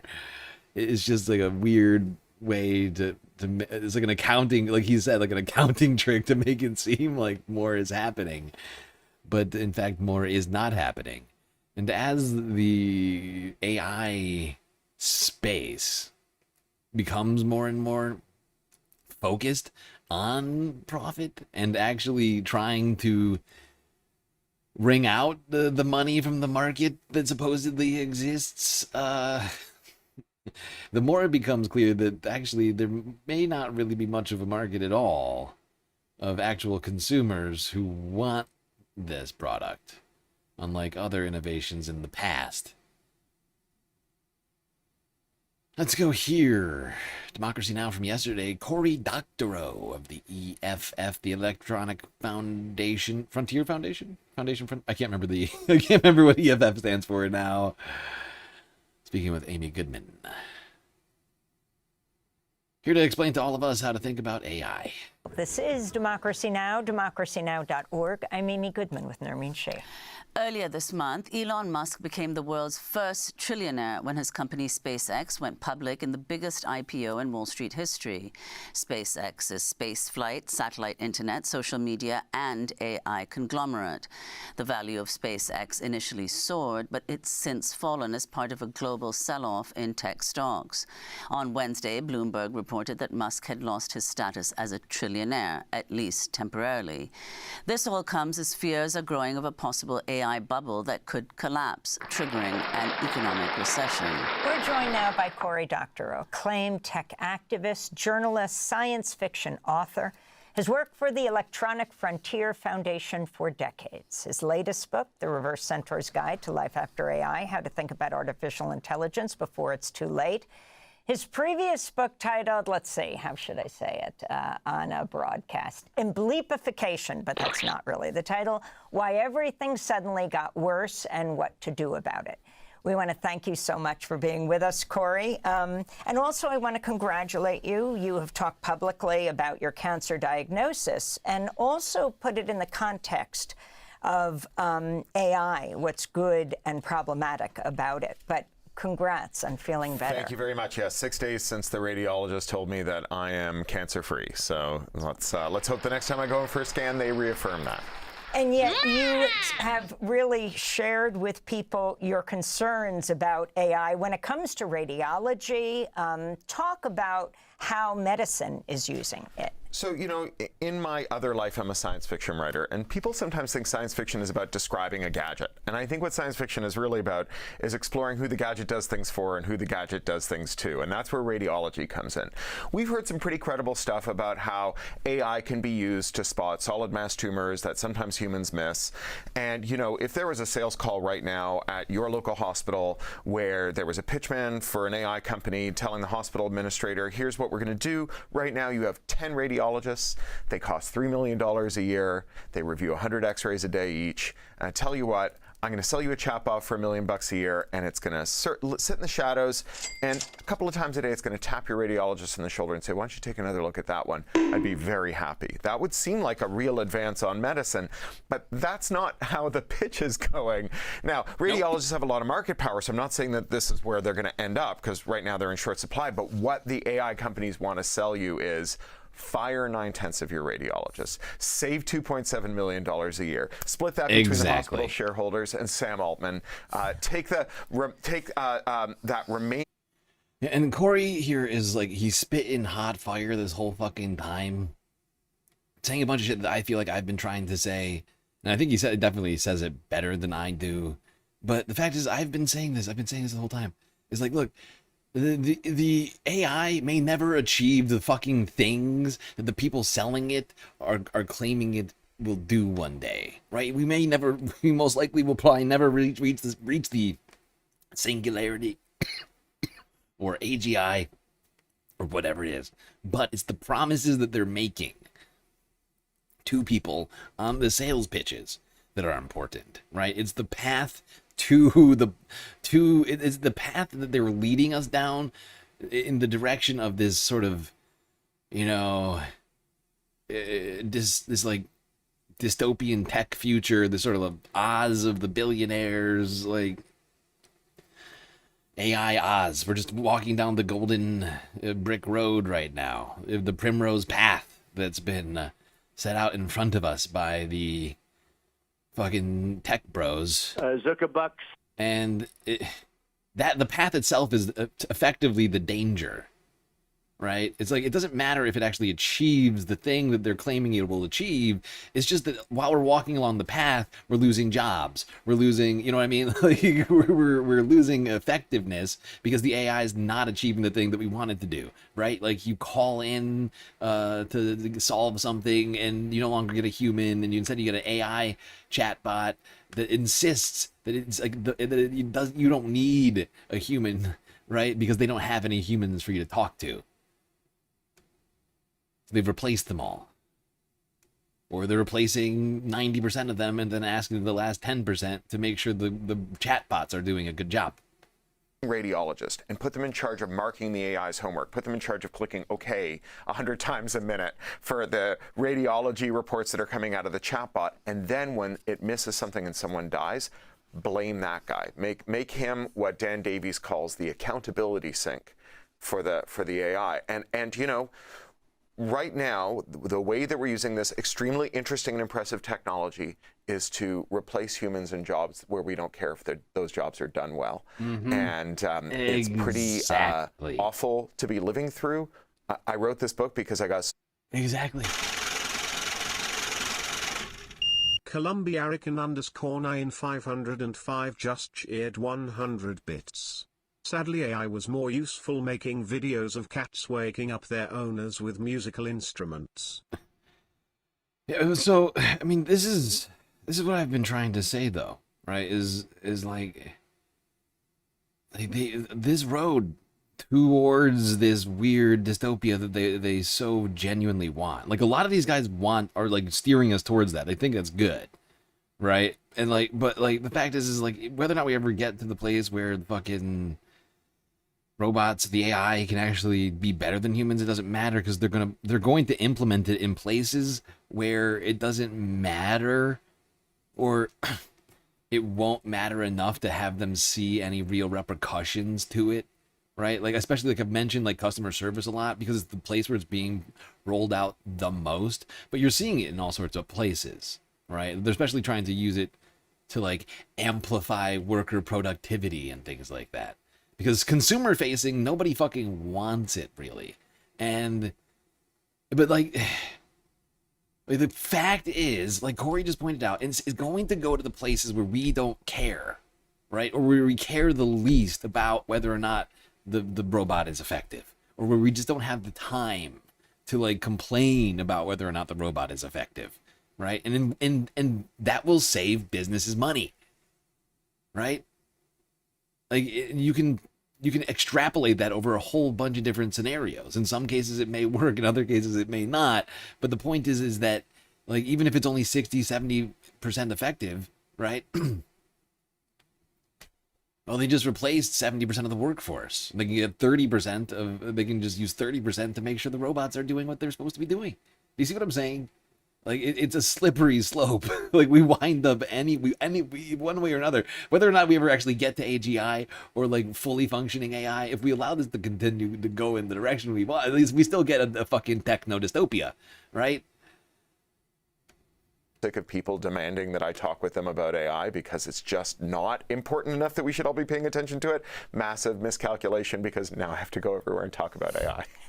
But if you could comment, the example of radiologists, and radiologists, of course, also play a big role in the early detection or the detection of cancer when it's already there. Now, there are a number of leading cancer specialists that increasingly view AI as a vital transformative tool in oncology, principally for augmenting, but absolutely not replacing medical personnel. Scientists, radiologists, doctors, surgeons, etc. Totally. I mean, look, I think we need to understand the material roots of the bubble to get at what's going on here. The industry spent $1.4 trillion on AI so far. It's doubled in the last year. When I wrote the book a year ago, it was $700 billion. So it's another $700 billion in the last year. They're global revenues, right? All the money all the companies make per year. They claim it's $60 billion a year. It can't be more than 50, because 10 of that $60 billion is the money that Microsoft gives to OpenAI, and OpenAI gives back to Microsoft. That's not revenue. Speaking as someone who writes books about, thrillers about accounting fraud, that's not even accounting fraud. It's just a really dumb trick. So they've got $50 billion a year. They're spending $1.4 trillion a year. What do they think they're going to do, right? How are they going to make up the money? It's not like they're going to make it up by adding more customers. AI has very bad unit economics, which is how economists describe what happens when a business sells another one of its widgets or adds another customer. You know, the early web lost money, but every web user made more money for the web companies. Every time they used the web got more profitable. Every generation of the web was more profitable. AI, every new AI customer loses more money for the AI businesses. Every new use of AI loses the more money. Every new generation loses it. So I think we look at the labor story. It's a totally unsustainable business model. It's fucking insane. Oh my god. But yeah, I mean, the consumer facing stuff, like all the Sora stuff, I mean, Sam Altman realized very quickly that Sora was just losing them fuck tons of money. And it's really about business facing. This is what I've been saying the whole time. The money is not actually in like the fun stuff, right? It's in the selling of this stuff to replace labor to businesses, right? It's a business. Really, it's always been a business facing. It's just needed us to interact with it And so they've allowed us to play around with AI for free for a while and to get some of us to get on board with the plan, but it's not going to be free. It's actually going to become incredibly expensive for all those fun little things you've been doing with it. You know, they were originally they were just giving it out for free. Then they started credits. And now it's like, oh no, okay, now you can pay $50 for however many. Like it's getting out of control really quickly. And what we see is what they ultimately want to do is fire high-waged workers and replace them with substandard algorithms, and then make us accept substandard products. And that's where they're going to realize the return on this gigantic investment. So talk about your title, The Reverse Centaur's Guide to Life After AI. What's the reverse centaur? Yeah, this is not the first time we've had automation and labor come into conflict. There's a rich literature study. All I could think of when I looked at this horse is BoJack Horseman. Yeah, this is not the first time we've had automation and labor come into conflict. There's a rich literature studying the way automation and labor work together. One of the things we know is that when labor drives automation, it's usually in service to making the product better. And when capital drives automation, it's usually in service to making more of the product, increasing the throughput, because they bought an asset, right? And that asset's depreciating off their books. They want to maximize the use of it before it's used up. And so the person who is in charge of using the machine is exhorted to use it as quickly as possible, which is where we get centaurs and reverse centaurs. A centaur is a person assisted by a machine. So think of a human head on a horse's body. The horse is tireless. It can run faster than you. It's stronger than you, but you are directing it, right? So you ride a bicycle, you kind of look like a centaur, but you use a spell checker, you're a centaur too.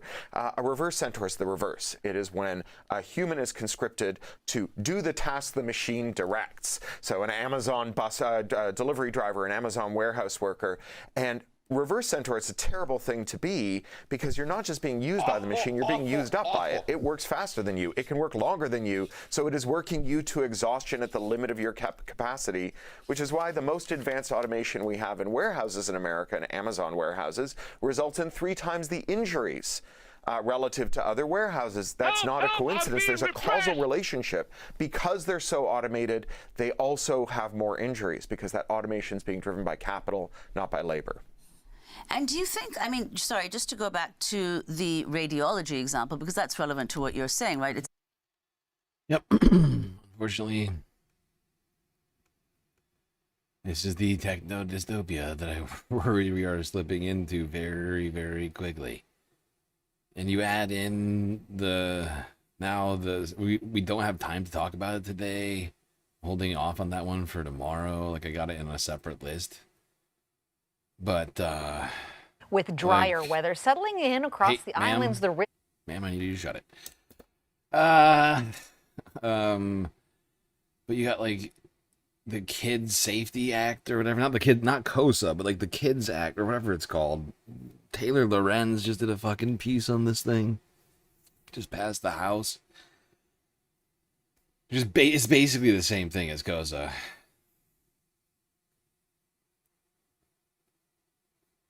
It's like a COSA rebrand.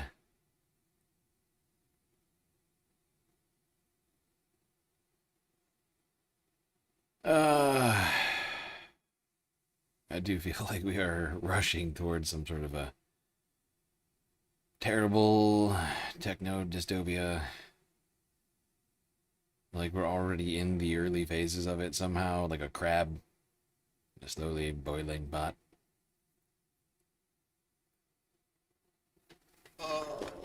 Oh God.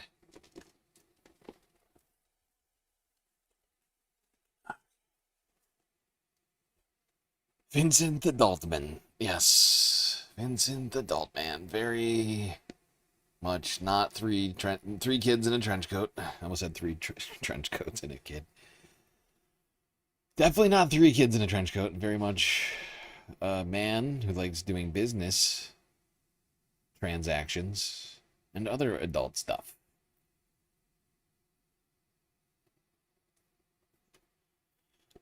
Like spending time with his girlfriend, Princess Caroline.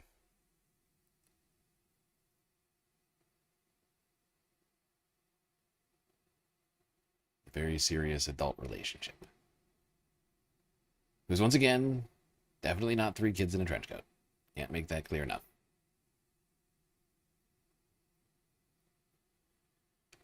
All right, that's enough silliness. I guess we can have more silliness right now.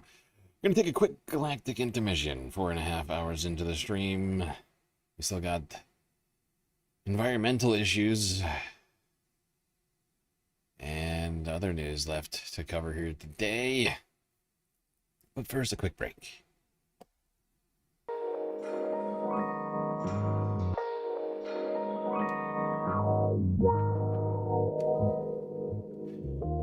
Okay, I hope everybody's been enjoying the show so far. If you haven't already, hit the follow button on Twitch and the subscribe button on YouTube.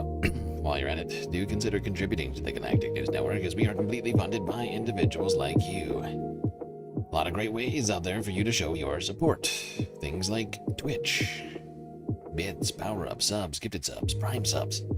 Did you know that you get a free Twitch subscription with your Amazon Prime membership?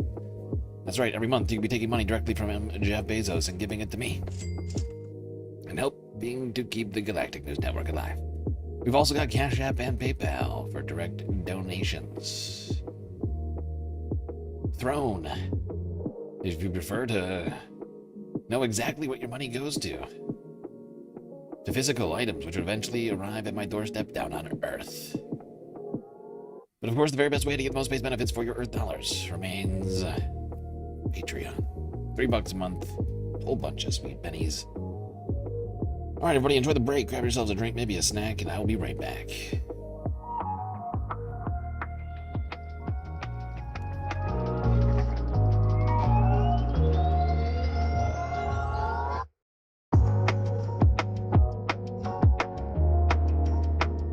This is the very definition of totalitarianism.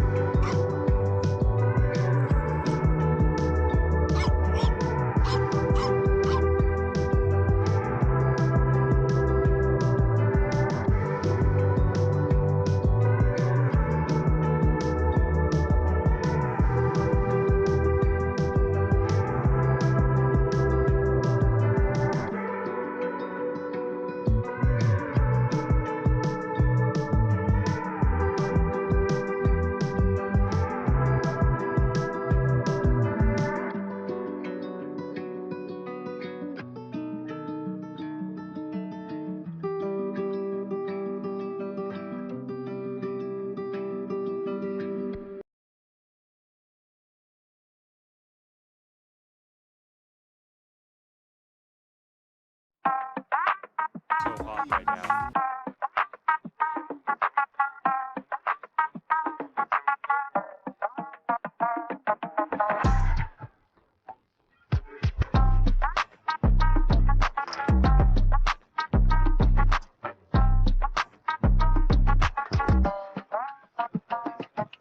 So hot right now.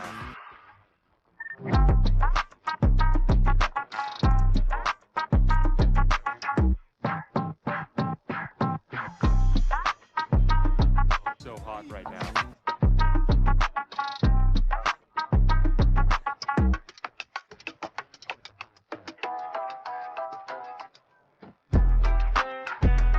So hot right now.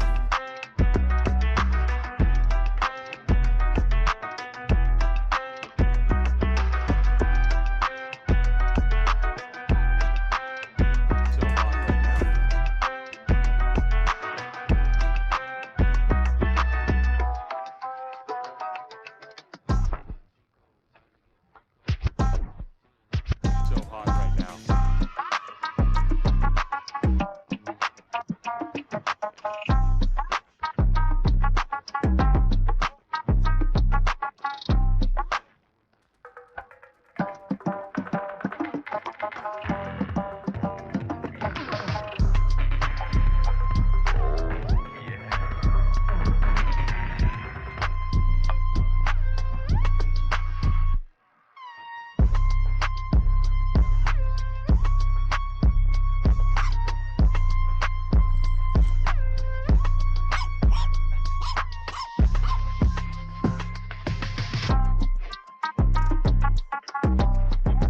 So hot right now.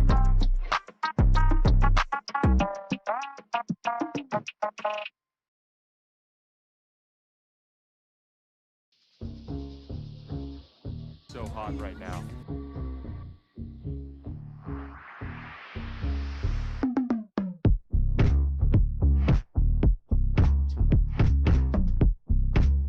So hot right now.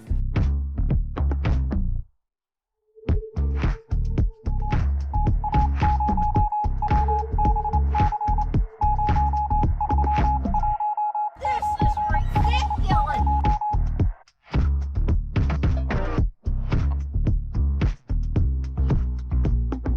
So hot right now.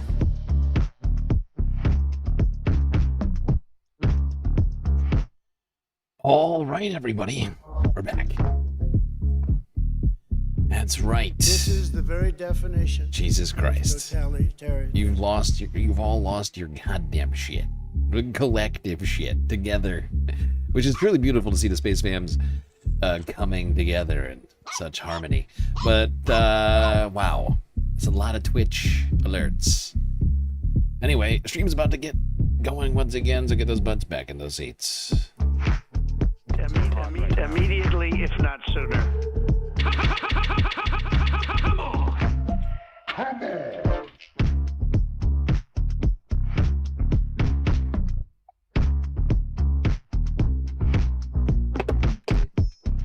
No!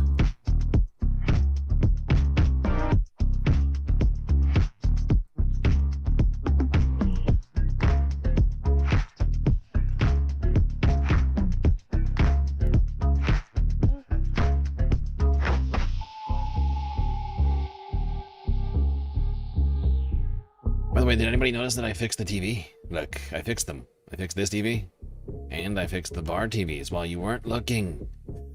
Oh, Space Fams. Sneaky, sneaky.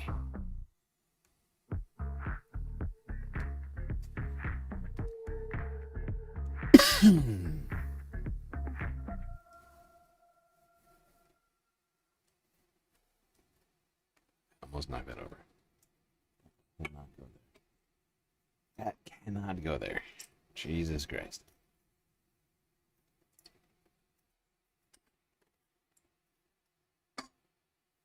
I believe you've underestimated the sneakiness.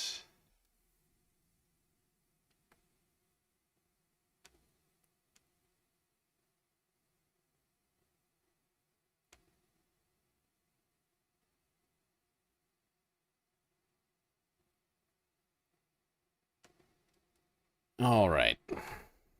Now, to this portion of the stream where the world is on fire. The whole thing. Okay, not quite, but most of it.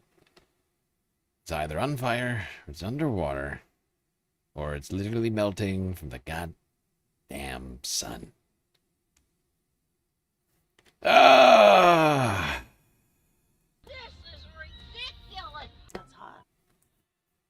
Starting here. Hawaii. Wait, no. How dare you? This is rude of you. This is the wrong one. There we go. Now we're on the same page. Alright. Starting in Hawaii. Which is basically right in the middle of the El Nino ocean heat. Expecting a potentially longer and more severe wildfire season. With fire departments preparing for the worst. Here's Keihan 2 News from 3 days ago.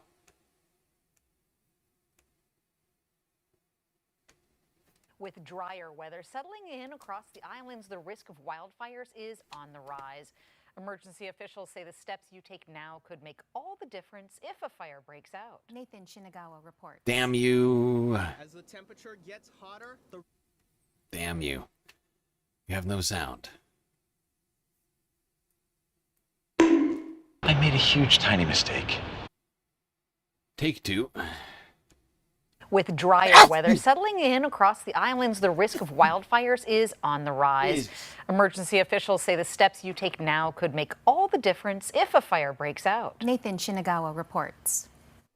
as the temperature gets hotter, the risk for wildfires grow. And this year, the wildfire season could last longer than normal. One thing we're watching this year is the potential for drier conditions later in. Young Z with the resub on Twitch. 2 months. 2 beautiful months. Thank you for the resub, Young Chris.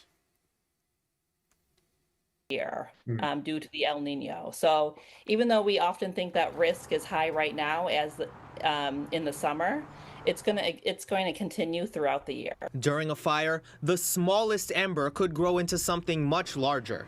The embers that come off of a fire can blow like up to miles away. And if that ember gets close to your home, you want to make sure it doesn't burn.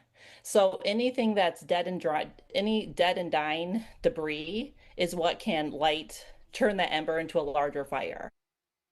Yep. The fire department's asking local communities to do what they can to help reduce the risk of fire. This season it is needed. With record heats expected and severe droughts across the almost the entirety of the western United States, it's not just Hawaii who needs to worry, I'm afraid. Nope. At least 70 major wildfires burning in the West as of Tuesday, or Monday, I guess this was. It's WWL-TV.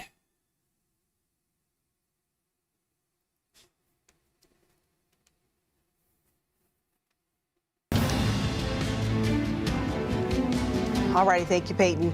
We now know at least 70 major wildfires are burning on the West Coast, fueled by extreme heat and wind gusts. Yeah, dry, gusty winds there. Evacuations underway, too, this morning. Here's CBS's Jonathan Vigliotti with the very latest from Los Angeles. Dry fuels and gusty winds are fanning dangerous flames in Nevada tonight. 2 out-of-control fires are burning south of Caliente, where rugged terrain is complicating firefighting efforts. The blazes there have consumed over 20,000 acres. In central Utah, firefighters are taking advantage of calmer winds. The wind-driven iron fire is threatening homes and ranches in the evacuated town of Eureka. At this time, 0% contained means we are not confident in the line being super secure. And along the busy Florida Turnpike, a massive brush fire briefly shut down the highway. Heat-related injuries are also a concern. This weekend, authorities confirmed 3 elderly hikers died while traversing the Grand Canyon's inner trails. Yeah, it's been a deadly start to summer. massive heat and drought, fires all up and down California's coast. Utah getting especially hammered. We will talk about that. Because that iron fire, not the only one going anymore, as it turns out. That was 4 days ago. You'll be shocked to hear the things that happened in the last 4 days across the goddamn country. Now, we briefly talked about this fire, I think, happening... What is that? Oh, puppy treat. Yep, puppy treat time. Thank you, Dark Sparkle. Treat for like a... let's... Yeah. We were talking about not a wildfire, but a fire at a warehouse in a Los Angeles neighborhood, which is just pumping out toxic smoke, some sort of like refrigerated facility, and the surrounding area, as you can see, houses all over the place.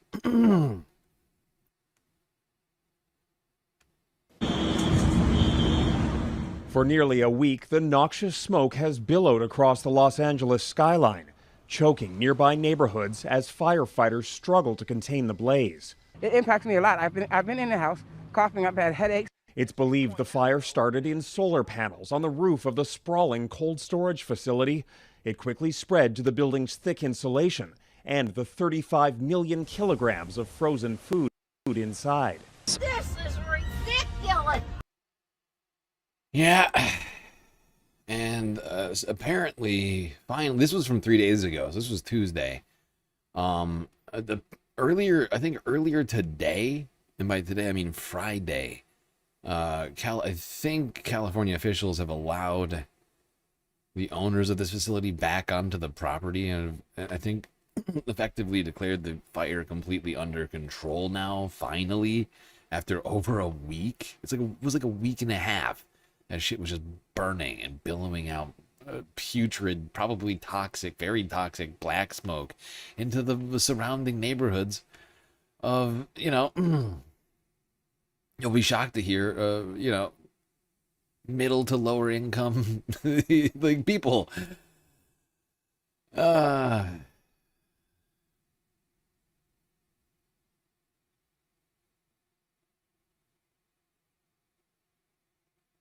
It's Saturday here. Okay, look, I know it's Saturday here. That's why I always try to make clear what times of the weekend or day we're talking about as best I can.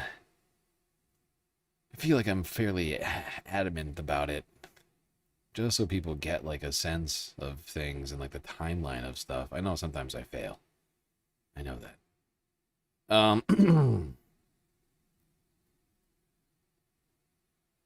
Let's talk about some of the other stuff that's been happening on the West Coast since that story regarding the number of fires. More fires have popped up. Like a brush fire burning along the 405 freeway in Mission Hills. We are following some breaking news right now. This is along the 405 freeway. On Tuesday. Ileana Moreno overhead in News Chopper 4. Ileana, what do we have here?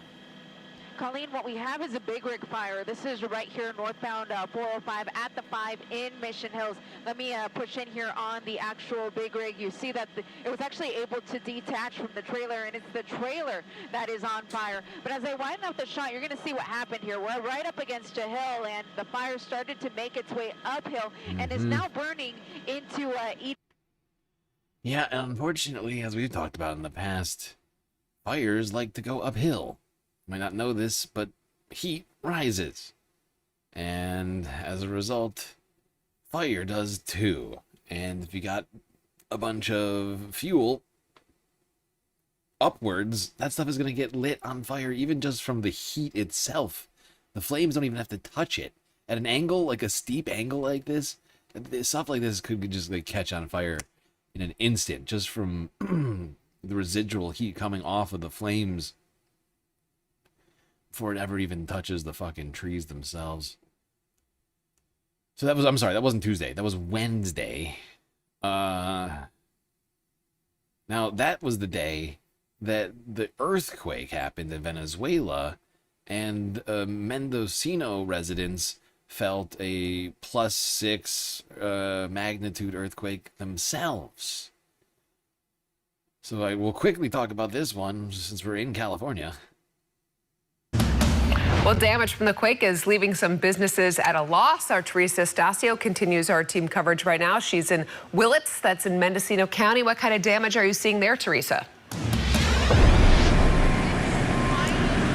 Hi, Justine. We are seeing a lot of damage up here in Willits. We've got a lot going on. It's been a kind of frantic morning for a lot of people who live up here.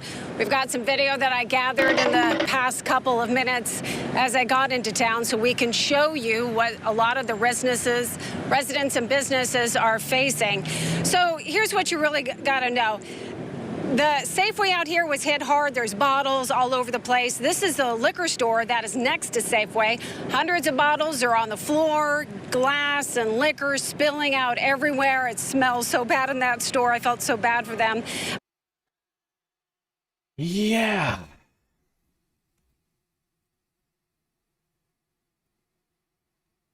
Now down to Arizona. Not to a fire, but a horrifying environmental situation where the state of Arizona had to close a lake, or it might have been the local government. Someone was forced to close this lake after an entire fish population just died suddenly. Yeah, the whole thing. Here's 12 News, right? Yeah. 12 News Arizona from 3 days ago. This one's Tuesday. An Arizona lake remains closed after low water levels killed all of the fish in it. The San Carlos Reservoir is about 160 miles from the valley. It's been closed for almost 3 weeks now. But now 12 News journalist William Pitts is learning the problems are being caused by more than just the drought. San Carlos Lake has gone down quite a lot, but take a look at these before and after photos. This is 2023 when the lake was in pretty good shape, but look what happens when I show you 2026. The lake almost disappears. The water level has gone down to almost nothing. Video of the lake from the Gila Herald shows what's left. Those aren't rocks, those are all dead fish. Jesus washed up on shore from what used to be San Carlos Reservoir. This last winter was catastrophically horrible. I mean, we've had some bad winters in the last 20 years, but this past winter was the worst we'd ever seen. Rhett Larson is a professor of water law at Arizona State University. Why are we talking to a lawyer about dead fish? Because the issue at San Carlos Lake is both environmental and legal. It's been a really bad winter. There's a lot less runoff, so it's a bad drought year. But there's also a legal component of it, which is there's required legal releases from Coolidge Dam. Yes, unfortunately, long ago, when they first made this reservoir, they promised a certain amount of water rights, first rights to the water, to large landowners in the agricultural sector. Are you starting to get the picture here? That's why the law is getting involved now. Because just a few people got all the water. Everybody else got none. Well, not none, but you see what I'm saying. Now they've run out of water. And it's caused a massive environmental catastrophe. Already have a fucking drought in this region, I would point out. Arizona is one of the states experiencing severe drought according to the National Drought Survey, or whatever it's called. Oh, we need to reorganize our goddamn priorities in society a little bit.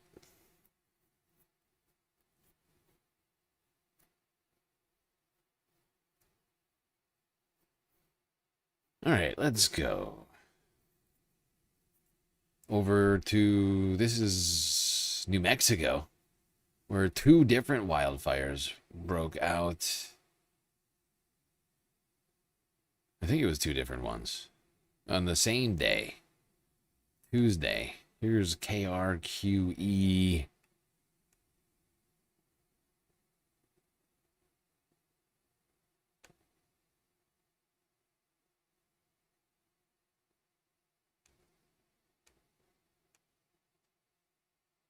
A fire burning in eastern New Mexico continues to grow tonight. The Canyon Venado fire burning along I-40 east of Klein's Corners has burned more than 500 acres. It tonight is 0% contained. I-40 eastbound at Klein's Corners is back open right now. Another fire called the Osita Draw Fire was reported in the same area. That fire has been contained. And to the next clip now, same day. Tonight, crews working to contain a wildfire burning east of Klein's Corners. Agencies from across the state racing to keep it away from structures in the area and a wind farm nearby. The Torrance County Sheriff's Office says electricity is being shut off east of Klein's Corners because the fire is near electrical lines. Here we go. Wildfire season. Very early wildfire season, getting some pretty crazy fucking numbers all over the place this year. Now up to Utah. Right? Isn't that what's next on my list? Yeah. Up to Utah. KSL News, Utah from 2 days ago. I mean, do you see what I'm saying here? Like, we're only in Utah. And actually, there's wildfires not just in the United States going on right now.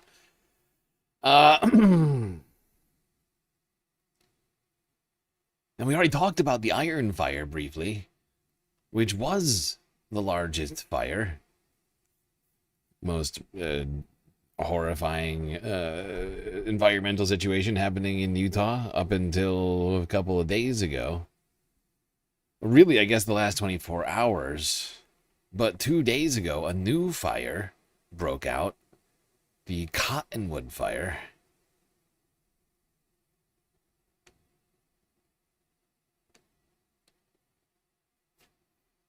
Just blowing up in size very quickly.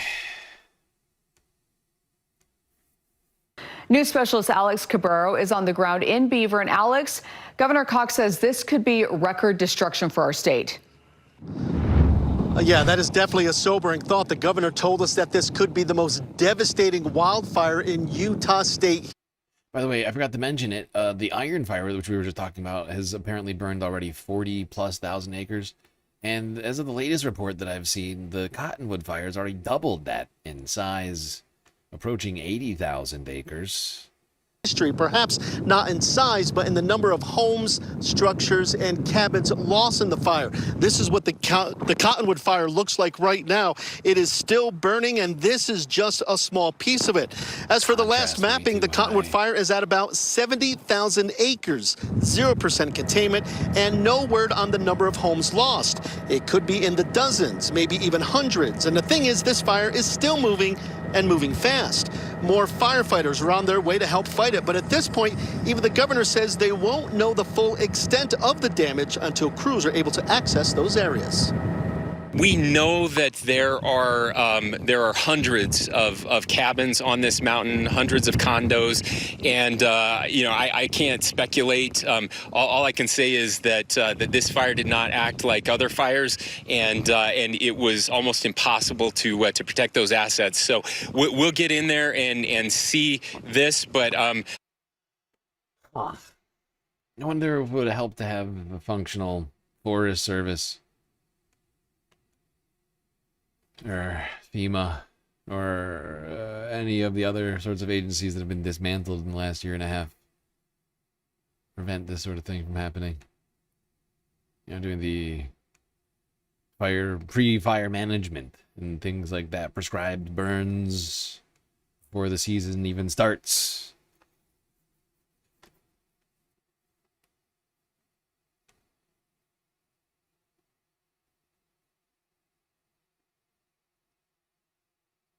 Raking. But yeah, Cottonwood Fire continued to grow over the last 2 days.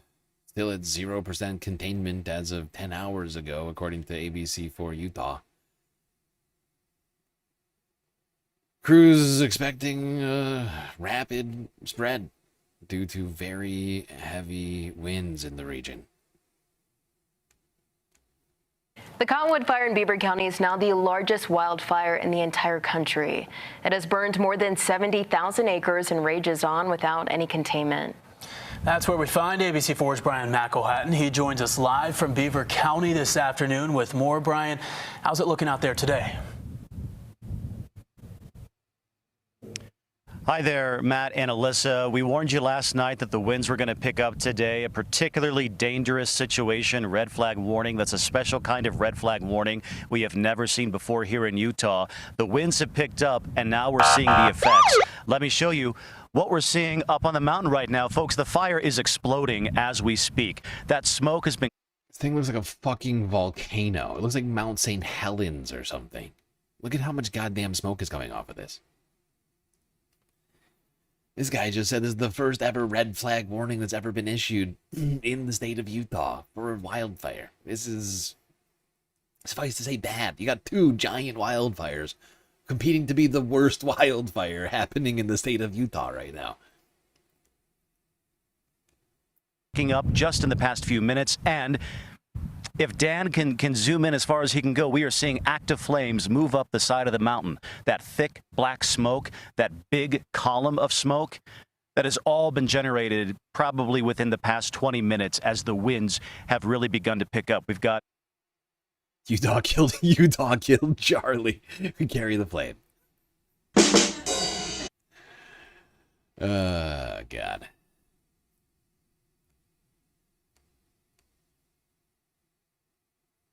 It's been raining a lot here in New Mexico for the past few days. That's good. Hopefully that's helped. Fires-wise over there, but unfortunately in Utah, things still bad. State of emergency. Still in place.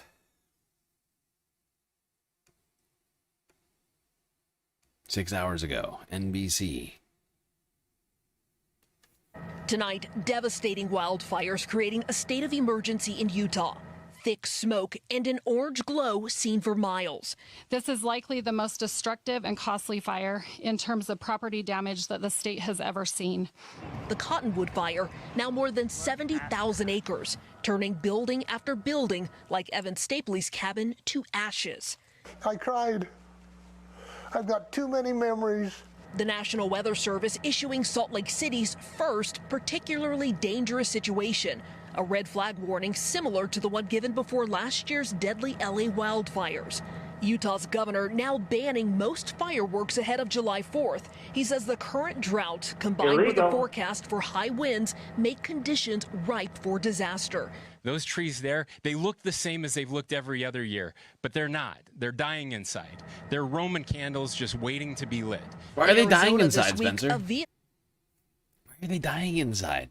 Because what I would love is if guys like this, like the fucking douchebags, like Spencer Cox or whatever his fucking name is, governor of Utah, would admit that climate change exists in public.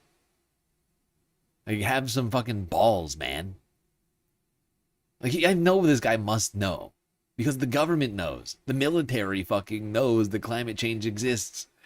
There's like billions of dollars the military is having to spend right now because of climate change and because the military accepts that climate change exists. There's no way this guy doesn't fucking know that it's real. But all these fucking douchebags are cowards and refuse to just admit reality to the voters, the deluded fucking voters.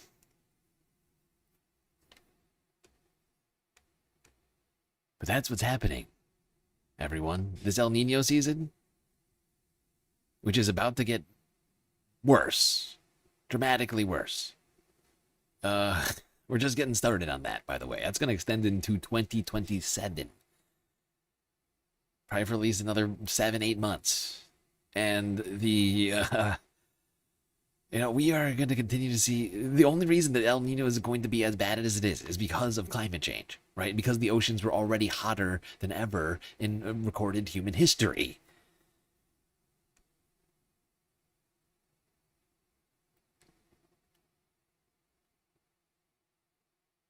We're going to see extreme weather events on both sides of the weather systems. Have you ever heard high and low pressure?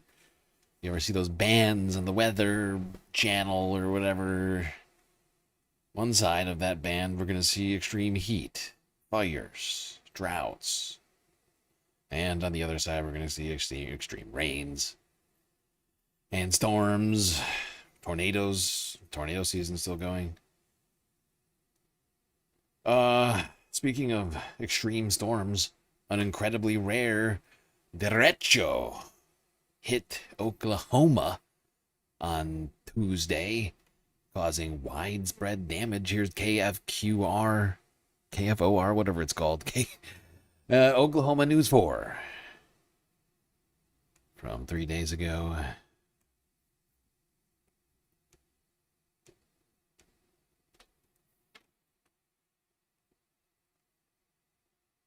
The National Weather Service says it was a derecho that slammed Oklahoma, spawning at least 3 tornadoes as well. Good evening. Thank you for joining us. I'm Kevin Ogle. Allie Meyer is off tonight. Chief Meteorologist Mike Morgan and the Forewarned Storm Team were tracking it for you during the overnight hours. But first, we're going to start with News 4's Tanner De Leon. He's live to explain this unique weather phenomenon. Tanner.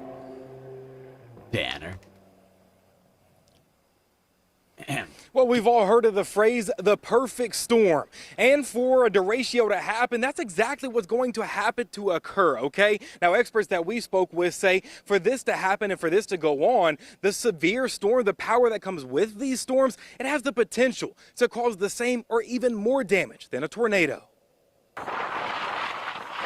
A Choctaw police officer's body camera was rolling as he moved a tree limb, snapped by overnight storms that the National Weather Service in Norman now says was a derecho. This may be a new term to some. We don't have a lot of them around here, but it's essentially just a very severe line of thunderstorms. Forewarned Storm Team Chief Meteorologist Mike Morgan says weather conditions have to be just right. You're basically combining early summertime heat and thick humidity with a jet stream that looks more like early May. You get those two together, you get an energized complex of storms. To be labeled a derecho, a storm must meet certain requirements. It has to be a near solid line of thunderstorms, which the one that we had definitely checks that box. Has to have at least a 250-mile long path of damage, which our squall line, our line of thunderstorms that came through, definitely had that. And somewhere within that damage path, there has to be at least 5 reports of 70 to 75 mile an hour wind. There you go. Insane fucking conditions here earlier this week in Oklahoma. The storm declared a derecho, which means apparently a number of different horrifying conditions, including high winds, size of the storm's damage path, shit like that.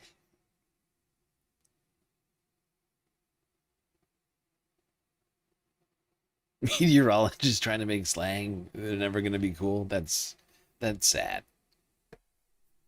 Aww. That makes me sad because sometimes I feel like a meteorologist when I'm talking about all these weather shit stuff, things that we get into.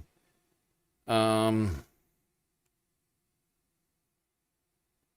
should we do this? All right, we're going to go up to Canada real quick, and then we'll come right back down to the United States. Because we got to talk about the weather in multiple provinces in Canada. I don't feel like doing like a up and down type of thing, so we're going to go from Western to Eastern Canada really quickly, starting at global news. Where they are dealing with fires and floods. Both of them. East of Edmonton, the town of Tofield, Alberta, has turned into a lake. In my entire life, I've never seen this much water here. Spent the last 2 nights pumping out my sister's basement. There was about a foot of water in her basement. The water system just couldn't keep up. Everyone's basement was flooding. A weekend of heavy rain putting the town's stormwater and sewage systems under so much strain, a state of local emergency has been called. Why are all severe weather events in Spanish? You got El Nino, you got Derecho, you got, what else do you got? I feel like that's it. Are there other ones that I'm not aware of? Tornado. one of several communities in the region on alert. We are dealing with a lot of ground coverage and groundwater. There are isolated flooding areas, and we are doing everything we can to mitigate that and support those that are being affected by it. Experiencing the city's second wettest June on record, Edmonton residents are being asked to avoid all unnecessary indoor water use, with the city's stormwater system at capacity and more rain on the way. The soggy situation in stark contrast to the dangerously dry conditions to the west, where a wildfire near Lytton, BC burns out of control. We currently have 150 BC wildfire personnel along with Lytton Fire and Rescue. We have 53 structure protection staff, 10 helicopters, and our incident management team has been assigned to this incident. With more fires anticipated in the coming days across the province, with the temperature set to soar. Yep, Canada on fire and also underwater too. Meanwhile, all this extreme weather causing issues for migratory bird species. Let's go to Toronto. Talk about the issues being seen here as a result of some of these heat waves in early spring. Tourists and locals alike have been flocking to this Toronto park in hopes of seeing migratory birds. But researchers here have recorded a troubling decline, including Shane Abernethy, the bander in charge at Tommy Thompson Park's Bird Research Station. The station exists to monitor the migratory birds passing through Toronto. We're at the center of a major migration highway, and peninsulas like this are a great way to sample them. Abernethy starts his mornings checking these woven mist nets for ensnared songbirds. On a typical day, the station logs up to 150 birds, with peak days pushing it past 200. But data from the station's recently published 2025 annual report highlights a worrisome shift, a significant drop in spring and summer banding totals compared to historical averages. Oh, there you go, historical averages. Well, I mean, bird populations well under historical averages. Here, this 2026 spring summer season, migratory birds, many of which go to Canada for the summer where it's cooler, return south for the winter. For some reason not showing up. Breaks me. We are not doing enough. Even close. We gotta do more. Shit's just getting worse and worse. And it's not just for the birds. You know, in fact is we need the birds, but it's not just them, okay? We need other stuff too. And all this inconsistent weather is hurting other things that definitely are going to cause humanity some problems. Things like agriculture, food production being greatly affected. Here's We Are Local Iowa 5 News from Monday. Inconsistent weather is taking a big bite of our state's strawberry crop output. Most farmers say weather plays the biggest role in whether it's going to be a good crop year. With Iowa not seeing consistent weather, growers like Paul Rash of Wilson's Orchard say that's really hurting the plants. We had a very mild end of October, and into November we still had leaves on everything, nothing was dropping, and then all of a sudden the temperatures came crashing down for a couple of nights, and that really set things back. And Winter is coming. It's this undulating temperature that really causes us so much trouble. Rash also says it's a spooky year for strawberries all across the Midwest. He says growers he's spoken with in Ohio and Michigan are experiencing a similar trend. Oh, that is disturbing. Who here doesn't love fucking strawberries? Well, it's gonna be bad. High prices. We were already expecting higher prices this year because of the lack of access to fertilizer and their higher fertilizer prices. It was You know, we were already trying to figure out exactly how much, but there was certainly some effect that was going to be had here, felt downstream as a result of the increased cost or lack of access to fertilizer. And then you have weather events on top of it because of climate change, also now driving down food production simultaneously. That seems like a bad combination. Meanwhile, we're seeing very sort of immediate effects of climate change. One man witnessing it firsthand over the weekend. Actually, this might have been I'm sorry, this is last week? Whatever it is. This shit was fucking wild. I found it earlier this week. This is in Illinois. Bro, there's a tornado outside right now.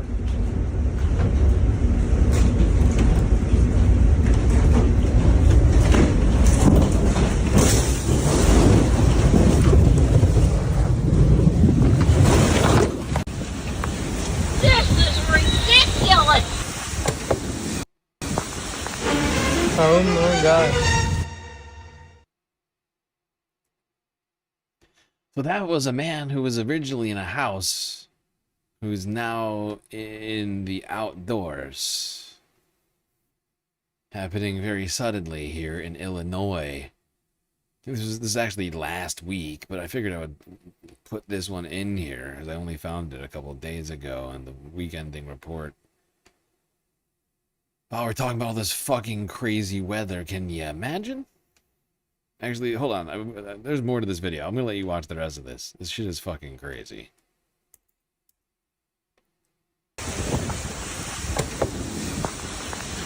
Oh my gosh. What in the world just happened?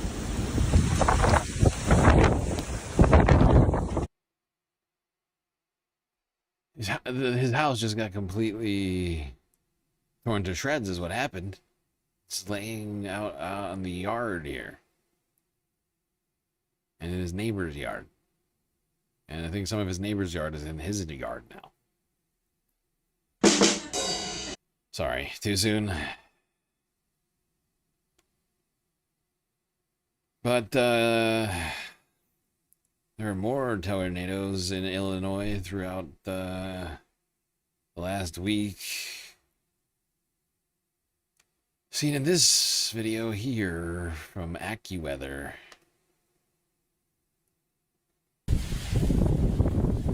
This is from Sunday. Jesus Christ. Look at the size of those tornadoes. Oh my God. That is ridiculous. Oh my God. It's immense.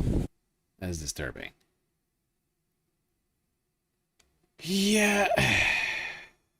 Like I said at the very beginning of this year, we're probably going to have a bad storm and fire season for a whole bunch of different reasons. Climate change, El Nino, different factors like rain, drought conditions. They're already being seen over the winter time in some places.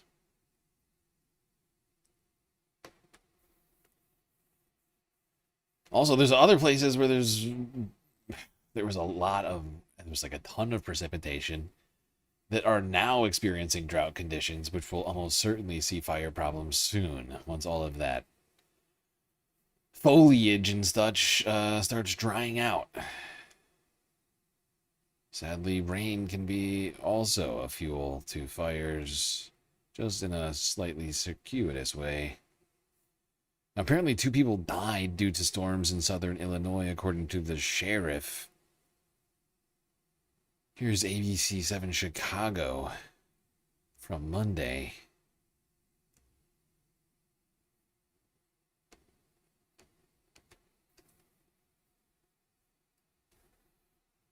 Summer's officially here, but it feels more like spring with cooler temperatures and rain falling across the Chicago area. We're not expecting any severe weather around here tonight, but there are some flooding concerns. There have been several tornadoes reported in southern Illinois with at least 2 deaths, several people hurt, and some significant damage.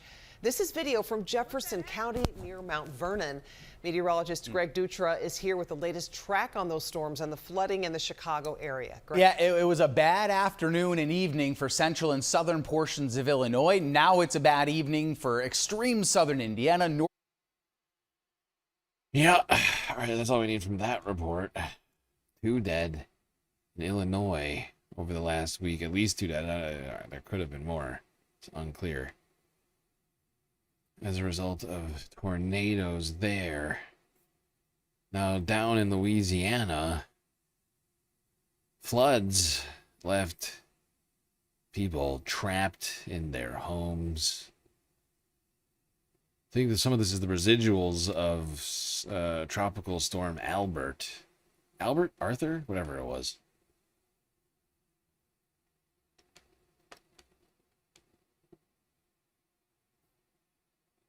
One neighbor in Pass Christian told me that this is the worst it's been in years. Another said that water was at least 2 inches away from getting inside their home.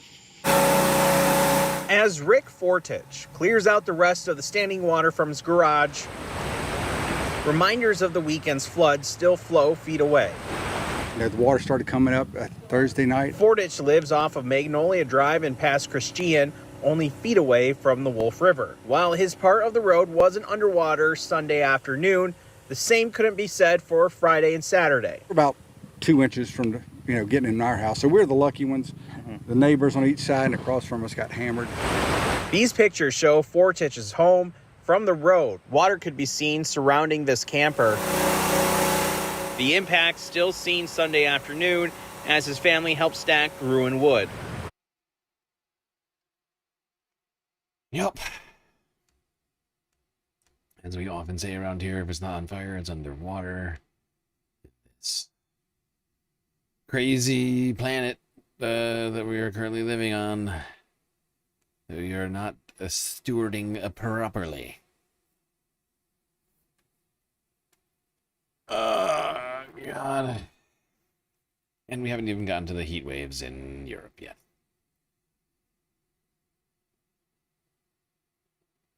Which apparently are just getting worse. Nope, we gotta talk about a couple of fires. A new wildfire ignited in Miami-Dade earlier this week. There's been fires burning here for over like a week now, I think. Southwest of Miami. We've been tracking those wildfires that have been burning in West Miami-Dade for more than a week now. Some of the flame video that we've been showing you, but right now we're tracking a new wildfire in Miami-Dade. It's called the Corrections Fire. It's actually right next to the Everglades Correctional Institution. That's near Southwest 177th Avenue. It's 305 acres and is about 15% contained so far.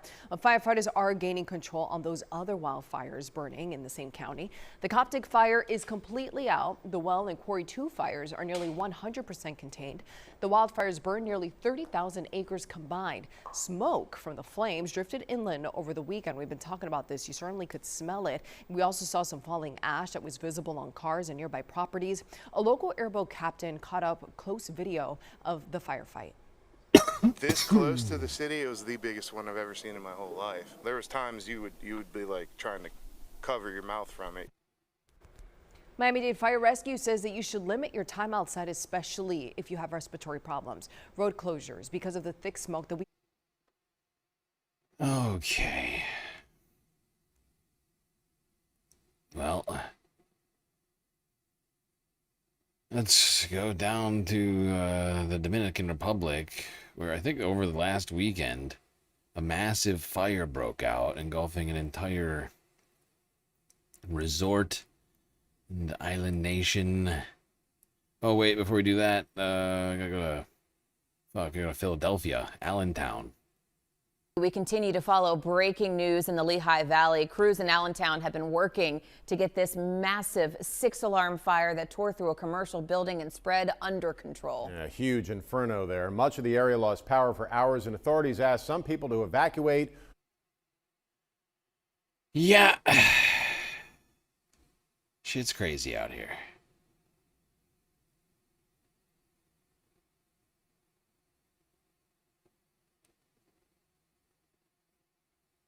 Insoportable, mi gente, aquí.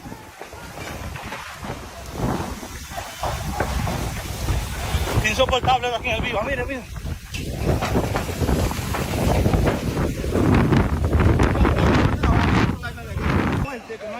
Sacamos pila de cliente, ya está durmiendo para allá atrás. Mire, mi gente. Todo, mire, todo se está quemando, mire, todo.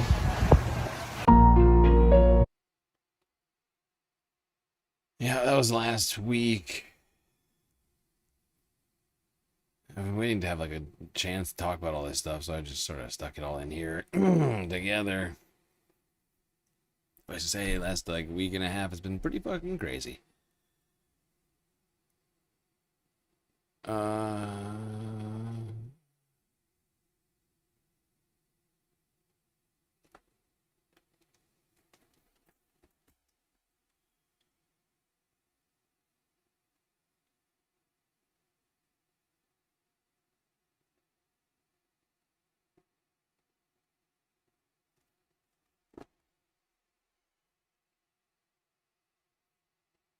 Let's see.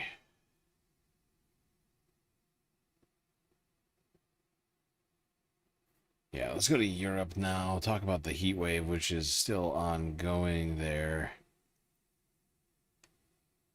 And of course, while everybody on the continent itself is very hot, the coastal waters off of places like France are also seeing a huge jump in temperature. This is France 24 from 2 days ago.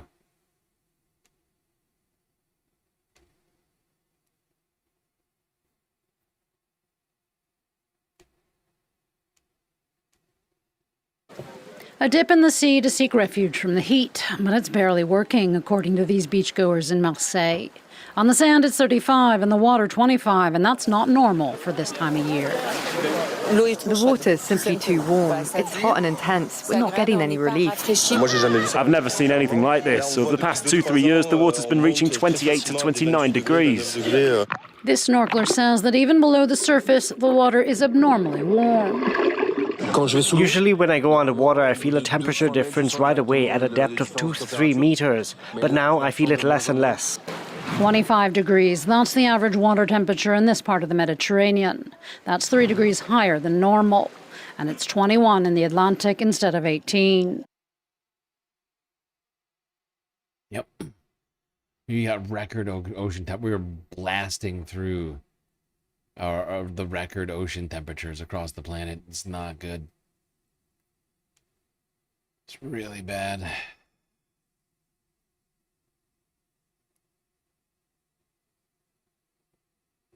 Now, of course, at the end of last year, we had A23A, the world's largest iceberg, the iceberg that the 90s, the early 2000s, I can't remember when it first came out, the day after tomorrow was loosely based on a massive chunk of freshwater ice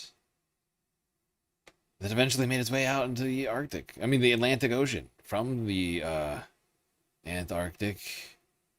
They've been sitting there for literally 30 plus years.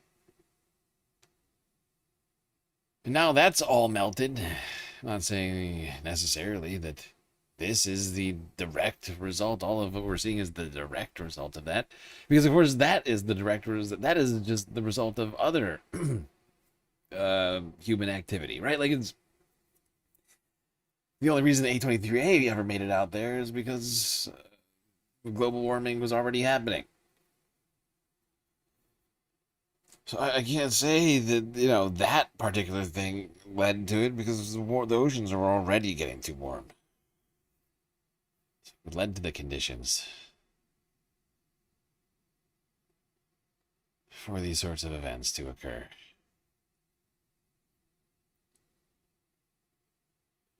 All right, let's go now to Channel 4 News from yesterday. See how people in the United Kingdom and the rest of Europe are dealing with this extreme heat.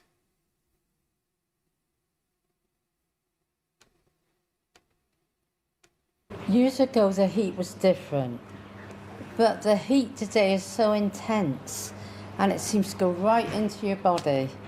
Kathleen is 78 and like the other residents of this care home in Bristol, she's struggling to get used to Britain's new extreme heat waves. And I think England got to change. We've got to adapt to this weather because this is what we're going to be having now. As temperatures soar, they're using ice baths and ice creams to keep the residents cool. Oh, is that for me? Yeah. It's hard enough getting the elderly to drink water at the best of times, but manager Sarah says even more so in this heat. The challenge is getting them to drink enough because, you know, although the ones that have got more capacity will drink, the ones that have got diminished capacity, it's very difficult getting them to take on board any sort of fluids. That's why we normally turn to ice cream, because everybody likes ice cream. 83-year-old Pat says she knows what's to blame for the rising temperatures, even if others are not convinced. According to Trump, it doesn't exist. This climate change. They should have listened to Charles years ago. Definitely. Forgive me, King Charles. As temperatures soared over 36.4 degrees, the Met Office declared today the hottest June day on record, surpassing the previous peak reached only yesterday. As an unprecedented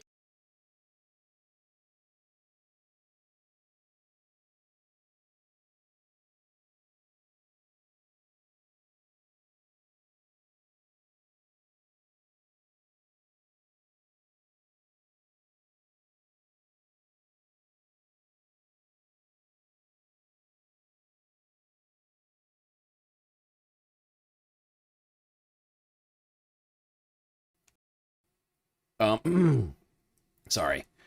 I'm sorry, but I see somebody in the chat asking for money right now, and I gotta ask you to stop doing that. Since I'm not able to vet one way or the other on the fly while I'm streaming right now, whether or not what you're claiming is true, I just can't allow this to be happening in the chat. Yeah, I know I'm muted, thank you. No, I didn't realize I hit that.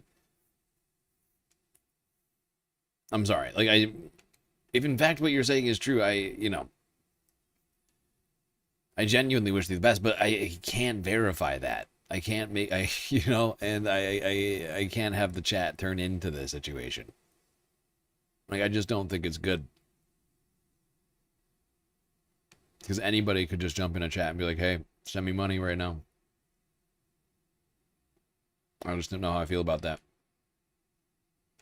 heat wave fueled by climate change brings life-threatening conditions to the UK, which finds itself utterly ill-equipped to cope. In extreme weather like this, there's a massive health impact. The more vulnerable people are young children, babies, older people, people with chronic illnesses, pregnant people. So we've got to really take the extreme heat alerts really seriously. After the London Ambulance Service yesterday recorded its highest ever number of life-threatening emergencies, today NHS doctors reported machines used to treat cancer had stopped working, with one doctor saying hospitals with no air conditioning were dangerously underprepared for the extreme heat. Schools too were struggling to cope, with more than 1,000 closed. Analysis exclusively shared with Channel 4 News of more than 19,000 schools in England found that nearly 3/4 were operating in temperatures above 30 degrees Celsius, while one teacher in northwest London recorded a temperature of over 37 degrees in their classroom.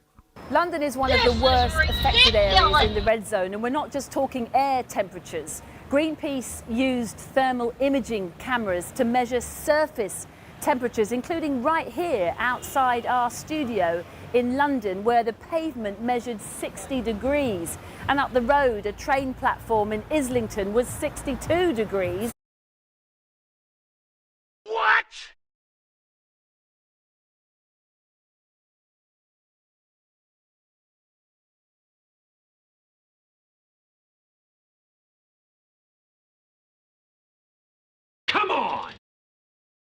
That's hot.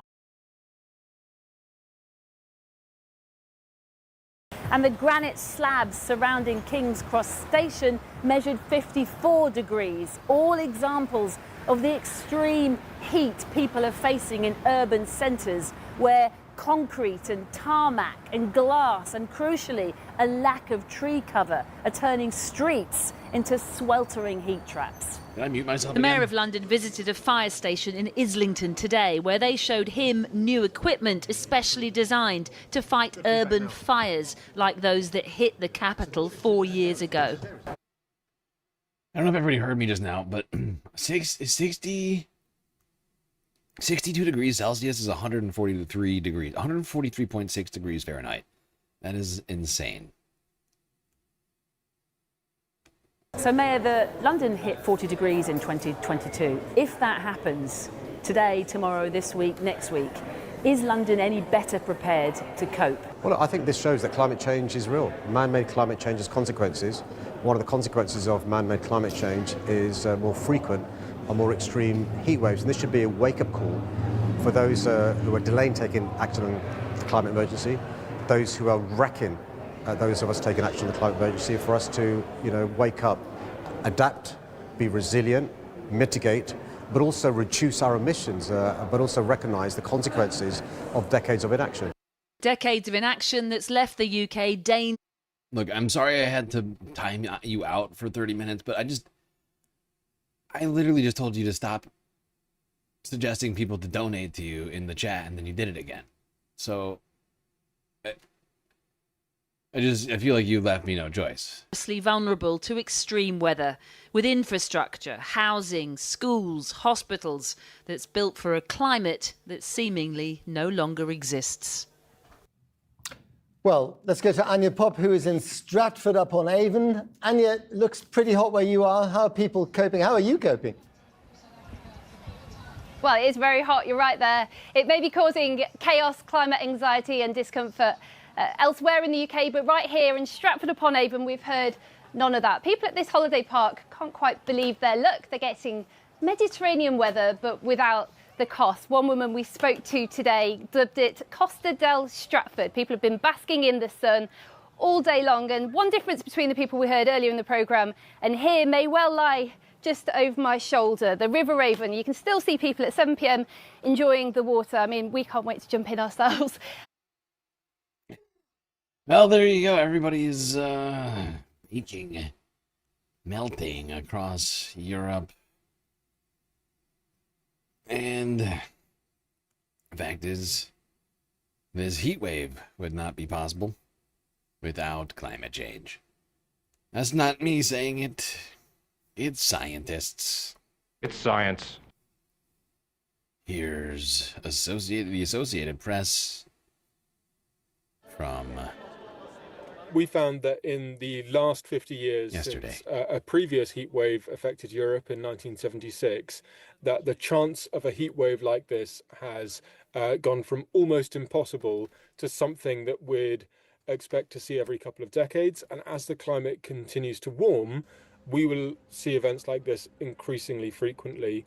And in a future climate, this may be something that we expect to be commonplace. We know that in Europe, thousands of people die due to extreme heat every year. We know that the contribution of climate change to that is very strong. In general, we tend to put it at about a 2/3 increase in the number of deaths. So about 2/3 of the heat deaths that we see tend to be attributable to climate change. There are two main things we can do about climate change. We can reduce our emissions and stop the problem at its source, and we can adapt to climate change. We know that climate change has happened. We know that it's continuing to happen very fast. We need to adapt our societies, our infrastructure, our behaviors to these new temperature extremes. We need to expect them to happen. They're only going to become more frequent in the... Yep. Scientists confirming this heat wave would not be possible. These consistent year after year heat waves being seen just would not be happening if it were not for human caused warming of the planet.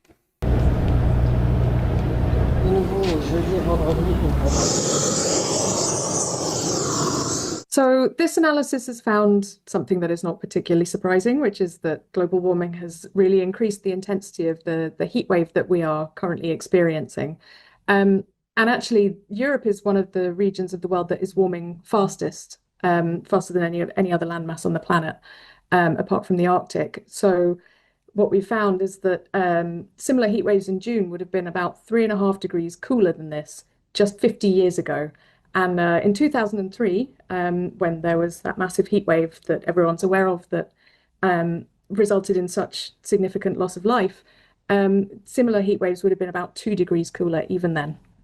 But this heat wave and reaching these record-breaking temperatures that we've seen in the UK and France and that we may still see over the weekend in other parts of Europe, this would not have been possible until very recently without human-caused warming.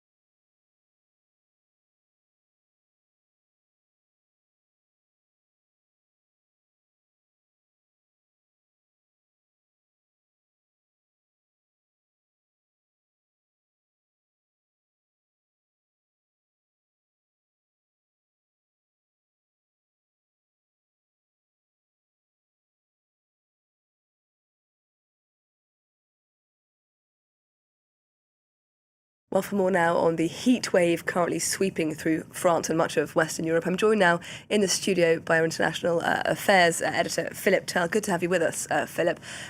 We saw just there a report about how difficult it is for, in particular, older people to cope with these extraordinary temperatures. More widely speaking, how are people coping with these temperatures that... Wait, how did I mute myself again? Dude, my software is doing some dumb shit. Because I definitely wasn't muted 2 seconds ago. How did I get remuted? I don't understand.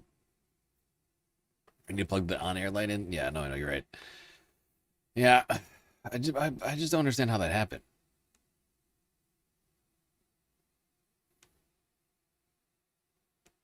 Lots of parts of France are topping 40, 41, 42 degrees Celsius. Well, I think the best way to sum it up is hot and sticky, and most people are trying as best as possible to survive. Now, focusing on old people, there is a problem as far as old people are concerned because many of them don't feel the heat, like they think it's not as hot as it really is. They don't dehydrate properly, they don't drink enough water. And for example, one elderly guy who I went to see the other day in a retirement home said in the room that must be about between 25 and 30 degrees, they give me a ventilator, but I don't want it on because it's blowing too much air at me. So he's sitting there in a very warm atmosphere saying, I feel okay. So all of these are negative factors for elderly people, and which is why they are more vulnerable, like small children. So they need to drink lots of water and to keep cool. It's a situation in France, I think, that we never really see. This is rare. There are people trying hard to keep cool. Many French homes are not equipped for this kind of heat, like 35, 40 degrees. The maximum that France usually experiences is 25 to 30 degrees, a little bit more than that, but certainly we're almost 10 degrees over that. It's going to get worse tomorrow. I think 40 degrees is what the French Weather Centre is saying. 54 out of 96 mainland departments are now on the heat wave red alert list. That means about 39 million people in France are affected by the heat wave.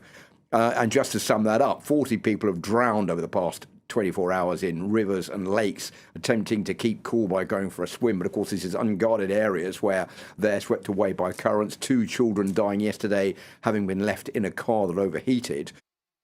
Oh, Jesus Christ. I don't know exactly how many people, but it's got to be like approaching like 100 people that have died in Britain, not in Britain, in Europe, broadly speaking, from like different reasons as a result of the heat wave, like people drowning, some old people overheating, and homeless people dying. Stuff like that. And people, like kids being left in cars. Also just people without AC. Because there's a lot of them. Especially in some of these very old cities in Europe. Where buildings were built way before the invention of the compressor.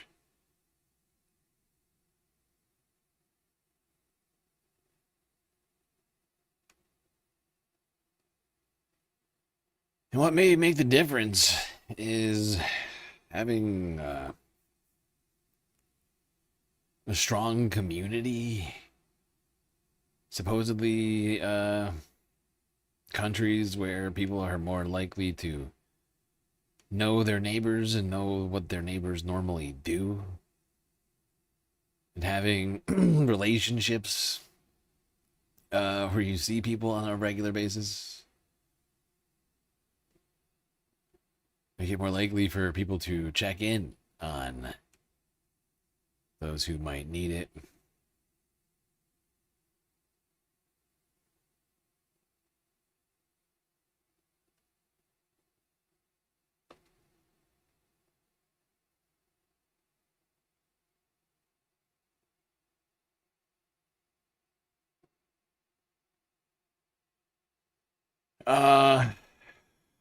Meanwhile, in Spain, it's not just the heat wave, as wildfires broke out in the Huesca province yesterday. Here's Guardian News. Oh wait, this is the wrong one. Wait, nope, that's not it. Where is it? Ah, here it is.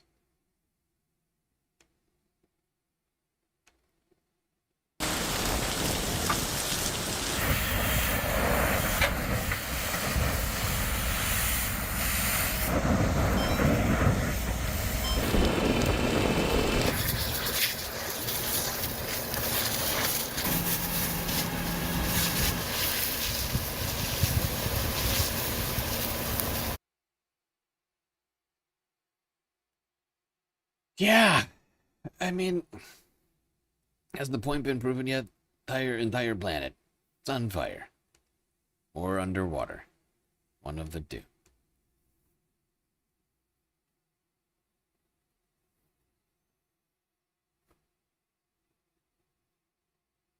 Yes, Green New Deal, it is hot.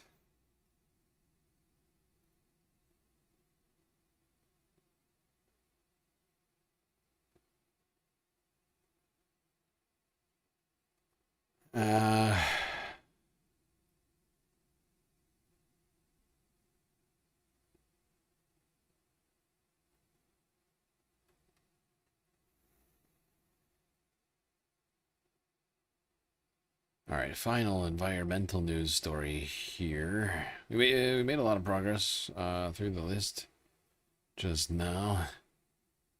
Like 6 hours into this puppy. Finally, I've made progress. Just try to blast through that as fast as I could because we got so much other stuff to talk about from this week, not just the planet burning down.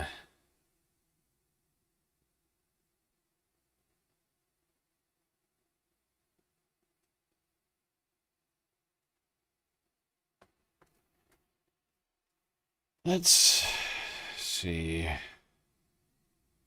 Wait, these are in fucked up. I have these in the wrong order. How did I do this? What the fuck? This should not be here.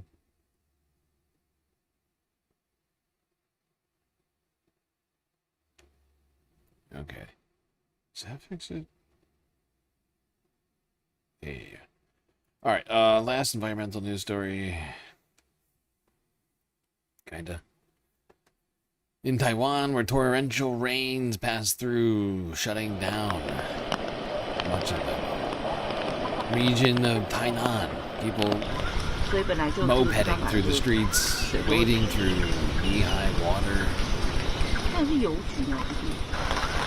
Waist high, I suppose, for some. This guy's trying to... This lady's about to bike through on a little moped. Multiple mopeds just sort of floating here in the water. guys just boating through the street.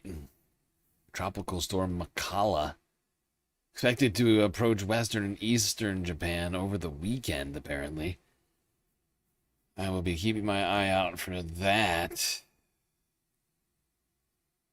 Now let's go to South America. To mostly bad news. In fact, only bad news, I'm afraid.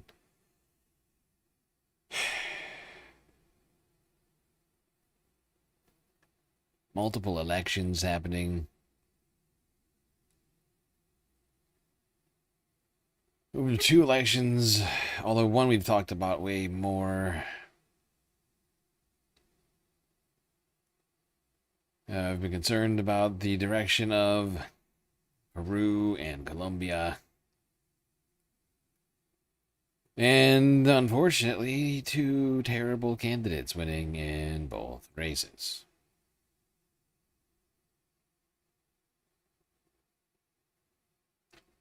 Let's start here with Reuters from 4 days ago.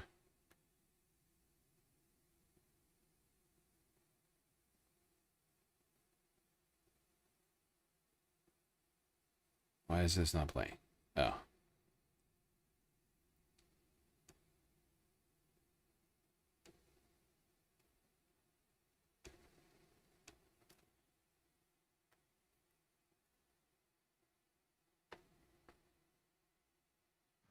I appear before you tonight to announce the most important news of my life. La noticia más importante de mi vida. The Colombian people have entrusted me with the supreme honor Me ha confiado el honor supremo of serving them as their next president of the Republic of Colombia.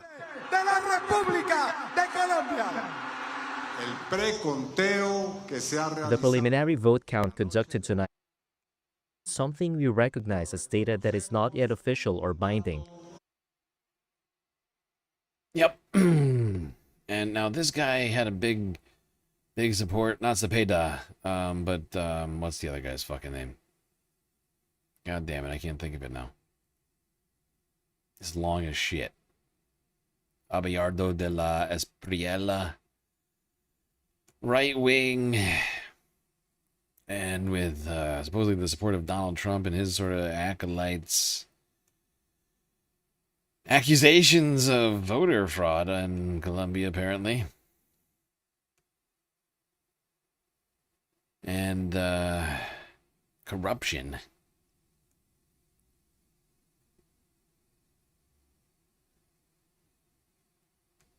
This is Democracy Now!, democracynow.org. I'm Amy Goodman. We end today's show in Colombia, where the right-wing Trump-backed candidate, Abelardo de la Espriella, has clinched a narrow victory in Sunday's runoff presidential election, defeating the leftist Senator Ivan Cepeda.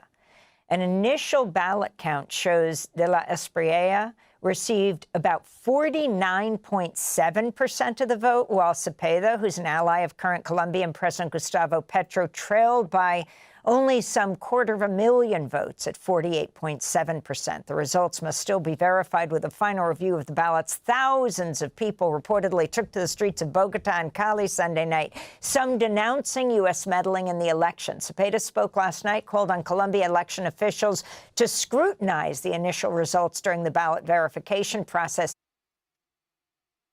Oh, by the way, I almost didn't notice this. When did this happen? An hour and a half ago. So sorry. Thank you for the dono, Anonymous VA. The initials, $10. Really appreciate that. You're all very helpful in keeping us alive around here at the Galactic News Network, keeping the show from going off the air.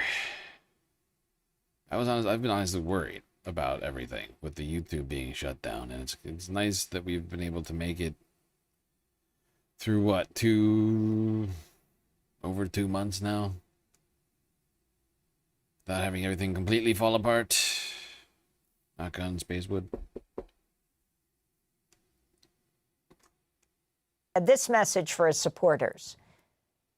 Nuestro más sincero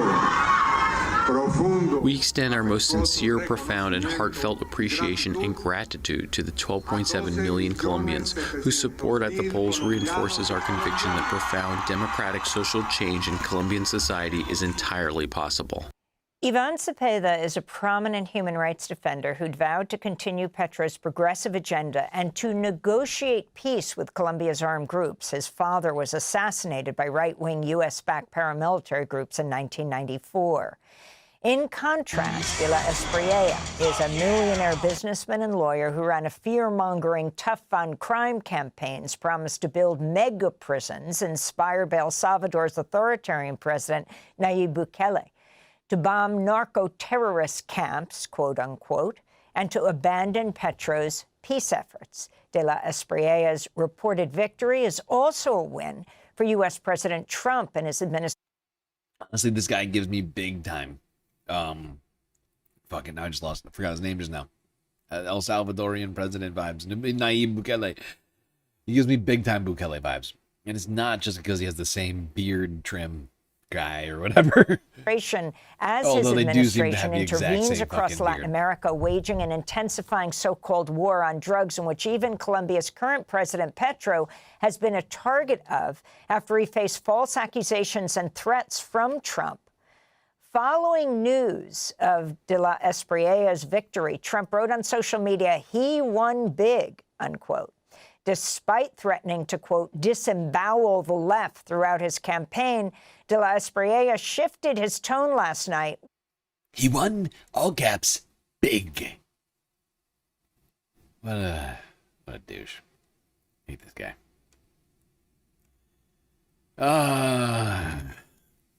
And Tuesday evening, I think it might have been actually Monday. What day was this? I've lost my place.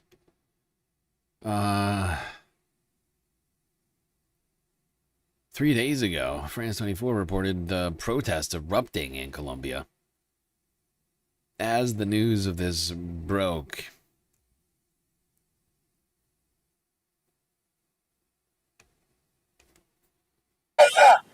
in the Colombian capital, Bogotá, thousands of demonstrators came out to protest against the expected victory of far-right presidential candidate Abelardo de la Espriella.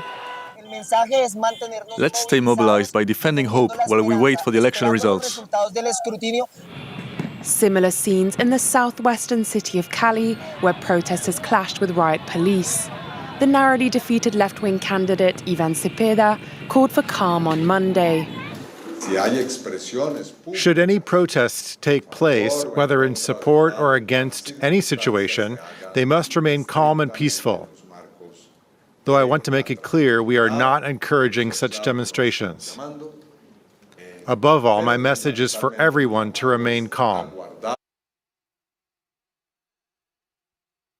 Yep.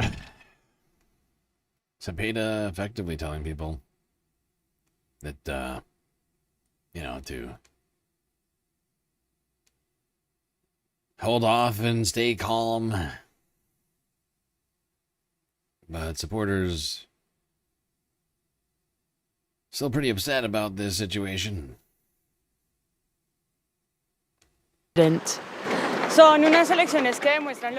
This election shows how polarized the country is. There are two totally opposed ideas being defended in the race, and such a tight vote count shows that you must listen to the other side. Meanwhile, Trump-backed lawyer Abelardo de la Espriella claimed his victory in a triumphant speech on Sunday. Yeah, and this feels like a steal to me. Like, he's coming out and declaring victory before the votes were all counted. Right? This feels very Trumpian to me. And I got weird vibes about what's about to go down here. Since this guy has the full backing of Trump and the U.S. government, who have been threatening to invade Colombia for a while. And have been murdering Colombians out in the Pacific. Suffice to say, it's a little concerning. Yeah?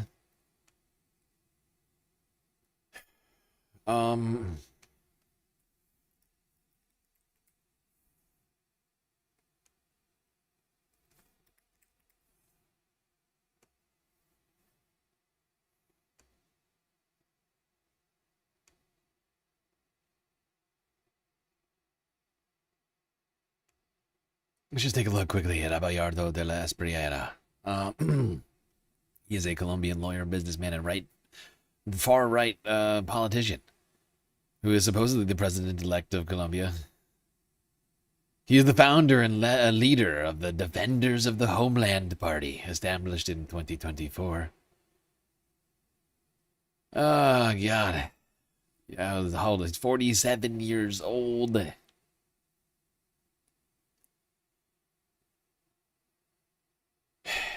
And has defended political figures accused of having allied themselves with paramilitaries, some of whom had been close to him since childhood. He's got the backing of paramilitaries in the country and of Donald Trump.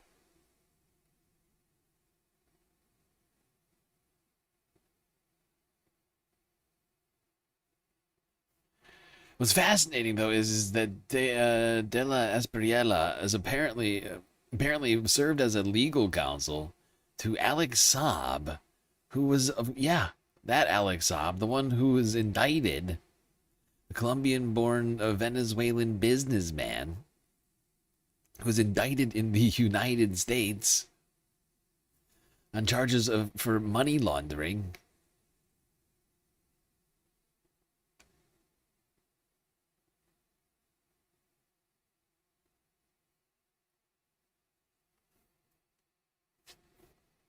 Fascinating. You also believe he had enough support. It's entirely possible. I don't know. I can't say for sure. But the disturbing victory in Peru, one we've been talking about now for a while, results we've been waiting for 3 weeks.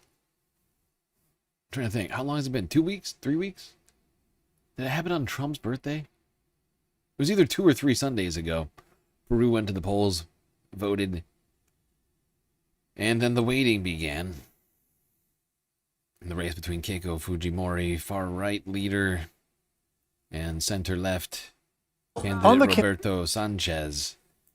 Keiko Fujimori being declared the winner, celebrating an election win as Roberto Sanchez alleges election fraud.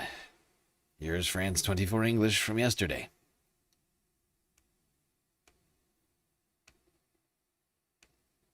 On the campaign trail, she was called the daughter of a dictator. Keiko Fujimori has run for president 4 times, and this time achieved success. Peru's final election results have not yet been certified, but the right-wing candidate's lead is now considered unbeatable, her law and order message resonating with Peruvians. She's not just called the daughter of a dictator.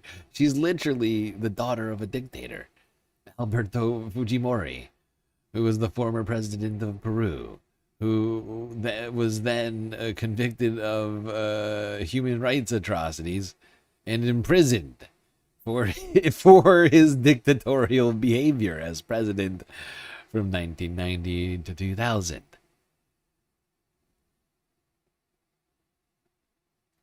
She's one of his 5 children or something like that.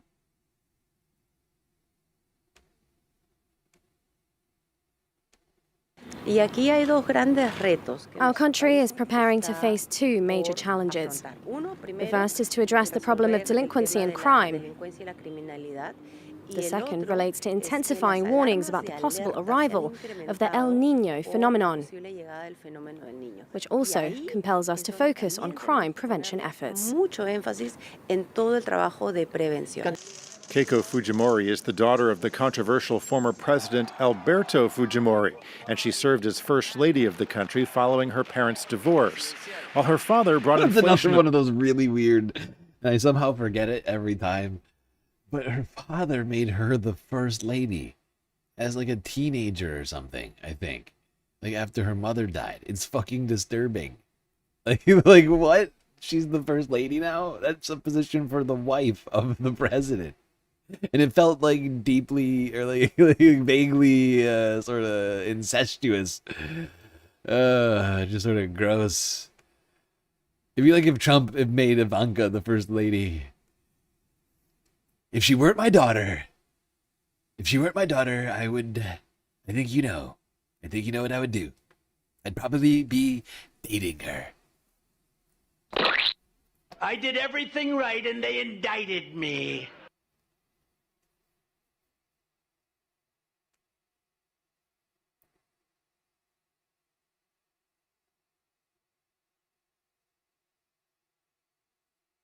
Ay, ay, ay. Now, not far away, a different earthquake happened. A real one, not a political one. In Venezuela earlier this week, as we all, I think, know, horrifying 7.4 magnitude, 2 or 1, depending on who you ask, earthquake happened, causing just an incredible amount of devastation. A search for the missing is still ongoing. The last time we spoke about this yesterday, there were at least 40,000 still missing. That's people. That's human beings. Not missing bags of Skittles. 40,000 people trapped in the rubble beneath their former residences and or grocery stores or whatever the fucking else, whatever building they happened to be in at the time.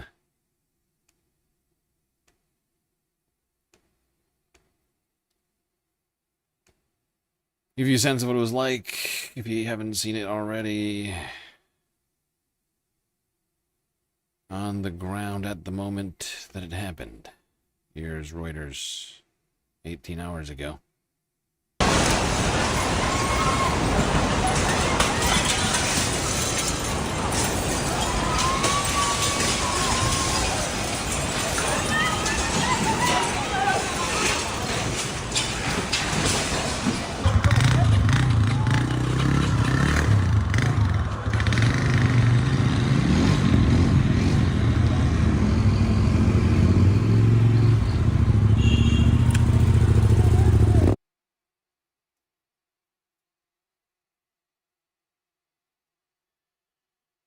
Yeah, and we got a aerial view of some of the destruction here from The Guardian.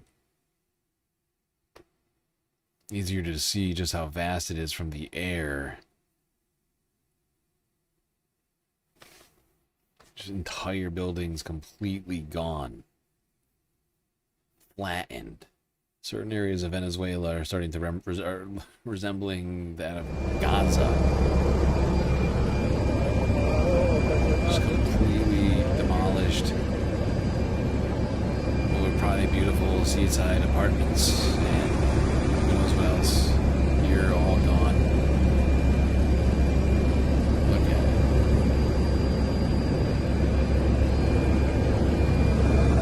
it. Looks like a war zone.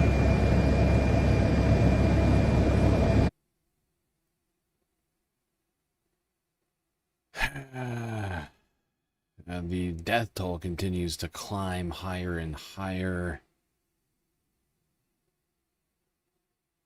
And solidarity with Venezuela. Global solidarity. Search and rescue teams preparing to help out from places like Colombia. Other countries sending aid. The wake of this devastating We're here at the National disaster. Logistics Center of Colombia's Disaster Management Unit, where the personnel are getting ready to move towards Venezuela. They're going to leave early on Friday, and they're part of a major international operation. Let me come with me. I'll show you a little bit what's happening here. Operation of relief to try and reach the areas of Venezuela most affected by the earthquake. We can see here one of the personnel that is preparing all his material, both in terms of clothes and kits and everything they need for the rescue operations once they reach Venezuela. The leadership has told us that this will happen in phases. They will arrive there, coordinate with the Venezuelan authorities. They will be told what will be the emergency, but the first thing that they will do will be to try and save as many lives as possible. Yeah. And there's still tens of thousands still believed to be missing.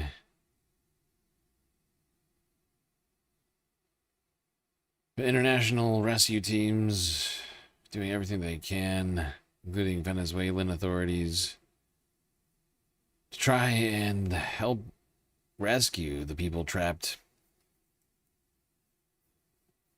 People still left alive. Unfortunately, U.S. policies under Donald Trump are making the aid efforts slightly more complicated. Here's France24 to talk about that. Well, first of all, the airport right now is the asphalt is buckled, so planes can't land there. So they have to bring the aid in other ways. Use airports outside, far outside Caracas, or helicopters. U.S. Southern Command has parked its hospital ship, or will soon be doing so, off the coast of Venezuela to help treat Venezuelans who have been injured by the earthquake. But there's another issue here too, which is the Trump administration early last year dissolved or eliminated the U.S. Agency for International Development. Those were a group of professionals who were development professionals who were stood at the ready to assist in humanitarian crises the world over. They would have been ready with food, medical supplies, potable water, and the like, and they would have known how to get that equipment and those materials into the country. They no longer are there. Right now, the Trump administration has to coordinate a multi-agency effort, when in fact an agency that already existed could have done that much more efficiently, much more quickly, and would have had the supplies on hand. So that. Oh, wait. We could have been more effective and efficient if we had just left the agency that already existed to remain in existence rather than letting Doge, the supposed government agency focused on efficiency, to destroy it and have no plan on how to make up for it later. Great.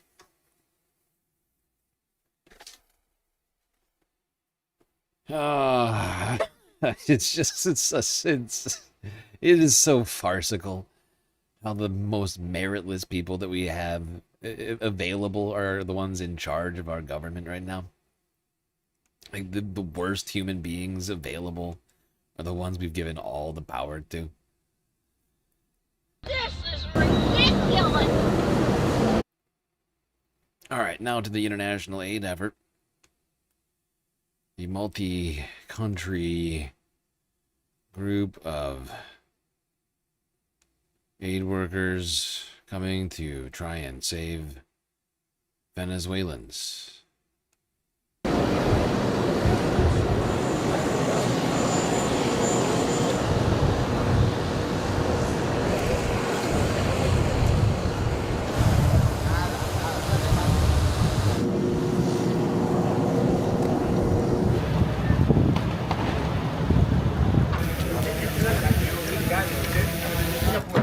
Vengan, colóquense detrás. Usted va por allá mismo.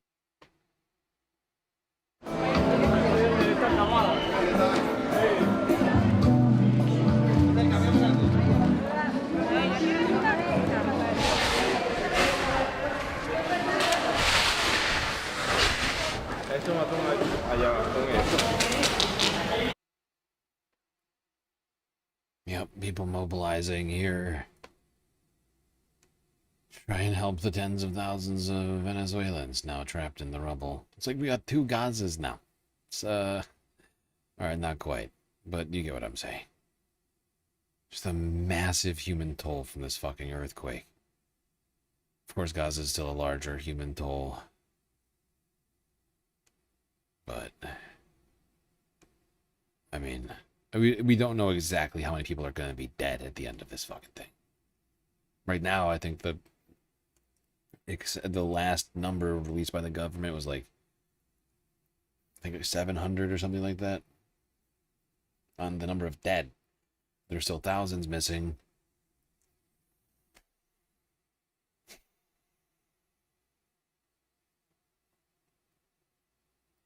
And it's just quite horrifying to witness all of this stuff.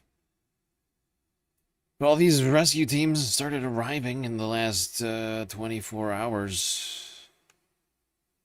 the dead of night. That's no problem because people are still trapped.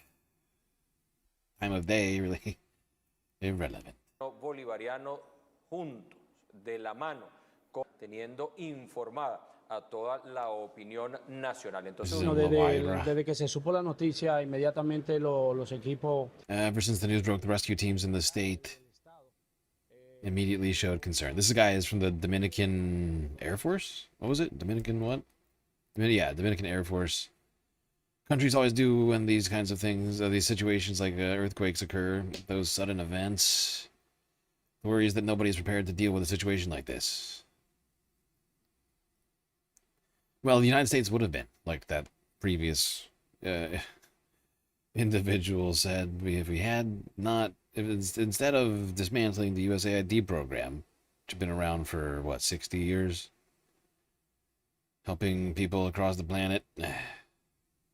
Rather than doing that, we could have just left it the way it was. So it was doing the thing that it was supposed to do.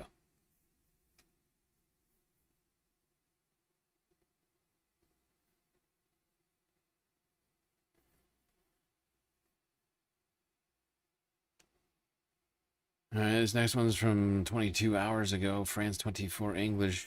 More on the search for survivors. This young child has just been rescued from under the rubble of a collapsed building in Venezuela. Two huge back-to-back earthquakes devastated parts of the country, flattening entire blocks, leaving many trapped and thousands more still missing. It's a race against time, and the number of deaths is expected to rise. This resident lost her mother. I have no words. No words. And this man lost his young niece and nephew. Horrible. We've seen way too much. We fought to get the kids out alive. We got one out alive, thank God, but they were three. We could not save all of them.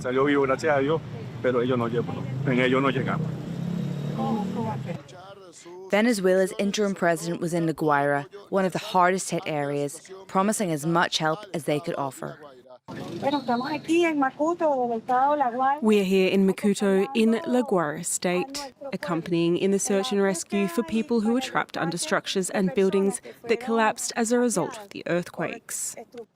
We are supporting the families and they have our solidarity. We hope to recover as many people as possible alive.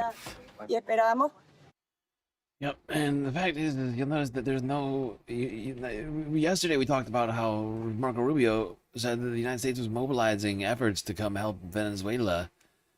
I don't see any U.S. Aid workers on the ground. I wonder if that's because we have to put them all together. Because we no longer have an federal aid agency. Almost certainly the reason.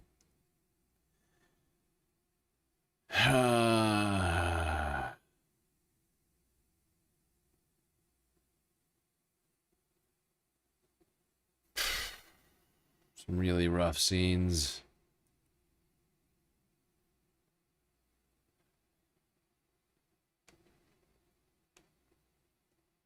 Ahí está. Grandeza de Dios, papá. Hijo, qué grandeza de Dios, papá. Vente, bebecito. Sí, es que todo venga afuera. Joda. Con la cabeza. Dios es grande. Joda, vamos. Joda. Luis, ahora tú, mi amor. Dios es grande, no joda. Oh, we've seen too many babies pulled out of rubble. It's wearing down on my soul. Oh, God.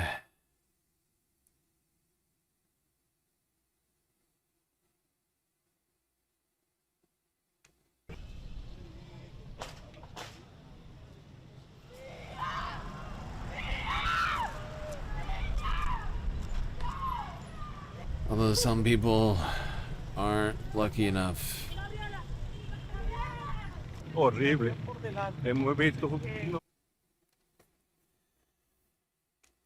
To even be pulled from the rubble, I'm afraid.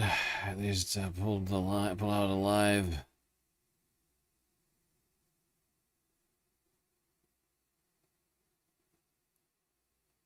I mean, just look at this image. I don't even know what to fucking say. How many times are we gonna just... Why? Why? Why? There's so much suffering right now. And unfortunately, this one is much less human caused, although there is some evidence that, you know, climate change and global warming is increasing the number of earthquakes, or likelihood of them to happen. But this one's a little different than a fucking bomb. You know, there's no one to really blame. It's just more suffering added on top of the already existing very much human-caused suffering.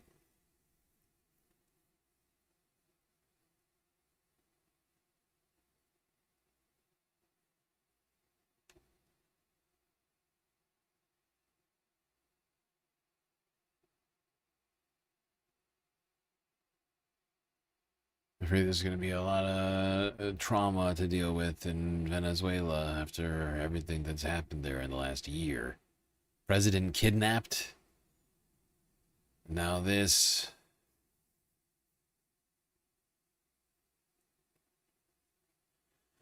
It's a lot, I think, for one country to get through. Another country going through is a lot of different stuff. Really a political upheaval happening here. Across the Atlantic in the United Kingdom. A lot of stuff going on here. We got Prime Ministership. Is Andy Burnham the official Prime Minister now? It's not clear to me yet. I haven't checked on it in the last like 24 hours. We've had that whole situation. Keir Starmer resigning. New Prime Minister incoming. Of course, we had a lot of other political things happening there. Protest movements being repressed. United Kingdom continuing to help Israel's genocide. Anti-Semitism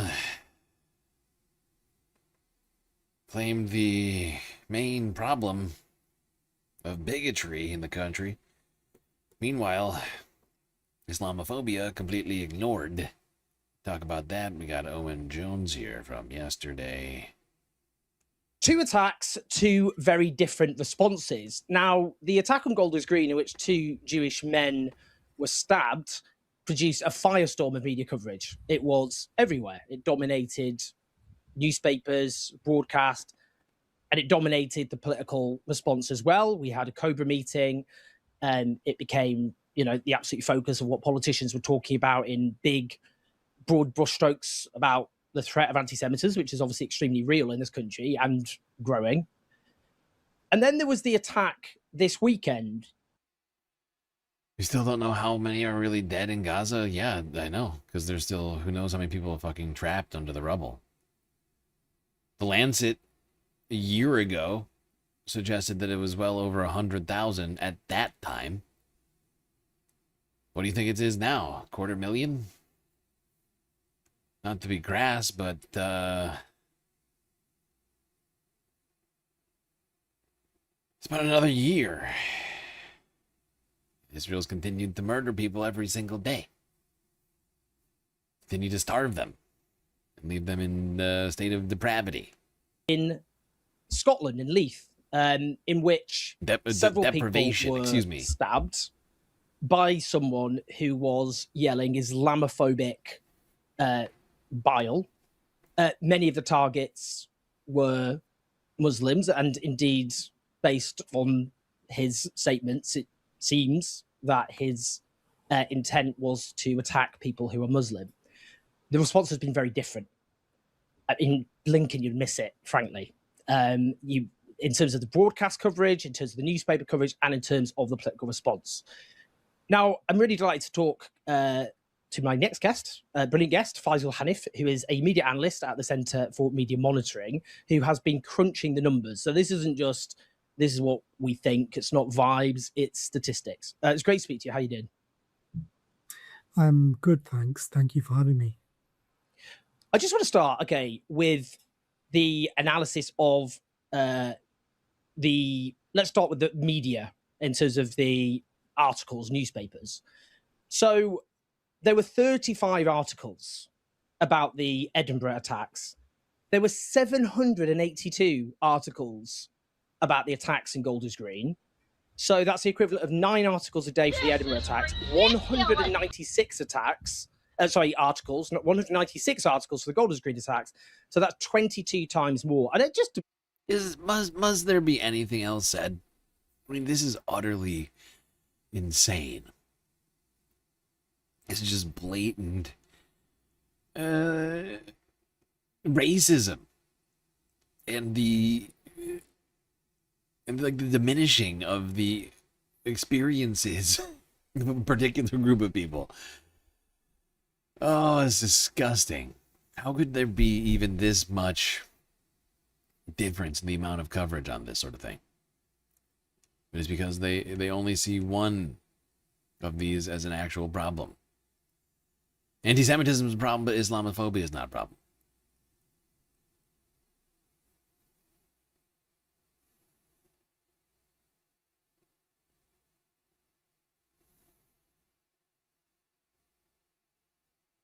I remember hearing never again,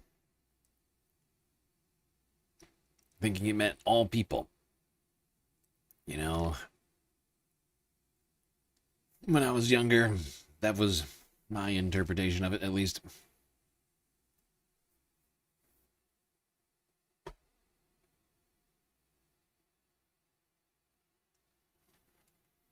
Now, a revolution has apparently started in Albania, being dubbed the Flamingo Revolution. One which was started by the genesis of was the insistence of the Trump family, Ivanka and Jared, to buy an island and turn it into an Epstein-style hotel/resort.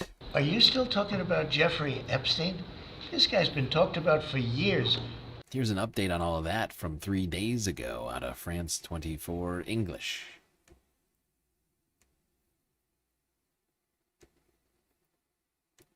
Iris decided she had to be there amongst her friends in Albania. Her husband Benjamin would also join. My blood was boiling and I felt I needed to be here. I told him I wanted him to be next to me in this historic moment. After witnessing daily demonstrations in her birth country of Albania from her home in France, she bought her plane ticket to Tirana. Just like thousands of others in the Albanian diaspora, all coming back to make their voices heard.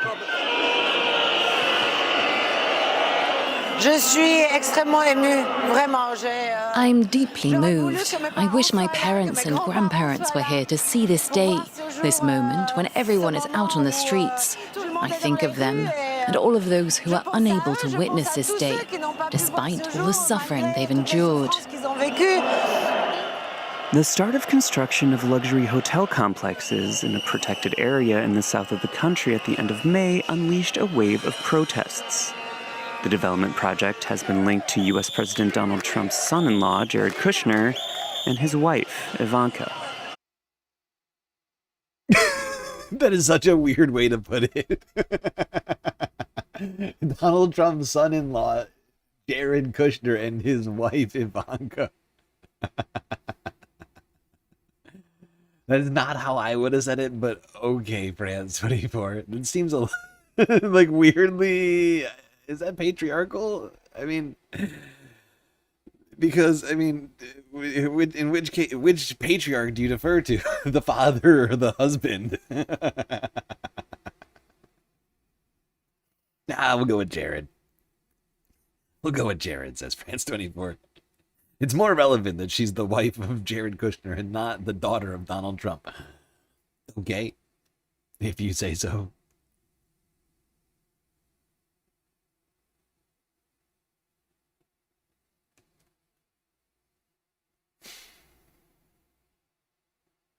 Okay. Now, there's been some fascinating developments and the Russia-Ukraine war over the last week. First and the most interesting, or at least first on the list of the interesting developments, was this: Poland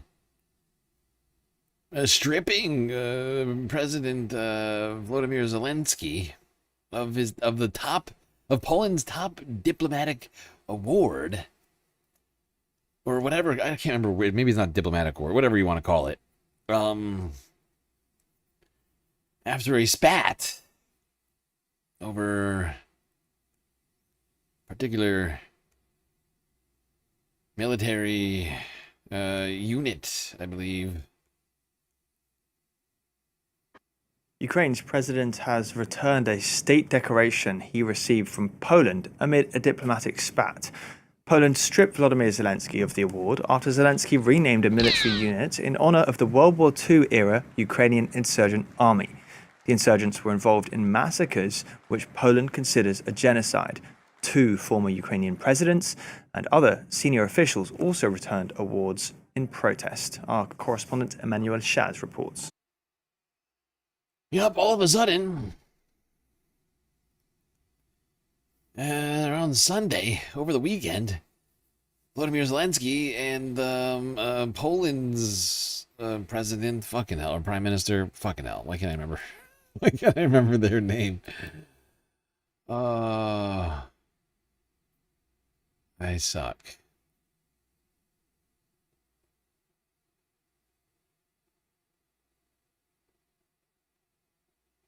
Whatever, getting into a spat over this naming of a... It just seems like a crazy thing to fucking do. But like to name an active military unit after an old, like a historical unit that is accused of committing genocide. It would be like Germany, like renaming a fucking, like renaming one of their military units like the SS or something. Like I'm trying to think of a good, but it's just like, wow. It's just like I mean, it's a little too recent, I think, to be recalling that, you know. So Poland clearly objecting to that. Multiple Ukrainian generals returning their medals. Then Zelensky refusing to show up to the summit in Poland, which happened 2 days ago, which was literally there to help raise funds for Ukraine. This is a reality. This is a real thing. France 24 English yesterday.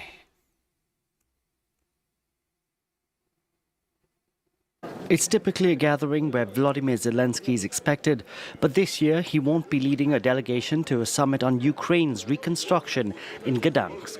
It's important to maintain a constructive approach in our relations with Poland, and I'm grateful to all our partners, everyone who stands with Ukraine, and to all those who have prepared substantive contributions for the meeting in Gdansk. At the heart of the spat are tensions brewing with Poland's president. This after Karol Nawrocki revoked a state honor bestowed on Volodymyr Zelensky. Warsaw's nationalist leader was irked by a decision of Zelensky's to name a military unit after the Ukrainian insurgent army. They are accused of killing over 100,000 Poles during World War II. However, over in Ukraine, some praise the group for having fought the Nazis and the Soviets in the quest for a Ukrainian state. Yeah.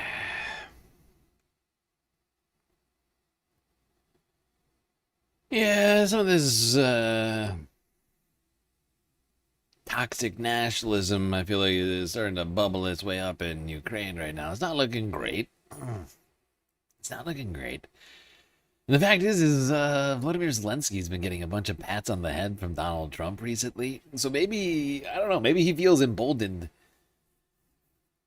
Volodymyr Zelensky specifically, to sort of snub, like, close EU, NATO allies. Like, they're like, of course, Ukraine's not in NATO, but like Poland is like an important, like a very important ally in theory to Ukraine. It's rather shocking that this all took place this week, or that they would even do such a thing. I guess now that I think about it, it would be more analogous, or at least more correct, if it was like, if they renamed like the police service the SS in Germany or something. But it's just crazy. I just don't understand why you would do it.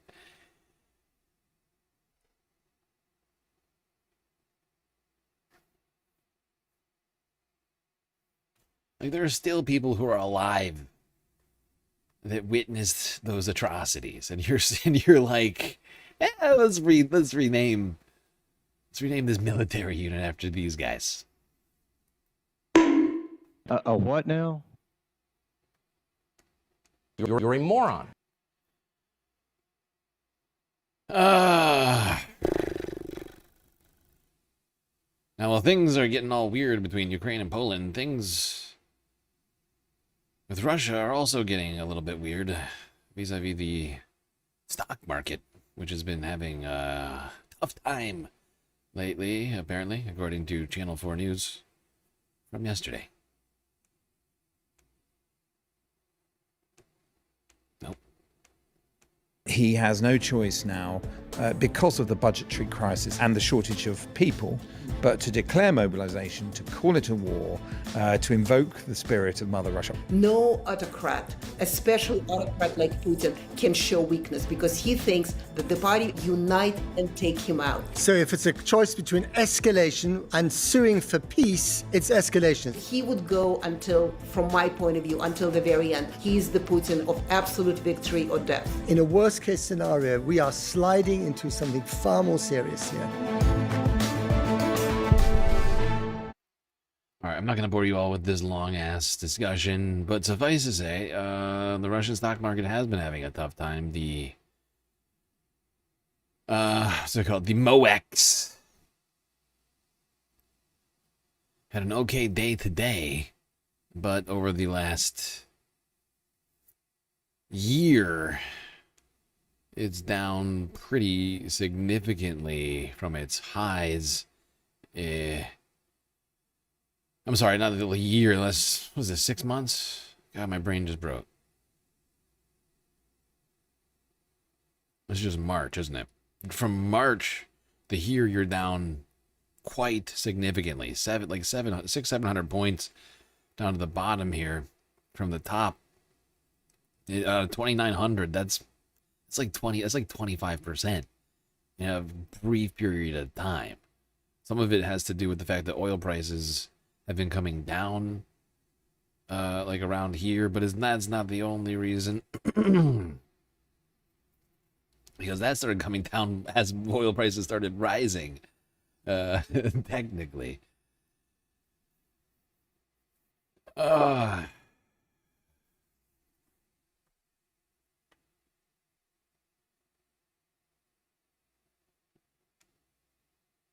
With oil prices back down, Russia's ability to fund its war machine are being hampered. Meanwhile, Ukraine seems to be, at least in my estimation, making a tactical decision, cutting its losses vis-a-vis Ukraine. It's not like Volodymyr Zelensky or the government of Ukraine has come out and said as much that they've given up on Ukraine. Or like returning it to Ukrainian territory. But recent events in like the last week or so, we've seen an increase, I've been seeing at least an increase in events of Ukrainian targeting of Russian occupied Crimea, of infrastructure that would be vital to running the state of Crimea if Ukraine were to ever take it back. But once again, this is, like I said, the sort of thing, in at least my opinion, that you would do if you were kind of giving up on the territory. And you were like, well, we have to, decide what we can and can't have right now. And see where we can do, change some tactics as a result. These satellite images are part of a Ukrainian operation, one to methodically isolate Crimea. In recent weeks, Kyiv has launched a multi-pronged campaign to effectively siege the peninsula, which was annexed by Russia in 2014. Drones have targeted bridges, fuel depots, railway lines and ports, cutting off almost all supplies to the territory and prompting Russian-installed authorities to suspend petrol sales to residents. We'll assess the situation. We'll walk if needed. Now, this is vaguely a war crime, probably. Because it's certainly civilian infrastructure, although it's also being used by Russia for military purposes. But this is certainly veers into the territory of war crime. Targeting civilian infrastructure, not just bridges, but sort of taking a page out of Russia's book. I think power plants have also seen targeting in recent weeks from drone strikes and other sorts of energy infrastructure.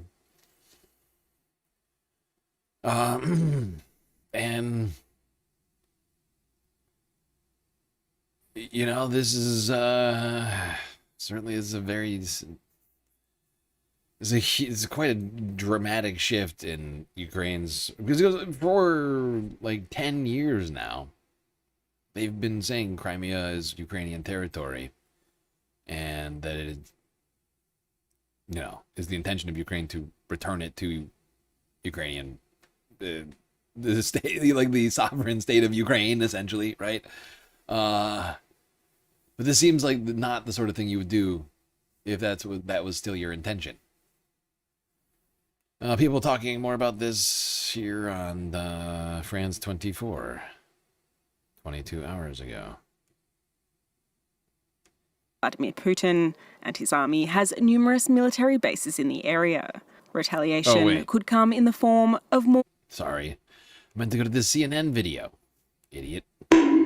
From 17 hours ago, we were just listening to the French. This is what happens when we go through this many clips. Sometimes I just get lost.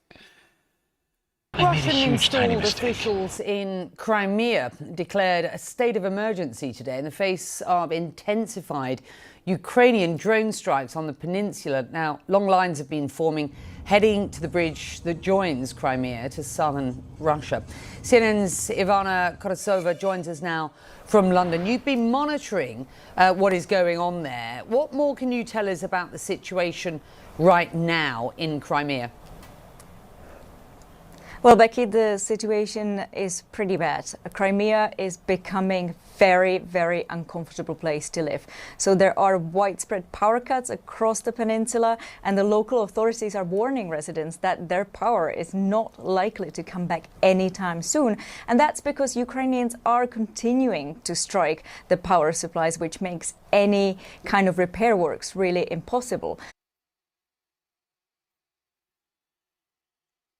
Yeah, there we have it. All right, that's it on that situation. Quite an interesting week coming out of Eastern Europe. Let's now go down to Africa for an update on the Ebola outbreak, where things are continuing to get worse. And nobody's paying attention. Which I'm sure won't lead to this becoming even more out of control.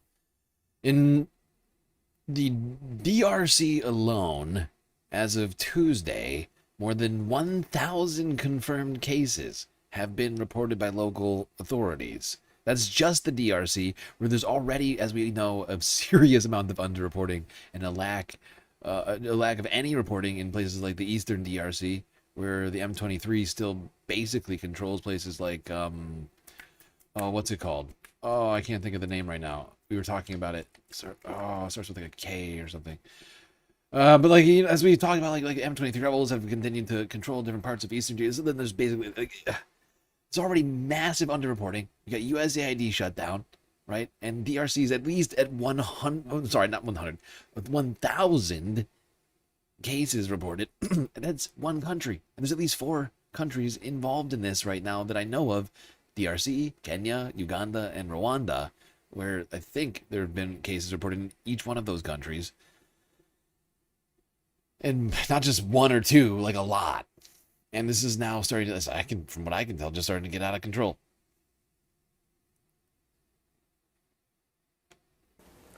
The numbers connected to this outbreak continue to climb right across the board. Those total infections also include more than 250 people who have died. The strain known as the Bundibugyo virus has no vaccine or treatment. To date, at least 100 people have recovered. However, the true size of the outbreak is the bigger question health authorities continue to grapple with. Part of the reason is the difficulty of contact tracing in the region. Just last week, Red Cross workers were saying from their perspective, the outbreak is far from under control. The peak is, I think, not behind us, but in front of us. We are afraid. That's a disturbing statement. Did you hear what he just fucking said? This Red Crescent worker right here. The peak is in front of us, not behind us. The worst is to come. It's my interpretation of that statement. Another way of saying that is the worst is still to come. Immediately, if not sooner. However, could get lucky. Scientists currently racing for a new Ebola vaccine which could fight against this latest strain that has no working vaccine. Although then you would still need the apparatus with which to administer it. WHO still remains deeply unfunded. But here's Al Jazeera English from 21 hours ago on this topic. You don't want Ebola? It may look like any other laboratory. Excuse me, sir. What are you talking about? You don't want Ebola? You're saying you wouldn't like that? That's weird. That's really weird of you to say that. That's really weird. It may look like any other laboratory, but IAVI's Design and Development Lab in the U.S. state of New Jersey may hold the key to unlocking the next Ebola vaccine. It's one of just 3 research organizations to receive funding from the Coalition for Epidemic Preparedness, which was established after the last Ebola outbreak. It's actually one of the vaccine viruses. It's the only one that isn't looking to make a profit. There's a lot of pressure to do it fast, so we're constantly hearing accelerate. How quickly Scientists like Christopher Parks want to end the current outbreak in Eastern Democratic Republic of Congo. It's being caused by the rare Bundibugyo strain of the virus. As a nonprofit research organization, IAVI is willing to study diseases major pharmaceutical companies won't, but they rely on donor funding to do so. That frees us up to really focus on. Yeah, our donors are way split up right now because they're all, like, a lot of ways, so they're being asked to make up for the deficits being created by the destruction of the USAID, an agency which could have prevented all this, I would point out. I mean, to some degree. Like, it couldn't have prevented, like, the creation of a new, or like the introduction of a new strain of Ebola into a human population necessarily, but they could have been monitoring for that, the thing that they were doing before they were shut down, or after this came out, they could have been, you know, not just monitoring, but also administering help to people who needed it, right? Medical help. Because that's what you need when you have Ebola, as it turns out. I know that's shocking to many people.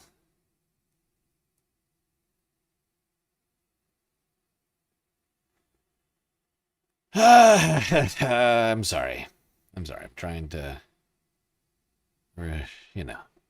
reduce the tension on all this by joking. But really, it's not a joking situation. It's just so incredibly frustrating to me that we watched, right? Like we watched here, like, together last year as Elon Musk went around the government just dismantling everything, and now we're seeing the fucking real world effects of it.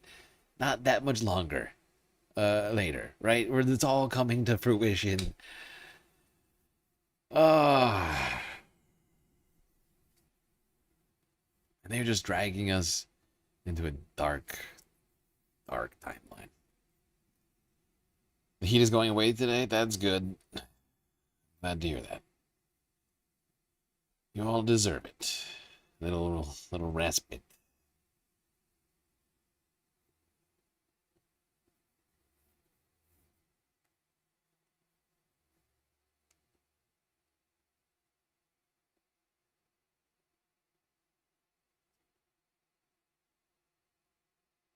Though it's supposed to really heat up in parts of the United States right now, so you enjoy the cool while the rest of us melt in the future heat, or in some cases current heat, depending on where you are in the United States.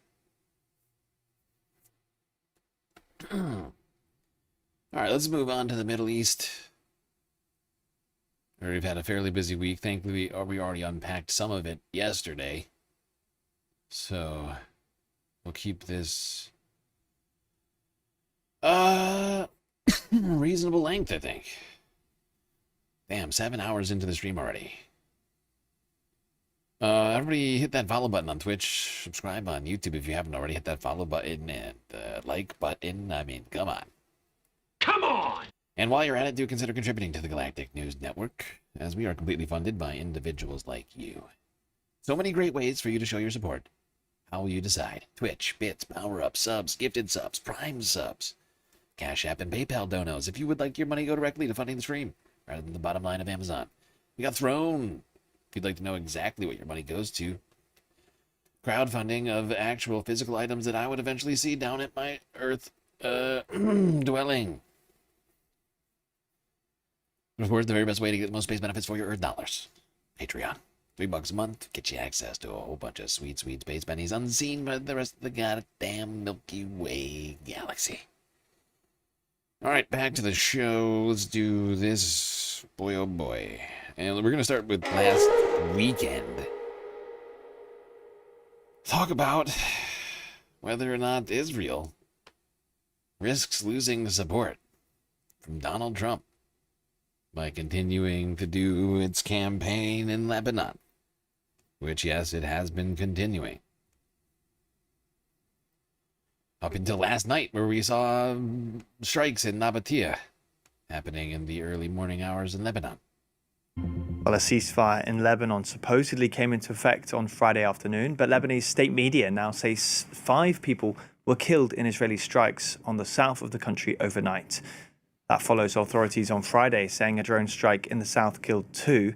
And in the very first hour of the ceasefire, Reuters reported a dozen Israeli strikes, citing Lebanese sources. Oh, no. We got the latest from Renee Davis in Beirut. Someone's about to get banned from the chat. To Osak. Enjoy the lifetime ban.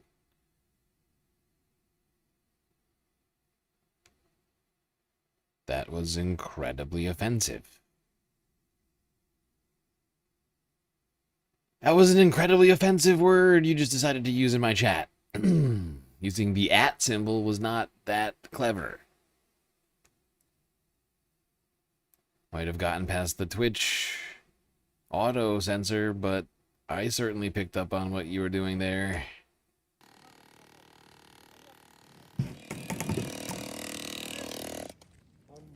Well, I'm afraid we don't have that for you, but we'll move on. It looks like talks in Switzerland between the US and Iran are happening after all. The two signed a memorandum earlier this week to stop the war, with implementation yet to be ironed out. Envoy Steve Witkoff has flown out to join President Donald Trump's son-in-law, Jared Kushner. They'll meet with Iranian Foreign Minister Abbas Araghchi. And for more on all of this, we're joined by Yossi Meckelberg, Senior Consulting Fellow at Chatham House in London. Thanks for joining us, Yossi. Good to have you on. Good morning. So what's Israel thinking by, saying it's part of the ceasefire, then continuing to drop bombs? So I think it's a combination of 2 things, at least. One, it's habitual behavior. When ceasefire is declared, one of the 2 sides want to show that they are the last one to being capable of saying the last word. Yo, fuck this guy. Fuck this Chatham House douchebag. That is not what's happening. Israel just continues to indiscriminately bomb from the south to the central portion of Lebanon in civilian areas, continuing to occupy 30% of the country. It's not some sort of cute back and forth like he's fucking talking about over here. That is nonsense. Don't you let people lie to you like that, okay, Space Fams? That was bullshit. I gotta go fuck himself. But you know what? Israel, it does. I just using this as a jumping off point for this discussion. Or this point is that Israel does absolutely, I think, risk losing support from Donald Trump, potentially. If that is the reason that the war continues. But that's already been sort of postponed because the United States and Iran have been striking each other, or kind of, well, in the last day,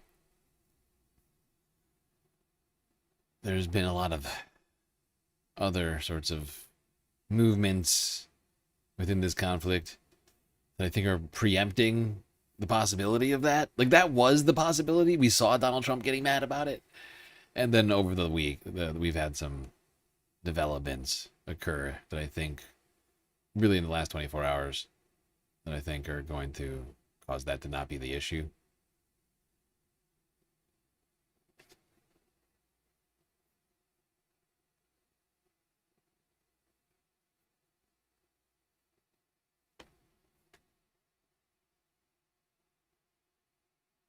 Now, same day as that one, what did I say, Sunday?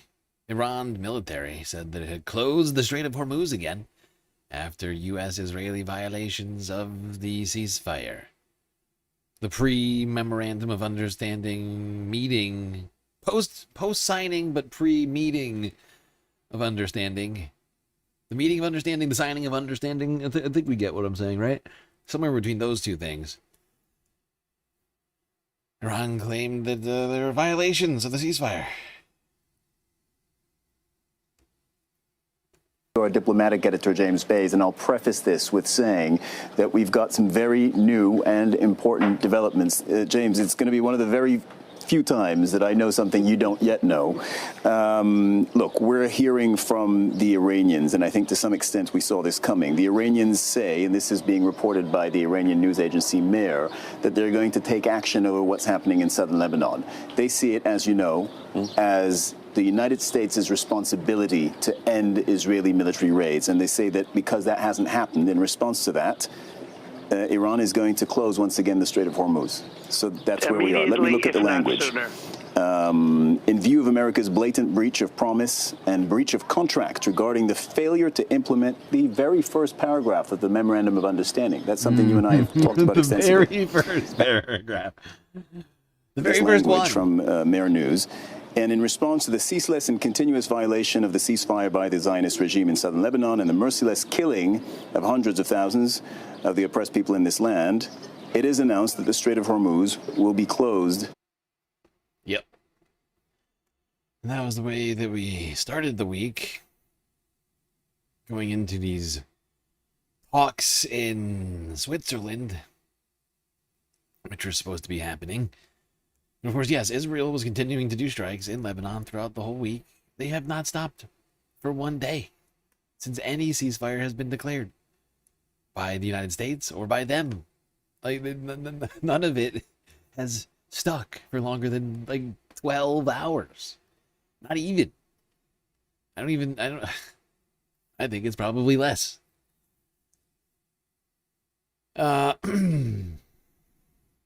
Multiple strikes throughout the fucking week. Meanwhile, farmers in Gaza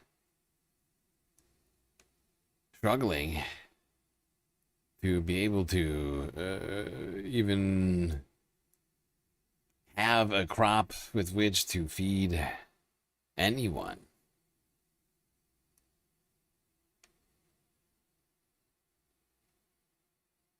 Israel has actually been doing everything they can to prevent Palestinian agricultural activities both in the Gaza Strip and in the West Bank. Here's TRT World from 5 days ago. It takes months to grow, but only a few frantic days to save. These golden stalks in Gaza are usually harvested by massive combines. For 3 years of war, we were unable to harvest or produce wheat for people and animals due to the Israeli blockade on seeds, fuel, and fertilizers. We managed to harvest some land by hand in western Gaza, outside Israeli-controlled areas. Harvesting is expensive too. About 1,000 square meters of land now costs up to $1,000 compared with $100 in the past. The harvest serves a dual purpose. It provides flour for families and feed for working animals. Every step in this process costs more now: seeds, labor, and water. But farmers say the greatest burden is the fear of losing their land altogether. Our area is close to Israeli-controlled zones known as the Yellow Line. When Israeli plans were announced to expand military control to up to 70% of Gaza, we harvested early to avoid losing everything. Any further expansion of Israeli control beyond the Yellow Line will make things even harder. Yep. Palestinians forced to farm the land by hand. Like it's fucking like 1600 or something. In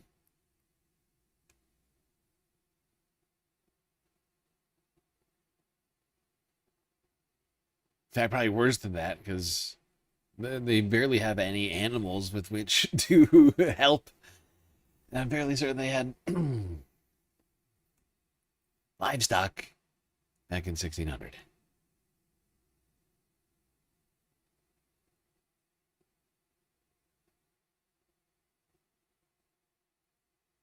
Yep. One more story on the struggle for Palestinians to farm their own land. It's from yesterday.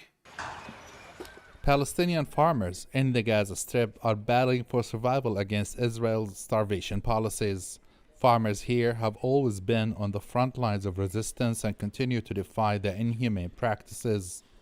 Israeli forces have systematically razed large agricultural areas in Gaza to create a buffer zone, the so-called Yellow Line.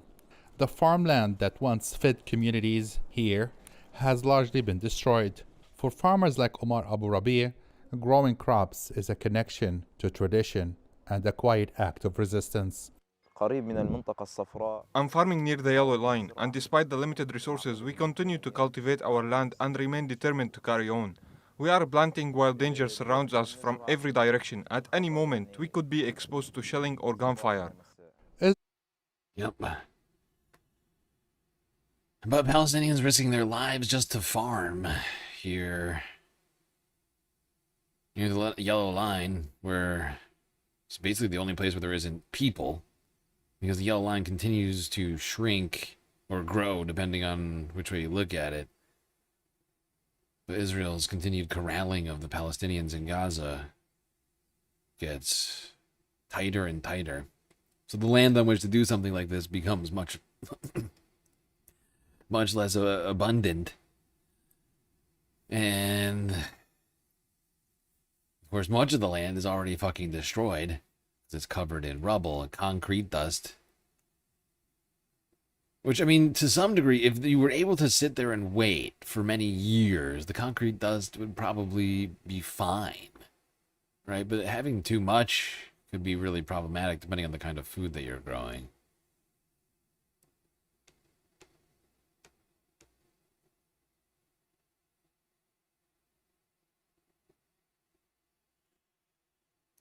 Ay, ay, ay. So much fucking suffering. Meanwhile, our co-leader, J.D. Vance, Vice President of the United States, was off in Switzerland trying to do the diplomacy As it turns out, did not go super well for old couch fucker. I don't know. The news is moving so quick that it's almost not worth necessarily talking about when Iran walked out. But there's been a definitive theme coming out of Switzerland. And it may not matter anymore. All of the parties, it seems like, even our ostensible allies, really tooling on J.D. Vance. I think it was like the Oman a representative took a picture of J.D. Vance on like a little tiny laptop, having to borrow somebody's laptop. That just made it look like he was like an intern. Gosh, I welcome that. They can do propaganda too, and they're doing it better, honestly. Well, the point is that like Donald Trump is up there performing for his constituency, and the problem that we have right now is that no one outside of the United States takes him seriously anymore. So even his madman, like, let's start with number 3. Trey Yingst. He's the correspondent for Fox News in Israel. He'd done some good reporting before, but I believe he got promoted, and now he's kind of just... Yeah, he's changed. He's changed. Trey, buddy. Here he is reporting on what Donald Trump supposedly said.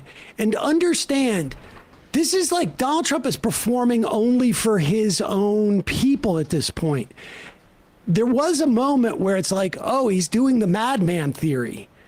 But now they all know this is all taco shit. He is taco because he has no cards to play, as he would say. And I just spoke with President Trump for more than 20 minutes, and he gave some new insight and reaction about the ongoing talks that are taking place in Switzerland and the threats coming from the Iranian regime. President Trump telling Fox News that the U.S. may take over the strait in the future if they have to and collect tolls. The president described this as the United States being the guardian angel of the Strait of Hormuz and the Middle East. And the president said ultimately that would involve the U.S. taking 20% of the oil that passes through the strait. Remember, the U.S. is a guardian angel in the way that Satan is an angel, just completely fallen from heaven. And hey, look, if you're gonna do some guardian angel stuff, you still gotta get. I mean, what too big? You think this red beret get for free? Exactly. Come on, Curtis. You think the Curtis Lewa pays for those 753 cats in his apartment? You think that's free? 2,000 pounds of cat food a month or whatever he has to buy? I mean, come on.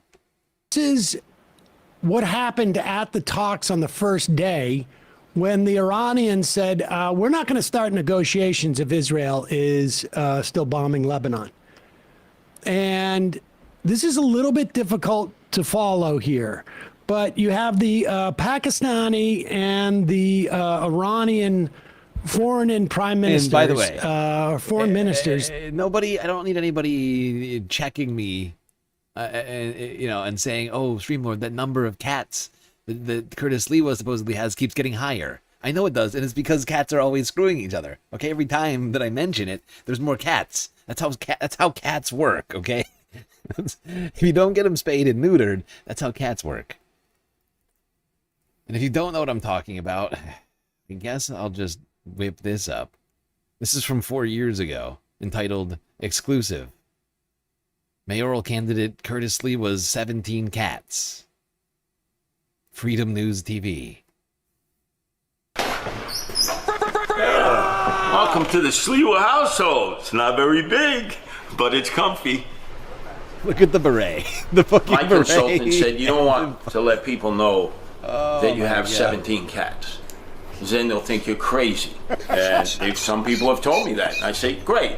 You say crazy, I say eccentric. But in reality, crazy, I say eccentric. Just the man in a beret with 17 cats on his dinner table. Okay. Some people say crazy, some people say eccentric. I say eccentric, says Curtis. And you'll see and I think the two guys standing right there are from Oman, Pakistan and Oman.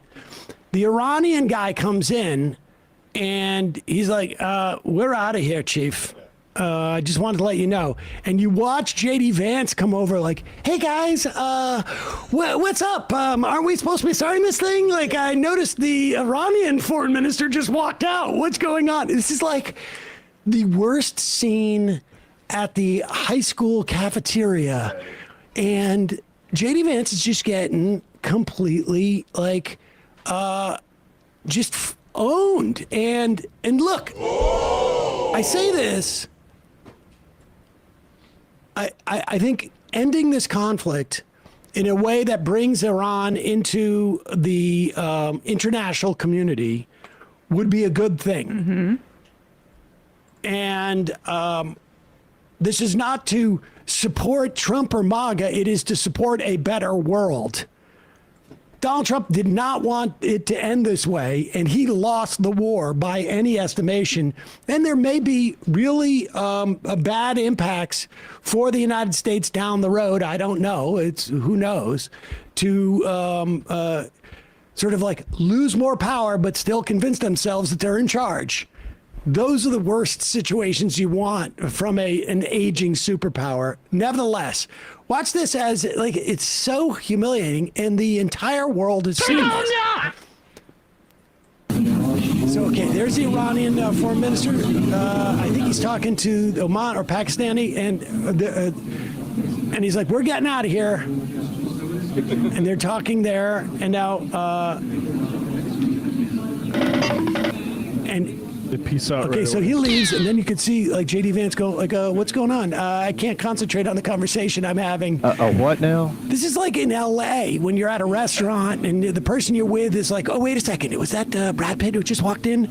Except for the opposite. Donald Trump's been a lot Brad all the Pitt time just with my walk wife. out. Hey guys, what's going on here? And the best is.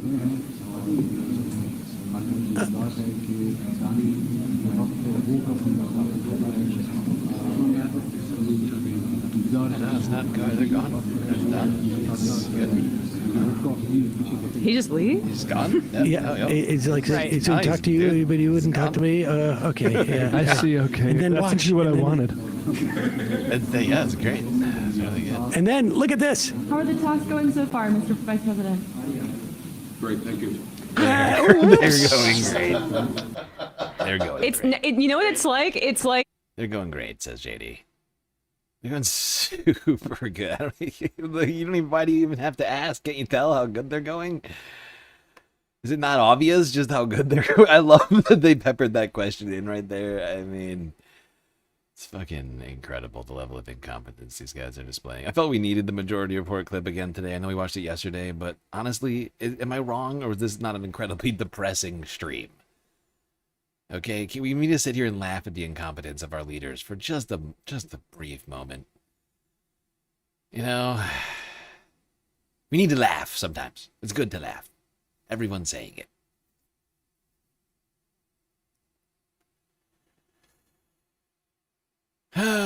People are claiming that JD Vance in his post-diplomatic kerfuffle speech was perhaps rather disingenuous and or mischaracterizing the success and or lack thereof which was had here by America. Let's cross now to Professor Scott Lucas, who's a specialist in American and international politics at University College Dublin. Thank you so much for your time. Interesting.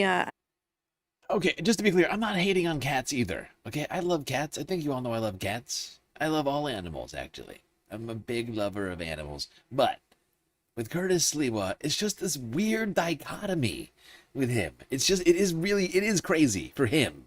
For that guy to have 17 cats, right? Like the guy who runs around in like the red beret, who loves, like who has run for mayor as a Republican.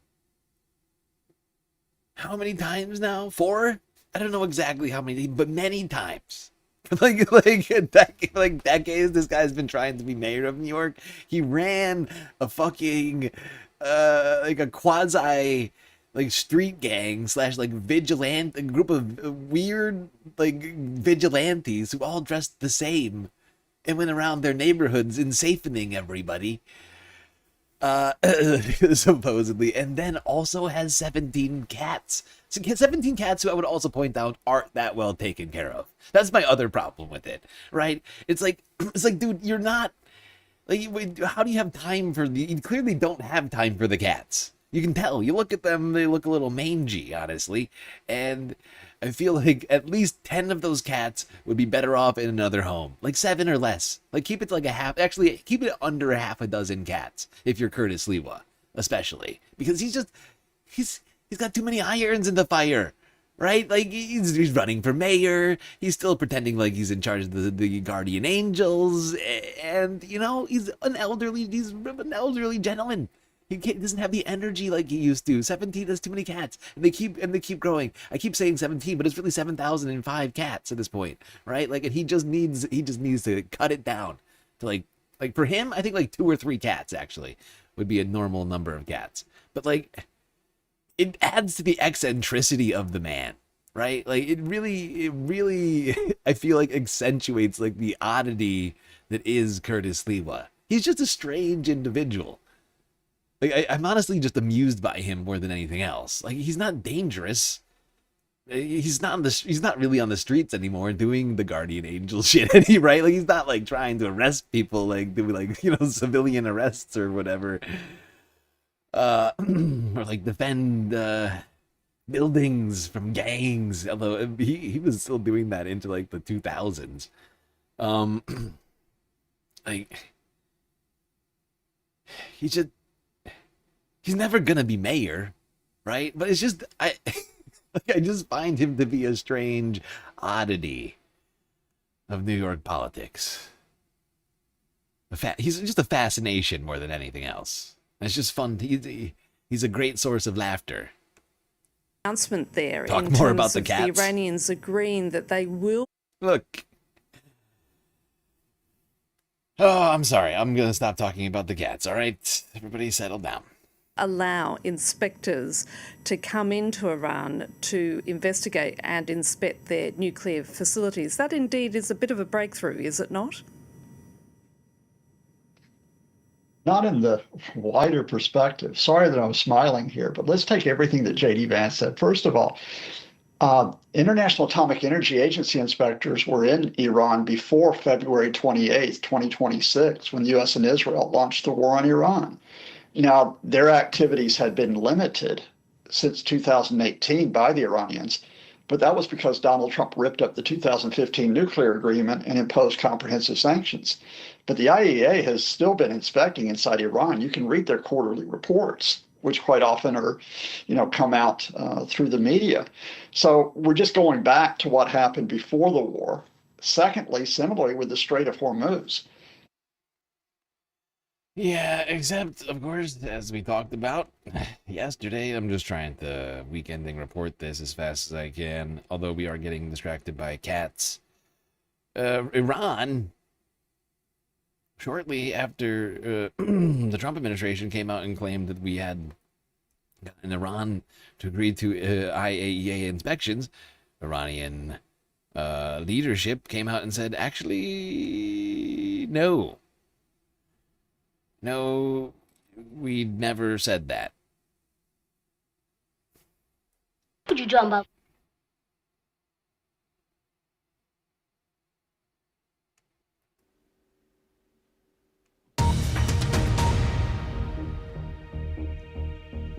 Hello, I'm Ben Brown, and this is the Iran War Today, our daily briefing that brings you up to date with all you need to know on the war and the current peace talks as well. Well, let's start with some of today's key developments. Will agreements reached between the United States and Iran actually hold as arguments emerge over what has been promised over nuclear inspections? Yeah. He would be dangerous in office, though. No, absolutely. But he also, once again, I don't think we're in any danger in New York City for Gracie Mansion to get filled with cats and Lord Curtis Lewa, because I mean, Zoran would have to fuck up so bad. Like, I can't even imagine what Zoran would have to do for people to be like, you know what, we're going in the exact opposite direction. Like skipping over Andrew Cuomo, like fuck, like pushing Andrew Cuomo out of the way and saying like, you know, lifting like Curtis Lewa. I don't know what would happen. Like it would have to be like, I feel like it would have to be a combination. Like Curtis would have to save the city, and Zoran, like from Zoran Mamdani. Like I don't know exactly what it would be, but it would have to be quite a series of events. Like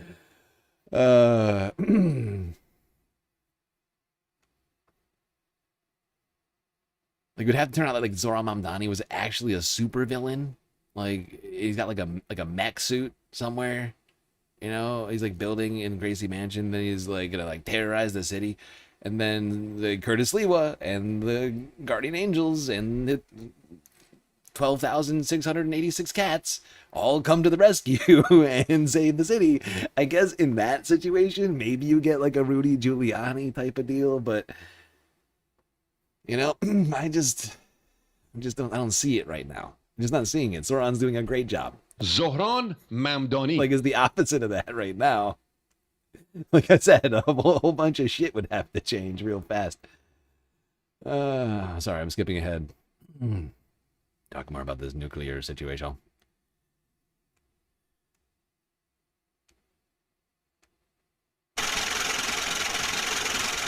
What is that? Columbiarican_9505 just cheered 100 bits.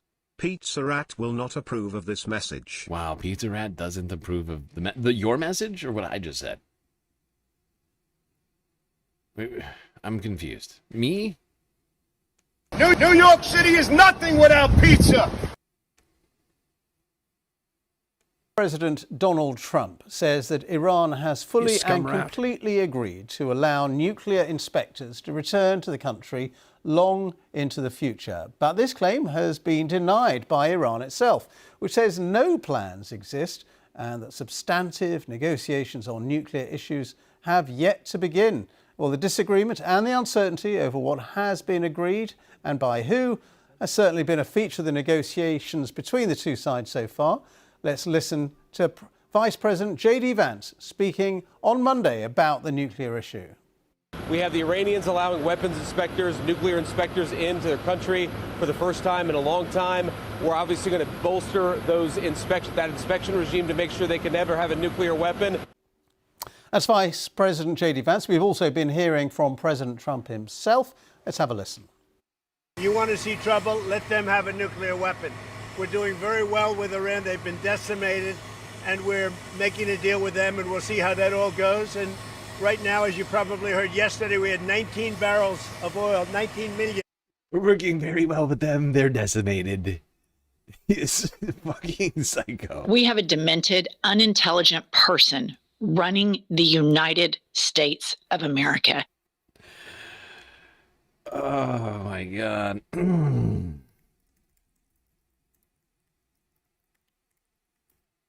Wish casting. He's absolutely wish casting. We're gonna get into some more wish casting in a second. Hold your horses on that one.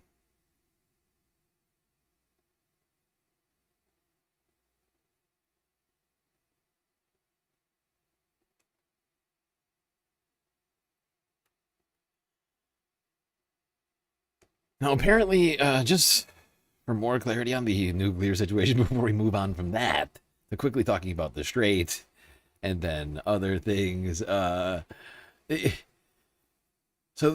Trump administration is saying that there are supposedly IAEA guarantees in this memorandum of understanding. The IAEA, some IAEA, I can't remember who it was at the IAEA that said that supposedly there is a plan for that, but it's not clear whether that's part of the memorandum or if that's part of the proposed plan right now. But of course, Iran saying that no, there is no agreed upon IAEA inspections. And I get the sense that it's just that there is in fact a proposal for that, but it's not yet in the current agreement. I don't know. It's honestly, it's very hard to believe Donald Trump, although he's more believable when the IAEA kind of like is like backing him up on this particular claim. But I don't know. I have a lot of reservations. Like, I think rightfully so. Basically, everything that the Trump administration has said about this war so far has been a lie. At least like 96% of it.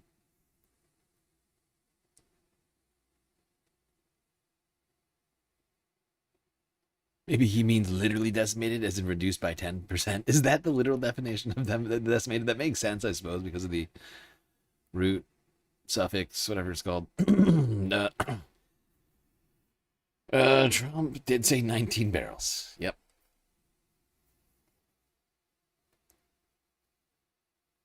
It's a lot of barrels, actually. 19, when you think about it. It's like a couple 100 gallons of gas. Actually, I have no idea how many that is.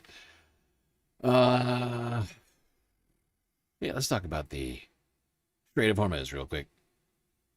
Marco Rubio asked on the tarmac yesterday about the ability of the United States and its allies to guarantee safe passage through the strait on Tuesday. So I do think it's covered by the MOU, and it is an issue that will be gotten to at the appropriate time in these negotiations. Let me ask you about Hormuz, if possible. Can the U.S. and allies, can they guarantee navigation, freedom of navigation in the state? Well, that's the law. It's an international waterway. No country is allowed to charge tolls or fees. Right. Now, as we mentioned before, I'll mention again, it's not actually an international waterway. It was just an agreed upon. It was a long agreed upon open waterway. An agreement between the two countries who share this body of water via their territorial waters. Iran and Oman. It's just another lie from Little Marco, unfortunately. Don't worry about it, Little Marco. Gentlemen.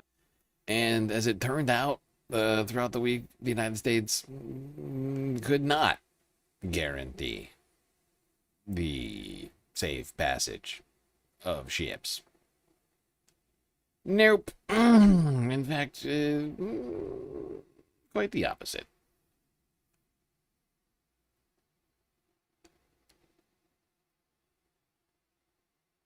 Let's go here. Yesterday, wait, which one did we go to first?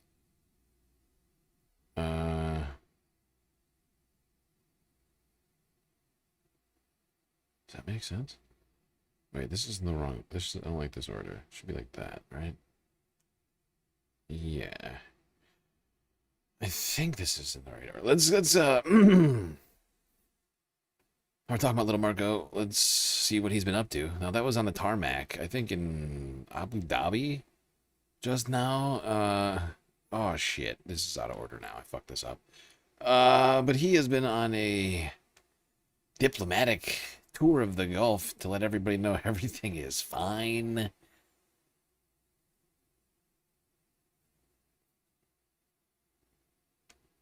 Going to talk to Sultan Barakat. He's a professor of public policy at Hamad bin Khalifa University. He's joining us from London. Very good to have you with us on Al Jazeera. Let's talk about this latest incident that we've seen in the Strait with a ship being hit by, reportedly by a projectile. What do you think this means for the reassurances that the U.S. Secretary of State, Marco Rubio, has been trying to give to the Gulf states over the last 48 hours? Well, I think the reassurances he's trying to give them is not just about the Strait of Hormuz. It's about the presence of United States forces in the region and the relationship between the United States and the Gulf states.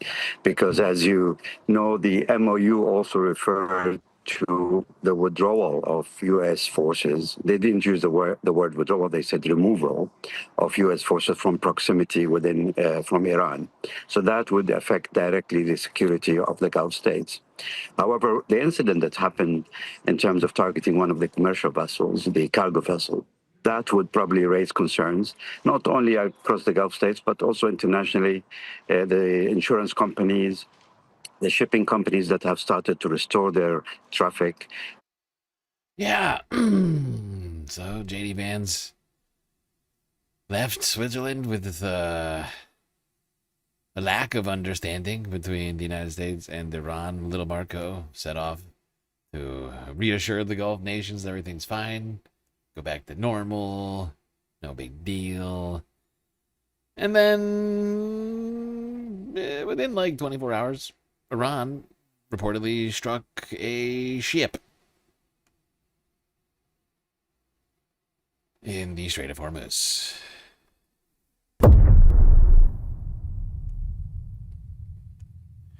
Here's CNN from yesterday.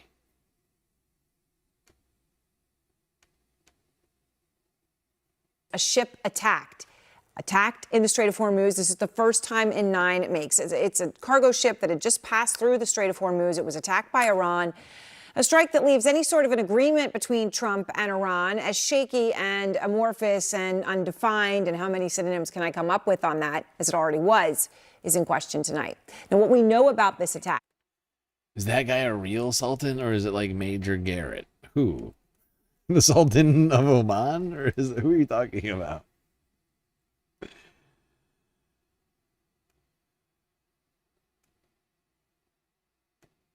That a cargo ship was hit by a one-way attack drone, according to the Wall Street Journal, which also reports that the Iranian Revolutionary Guard Corps was responsible. Now, Tehran is just showing the obvious here, though, but this action speaking louder than any word, showing that, yes, they are still in control of the Strait of Hormuz. They can shut it down whenever they want, despite what Trump just claimed. As long as they respect us, I don't want to use the word fear, because that's an inappropriate word. But as long as they respect us, we're not going to have any trouble. We have total control of the strait. Now, obviously, if you have total control of the strait, other countries aren't bombing ships in the strait. Okay, that's just to state the obvious. And it's not the only thing that we've been pointing out, that Iran and the United States are just having completely different tales about. Trump says there's not going to be any nuclear. I mean, that there will be nuclear inspectors inside Iran. I'm sorry. Iran is adamant that there will not be. Iran's president. Well, I mean, he's saying there'll be no nuclear dust. So I guess that's technically not wrong. And in fact, I think he's actually literally said the sentence, there will be no nuclear. But he means that there will be no nuclear dust, which is a thing he likes to say that nobody ever said before he said it. Now we're all saying it, even though it's really just sort of a nonsense term that means nothing. I mean, we know what it means technically, but it's very stupid. It does not make a lot of sense. Yeah. And, wait, what happened to this clip?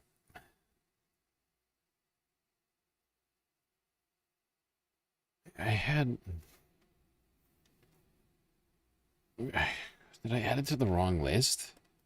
I had another clip because apparently the United States, like within, like, earlier this evening, struck Iran. I could have sworn I added a fucking clip here on this situation. Oh damn, the winds in Utah are picking up, and that wildfire is gonna get so bad. Both of those wildfires are gonna get so bad right now. Oh, that's not good.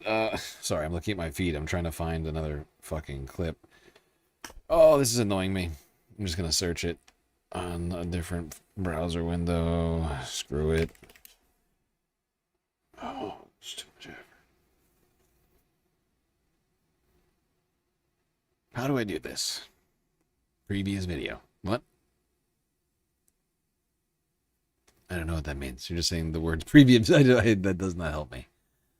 I'm afraid that does not help me.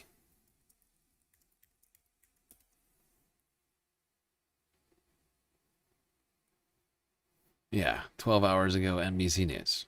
U.S. strikes Iran after reported attack on commercial vessel in the We have a Strait. bit of breaking news. The U.S. has struck Iran in response to the attack on that commercial vessel in the Strait yesterday we told you about earlier. Back with us now is NBC News reporter Gutierrez. What do we know about the specifics of this strike by the U.S.? Yeah, so the U.S. military, they're calling this, as you said, a direct response to the Iranian drone strike on a commercial ship in the Strait of Hormuz yesterday. So the U.S. is saying this is basically a pretty proportional response to that strike. They hit things like Iranian missile and drone storage facilities, coastal radar sites. Why this may sound familiar to you, Garrett, is because this is very similar to the pattern that we were seeing several weeks ago before that memorandum of understanding was signed on June 17th in Versailles. Iran would fire, in many cases, it was these sorts of one-way attack drones. In some cases, it was these small, fast attack boats. And then in some cases, it was even surface-to-air missiles. But they were firing them at ships that were trying to transit through the Strait of Hormuz. The U.S. military was often responding, often shooting some of those down, even targeting some of those fast boats. And then after sort of a big... Yeah, but apparently multiple commercial shipping vessels turned back. Iran wasn't just firing on vessels, it was also warning vessels not to proceed. And I think that the strait has basically gone back to just being closed again. Iran is asserting their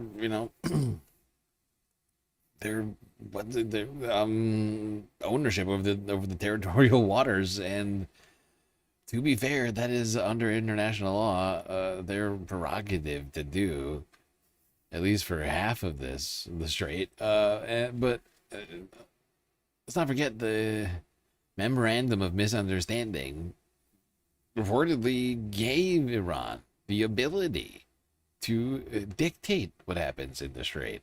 So it's confusing. It's a little confusing to me why the United States would have an issue with Iran. It's like we signed something and something we don't understand or weren't actually prepared to hold up or tolerate, I guess.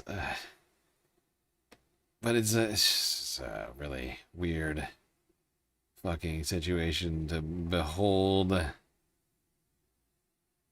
It's almost like we've been told over and over again that this thing was just going to be real quick, and it's just going to, it feels more and more now like it's going to continue into infinitum. Like, when's it going to end? You tell me. This is feeling pretty never-ending, forever war, I think is the word that's coming to mind right now. Term. Feeling very forever-y, if you will. Let's quickly talk about this. With CNN's Abby Phillips roundtable extravaganza. Whose deal was better? Donald Trump's? Or the memorandum? Is memorandum versus JCPOA? Barack Obama versus Donald Trump? Republicans criticized President Obama's nuclear deal, claiming it gave billions in cash to Iran. It actually was their own assets that were unfrozen. But Trump today said that he has lifted sanctions on the sale of Iranian oil for the next 60 days. And for the first time in decades, the United States is allowing oil to be imported into this country. I don't know if it's a breakthrough. I think the reason why it's being framed that way is obviously political. They're looking for a win in front of the American public who've been not convinced that this was the right thing to do. I think some of this is just simply premature, both coming from J.D. Vance, but also critics of this. We don't actually know what the plan is. We don't know what this deal is going to look like in 60 I love this. I love this framing from this guy. You know, look, I could defend it, but I wouldn't want to get ahead of myself by defending a deal that I don't even know. You know, like I'm not gonna defend the current details that do exist in the public sphere, because I could be wrong in a few weeks from now or whenever this deal is actually signed and officialized. It makes sense. I mean, it's exactly what you do when you have the face of this guy, right? Where you have no answer, like that is good narrative wise, where the actual answer, the truthful answer is this deal's bad. and it's worse than the JCPOA, and Obama is laughing right now with Michelle. I hope that it's something different than what we've had in the past. I am amongst the conservative critics of the MOU, but I'm also understanding that that's all it is. It's just a memorandum. They just keep saying it's just a memorandum. Is it terrible? I can't even say for sure, but it's just a memorandum of understanding anyway, so why are we even talking about it? Yes, I love that. I do love that vibe.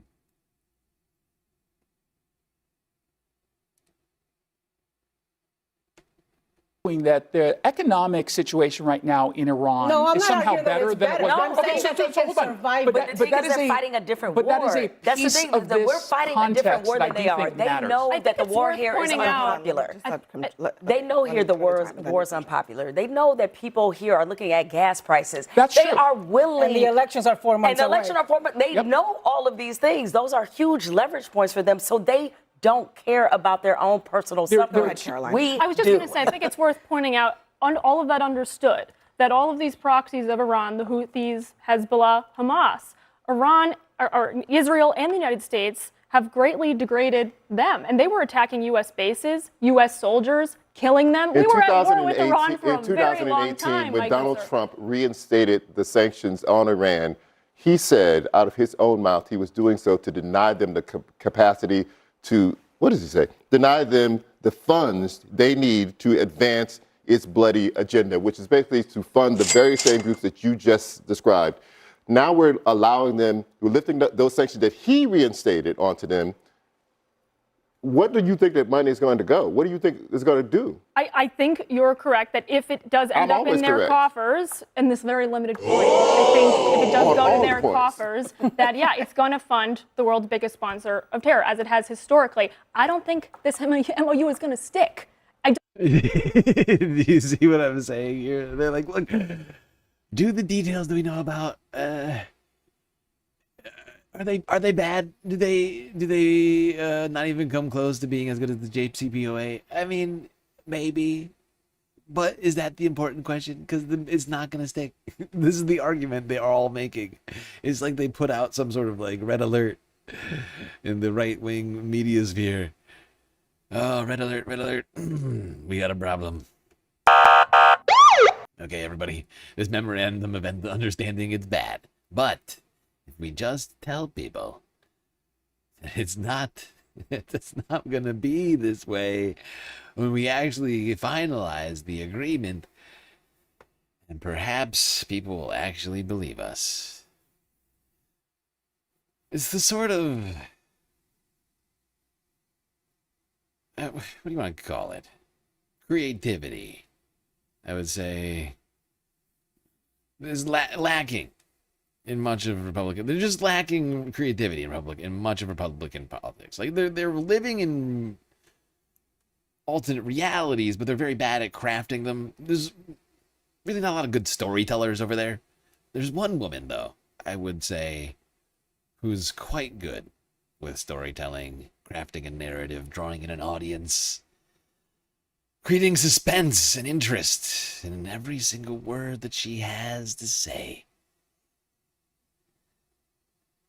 Of course, talking about the top views getter queen of the interwebs, Candace frickin' Owens, who's got some fascinating theories vis-a-vis Israel, which I think we're going to end the Middle East discussions of the evening on here with the Majority Report.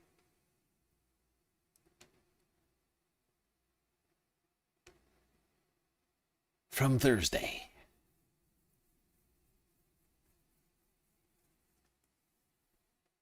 How about a little Candace Owens? Because she's kind of dragging Tucker Carlson into some deeper waters than maybe he even wants to be in, because she's now claiming that she had blacked out last year when she did a bunch of media, including Tucker Carlson's show, and had forgotten some very interesting tidbits that happened off camera. Wait, hold on. Oh my gosh. What do you mean she blacked out? From drinking or from... From having a child, I think, is part of it. Charlie getting killed.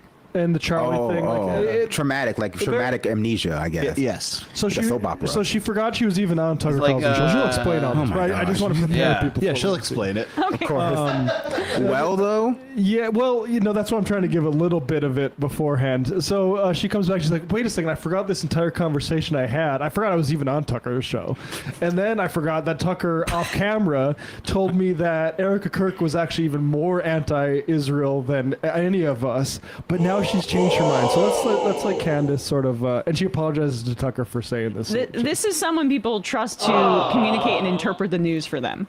Yes, well, this is a principled anti-Zionist, Candace Owens.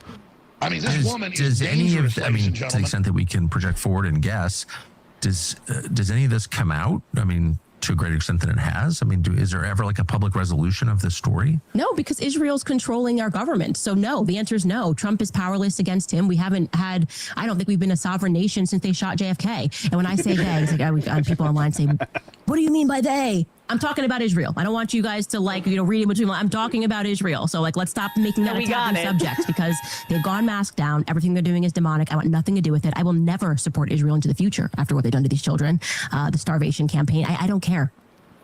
Oh my God.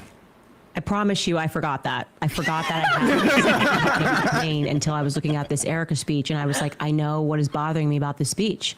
What's bothering me about this speech is that when I got off air with Tucker, obviously you just have chatter, chatter in the air, about everything you just discussed and what's happening and everything you said there. Obviously. We're talking about Epstein. And Tucker said to me, and I'm obviously, I'm not going to get this verbatim, but he was like, yeah, he talked about his SAS speech and he just said they're taking money from Charlie because of this whole speech. And I was like, yeah, Charlie's kind of coming over to our side. He's really had an awakening about this. It's crazy that I forgot this, but it's the second part of what he said to me. He said, I just had dinner with him and Erica. They were just here. I think he said last night. I kid you not. It was, they were just there in Maine having dinner with Tucker. I remember this. I am 1000% certain. Days within me, it was like Charlie was there and then I was there.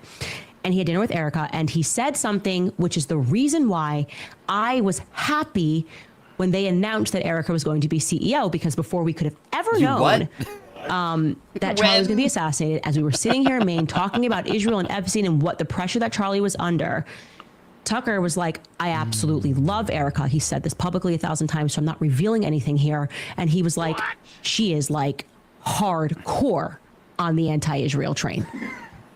And that she had gone in on dinner about everything. And that, this is who Erica was. And I was like, oh, wow. I actually never got to spend that kind of time with her. I know Charlie's coming to the other side, but I never really speak to Erica like that. Wow. And they had this dinner in the midst of all of this SAS stuff. And I happened to be in Maine. And when I look at that and I plot that on the timeline, it convinces me that Erica is a psychopath. Okay, objection. First of all, I don't remember at any time that Candace was happy that Erica was the CEO. I don't recall a time at that. She forgot. Oh, yes. You were so upset about Charlie Kirk that you don't remember that much. I also blacked. Everybody, the entire internet forgot about that because it doesn't. That content does not exist.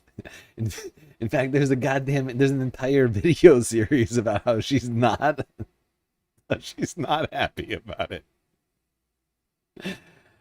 But the fact is Candace, as I said, she has a gift. That gift is storytelling. Okay, this is retconning. Okay, this is a storytelling device, often used by DMs in a D&D and Dungeons and Dragons campaign. He's like, oh, actually, your backstory actually makes I can't even think of a good. I'm not as good as Candace. Okay, Candace has it. Okay, and she can craft a alternate timeline in real time on her show in front of a live audience. And I don't know what portion, but I think some large portion of them are like, yeah, that makes sense. And just kind of move about their day. Oh, she is a special one though, really. Well, you know, she can take a situation that doesn't make any sense and rewrite the past in a way that somehow helps her with her narrative doing. Columbiarican_9505 just cheered 100 bits. This is a public announcement. Did you know that the majority of the cat population in the entire world reside in Curtis Lewa small NYC apartment? Now you know. This has been a public announcement. Thank you, Columbia Regan, for the bits in the public service announcement. That sounds right. Because I'm pretty sure there's at least 11 million domesticated cats living in Curtis Lewa's apartment last time I checked. I know that number's not getting bigger. I don't know what you're talking about.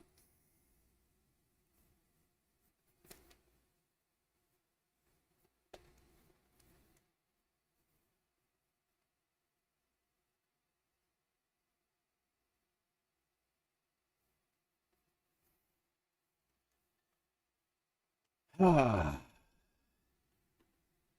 here's the latest on Lebanon. Apparently, according to a Lebanese MP, the government cannot enforce a deal without risking civil war. Here's the latest from Al Jazeera live stream. Yep, we made it this far. Live stream time. Time showing the violation of the Lebanese sovereignty, it will be difficult with all those elements to consider that there are signs of positive developments in the few coming weeks. So there are lots of elements that will keep us waiting for more details, for more development, and for an evolution on the ground to see whether the US will put pressure on the Israelis to withdraw, to respect some of the commitments, but there is nothing mentioning a full withdrawal until today.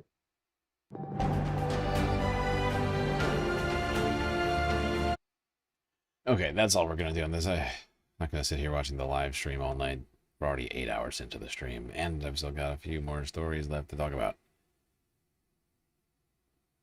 Yeah. First, in North Korea, where Kim Jong-un unveiled the latest commissioned 5,000-ton warship, now the biggest in the fleet.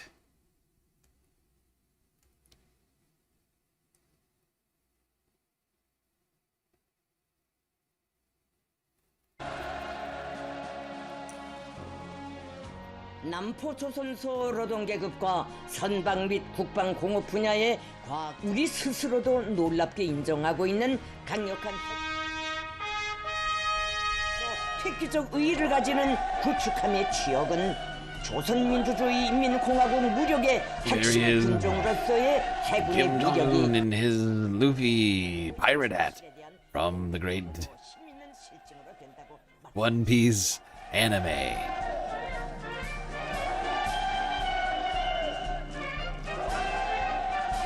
김정은 동지께서는 구축함 최연호가 백전로장의 성함을 아로새긴 전함답게 창군 세대의 위대한 정신과 무쌍한 영감성, 백성의 전통을 굳건히 계승하여 조국 수호의 항로에 승리의 항적만을 새겨가리라는 믿음과 기대를 표시하시면서 구축함 There we go. Kim Jong-un posing like a One Piece pirate on his latest success, 5,000-ton warship.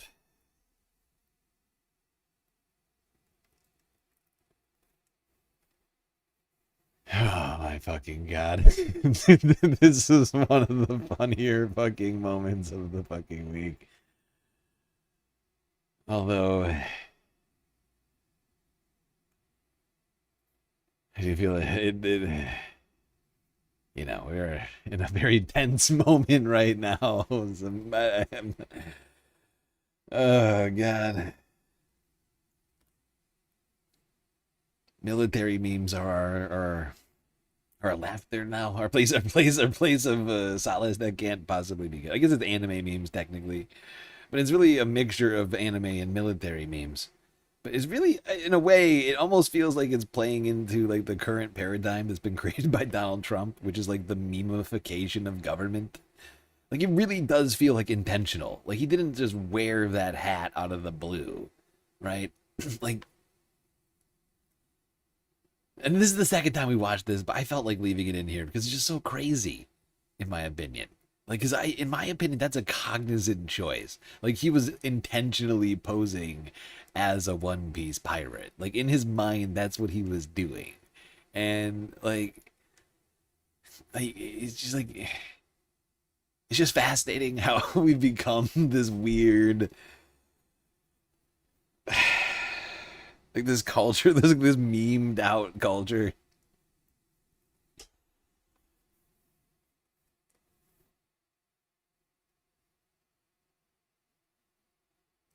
Kim Jong-un is nothing like Luffy. I know he's nothing like Luffy. That's the other thing about it. It's rather, I mean, I didn't want to point that one out, but yeah, there's a lot of differences between there's a lot of the really abject differences between their timelines.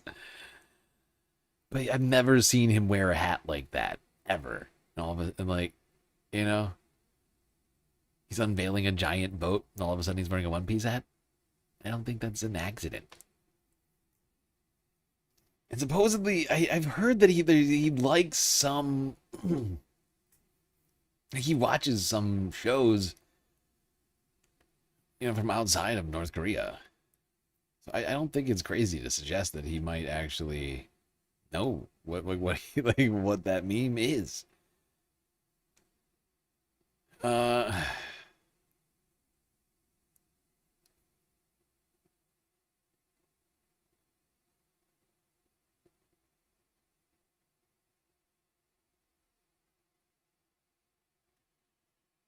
Now, down in South Korea, the government announced its intention to train 500,000 drone warriors. What? Yeah. Here's Reuters. Nope. Yep. From 23 hours ago. South Korea will rapidly expand its drone and counter-drone capabilities to counter North Korea. That is according to Defense Minister An Gyu-baek speaking on Friday. The Defense Ministry will actively pursue a policy to train 500,000 drone warriors so that all personnel can develop the ability to use drones as a second personal weapon. The military initially planned to produce 110,000 drones by 2029, but later revised the figure to around 60,000. The goal is to make drones standard gear for soldiers across different services. The announcement comes as both Koreas accelerate efforts to build drone capabilities, drawing lessons from recent conflicts in Ukraine and the Middle East. The new plan includes expanding counter-drone systems such as lasers and high-power microwave weapons. Yep, we are now living in an era of drone warfare. North Korea, an unprecedented move looking to train 500,000 pilots.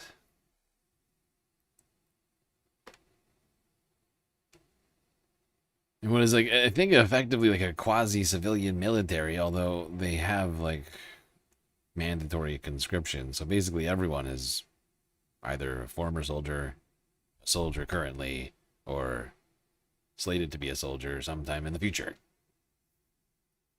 Now, before we leave South Korea,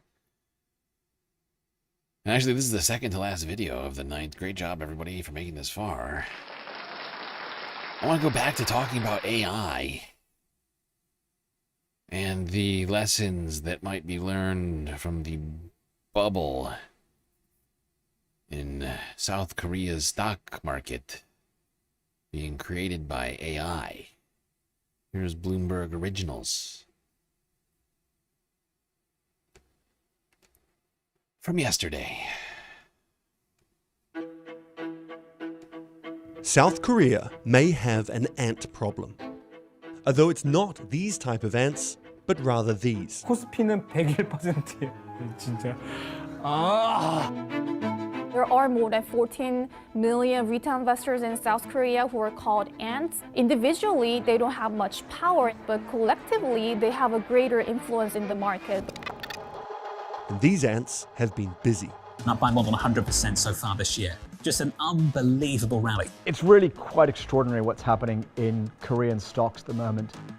The Kospi index, which tracks Korea's public companies, climbed 200% over the last 12 months. Compare that to other major markets like the S&P or even the Nasdaq, and Korea's performance blows them out of the water. That means it has more than tripled over the past 12 months. Retail investors, they've been the main driver of the Kospi. We can see signs of being a little bit maniac and a lot of people borrowing money to invest in stocks. And amid the mania is a mounting fear that a bubble will soon burst. The AI bubble debate is absolutely raging right now. South Korea is one of the biggest beneficiaries of the global AI trade because it has two of the world's largest memory chip makers. Korean stocks are really maximizing being beneficiaries of the AI capex bubble. That's the amount of money that's pouring in around the world, but particularly in the US from the mega cap stocks into building AI data centers.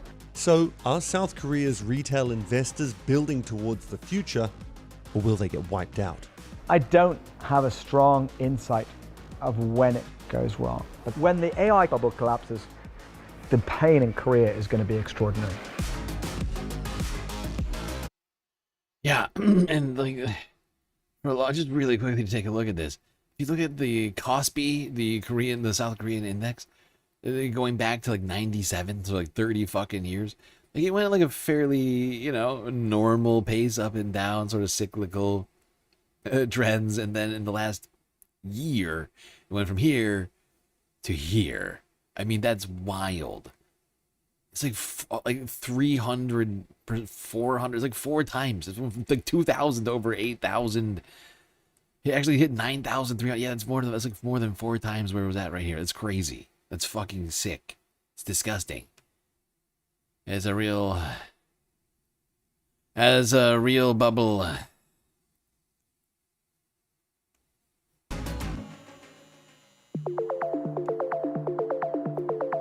AI investment is in hyperdrive. 2025 saw the 4 biggest US tech companies, Amazon, Google, Meta, and Microsoft, spending $376 billion on capital expenditures. And the industry is on track to spend a whopping $725 billion in 2026. Data centers need memory chips, the specialized semiconductors that store and rapidly feed information to AI processors. The design and manufacture of these critical components is dominated by 2 Korean companies, Samsung Electronics and SK Hynix. The scale of gains we're seeing are really quite extraordinary. At points this year, Samsung has seen its stock rise 500%, while SK Hynix has surged more than 1,000%. In 2025, Taiwan's TSMC outperformed SK Hynix and Samsung, but this is expected to change with TSMC being overtaken by its rivals. We're really seeing... Yeah, and here's the thing about all this, right? The fact is we've been seeing similar gains in the United States' biggest companies, but since the US has a much broader stock market, right? Like the indexes have way more companies in them because unlike in South Korea, we have a little bit more competition here. Although, as of course we all know, that competition is being eroded so fucking fast. I mean, it's crazy. And the market concentration is getting so bad right now in such a small portion of companies that we are hurtling towards a very similar situation right now, where the vast majority of all of the stock market gains have been seen in a tiny portion of stocks that are all dependent on AI doing like the things that it's been claiming it's gonna do. And as it turns out, Koreans are chasing investments gains, young South Koreans who see opportunity slipping away, see the stock market now as a way of potentially solving some of their financial problems. 보도록 하겠습니다. 야. 지금은 누가 보더라도 불장이잖아요. Chun Shuk-jae, known as Shuka, is a well-known social media personality or finfluencer. He says the ants are just trying to get ahead. 나도 이번에 성공해야 돼. 이번에 성공하지 못하면 야 나는 뒤처지는 거야. 이런 There's an adversity where people think I have to succeed. Right now, a lot of people are taking out loans, using leverage. Investing in the stock market can be risky, especially if debt's part of the equation. Despite profiting from the market, this investor didn't want her face to be shown because she hadn't told her family about the scale of her investing or the leverage she'd taken on. 어떻게 보면 도박을 하고 있다라고 취급을 받을 수도 있을 것 같아서. I feel like I might be treated as a gambler since I haven't succeeded yet. I hesitated to show my face. 한 150% 정도. I've seen returns of about 150%. This investor has seen their portfolio's value rise to $655,000 US.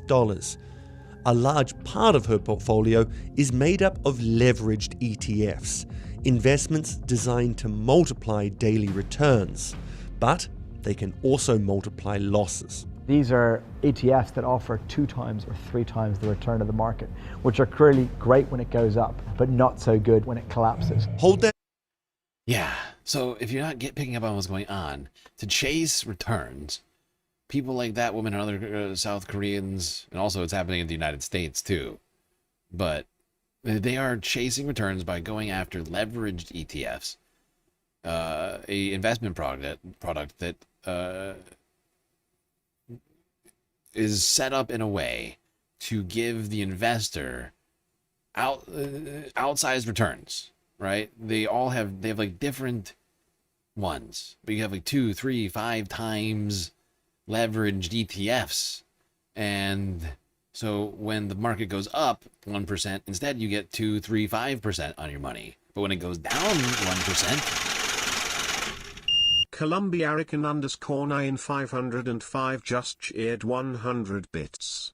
Hot take, you know why South Korea is having a boom? Because their zombie movies are the best. No one does better zombie movies than South Koreans. Just saying. Oh, and K-pop is awesome. I see. Yes, right. Good point. Good point. But anyway, when those losses can start piling up quickly, and we've seen a slight downtick in the Korean stock market, and by slight, I mean there was like a 10% down day. We talked about it, like it was like the beginning of the week, I think, or was it last week? It was like last Friday, maybe. So there was some very volatile swings in the market lately, and probably people getting all levered up on leveraged ETFs might have something to do with that.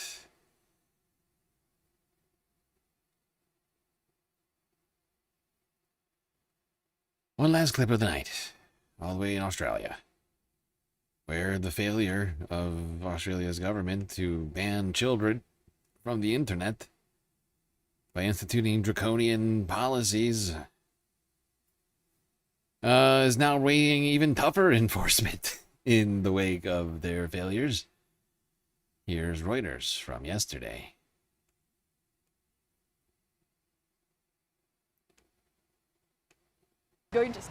Australia is considering tougher enforcement of its world-first social media ban for children.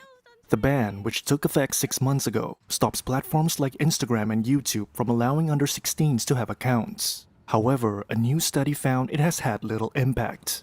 When the ban started in December, millions of accounts were reportedly closed, but parents and studies say teenage use has barely changed. A paper published in the British Medical Journal this week said 85% of Australians aged 12 to 15 were still using social media 3 months after the ban. The study of 408 adolescents showed that many simply lied about their age. On Friday, Australia's Prime Minister Anthony Albanese explained why the government will review the law. What we want to do is to make sure that the laws are as strong as possible and that they will withstand any legal challenges which are made. These are not uncontroversial.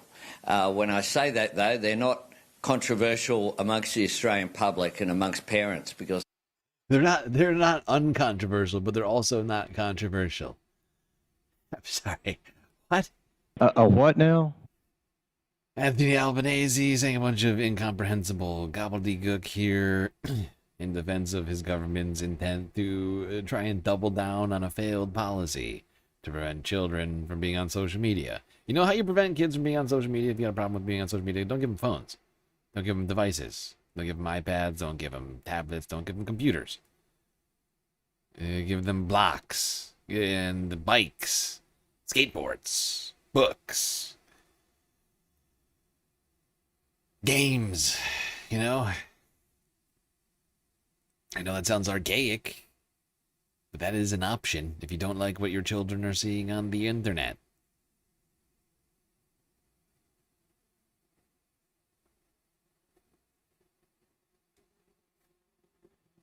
I'll say, Sam's, that was the weekend report. Boy, oh boy.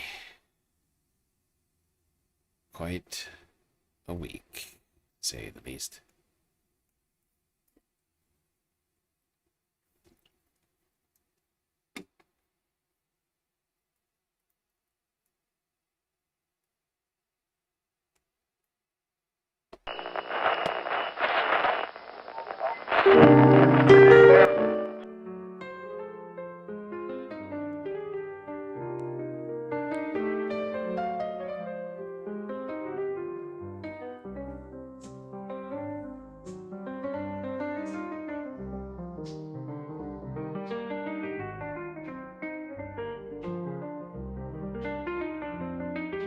Well, we got through another stream. It was quite long and also difficult, but thankfully we had each other to get through it. Till I see you next. You stay classy, Galactic Stream Nation.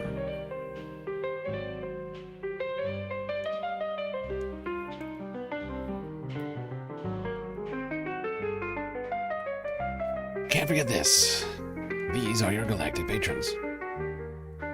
Gabby, Goth Dogs, Aaron W, Schmegley, PB, Midi, Afroponics, Narwhal by Nature, Interplanet Janet, God Cat, Robot Cat, Disco Wolf, Callie Braiding, Sammy, Geodragon, The Anti-Corporatist, Obsessive Audio, Moeno Up, Nadia, Choki, Scout, Selena, Omegastar, Sasha G, Pitchforks Dragon, Vincent Morales, Donald James X, Evan from Portland, Lovely Pariah,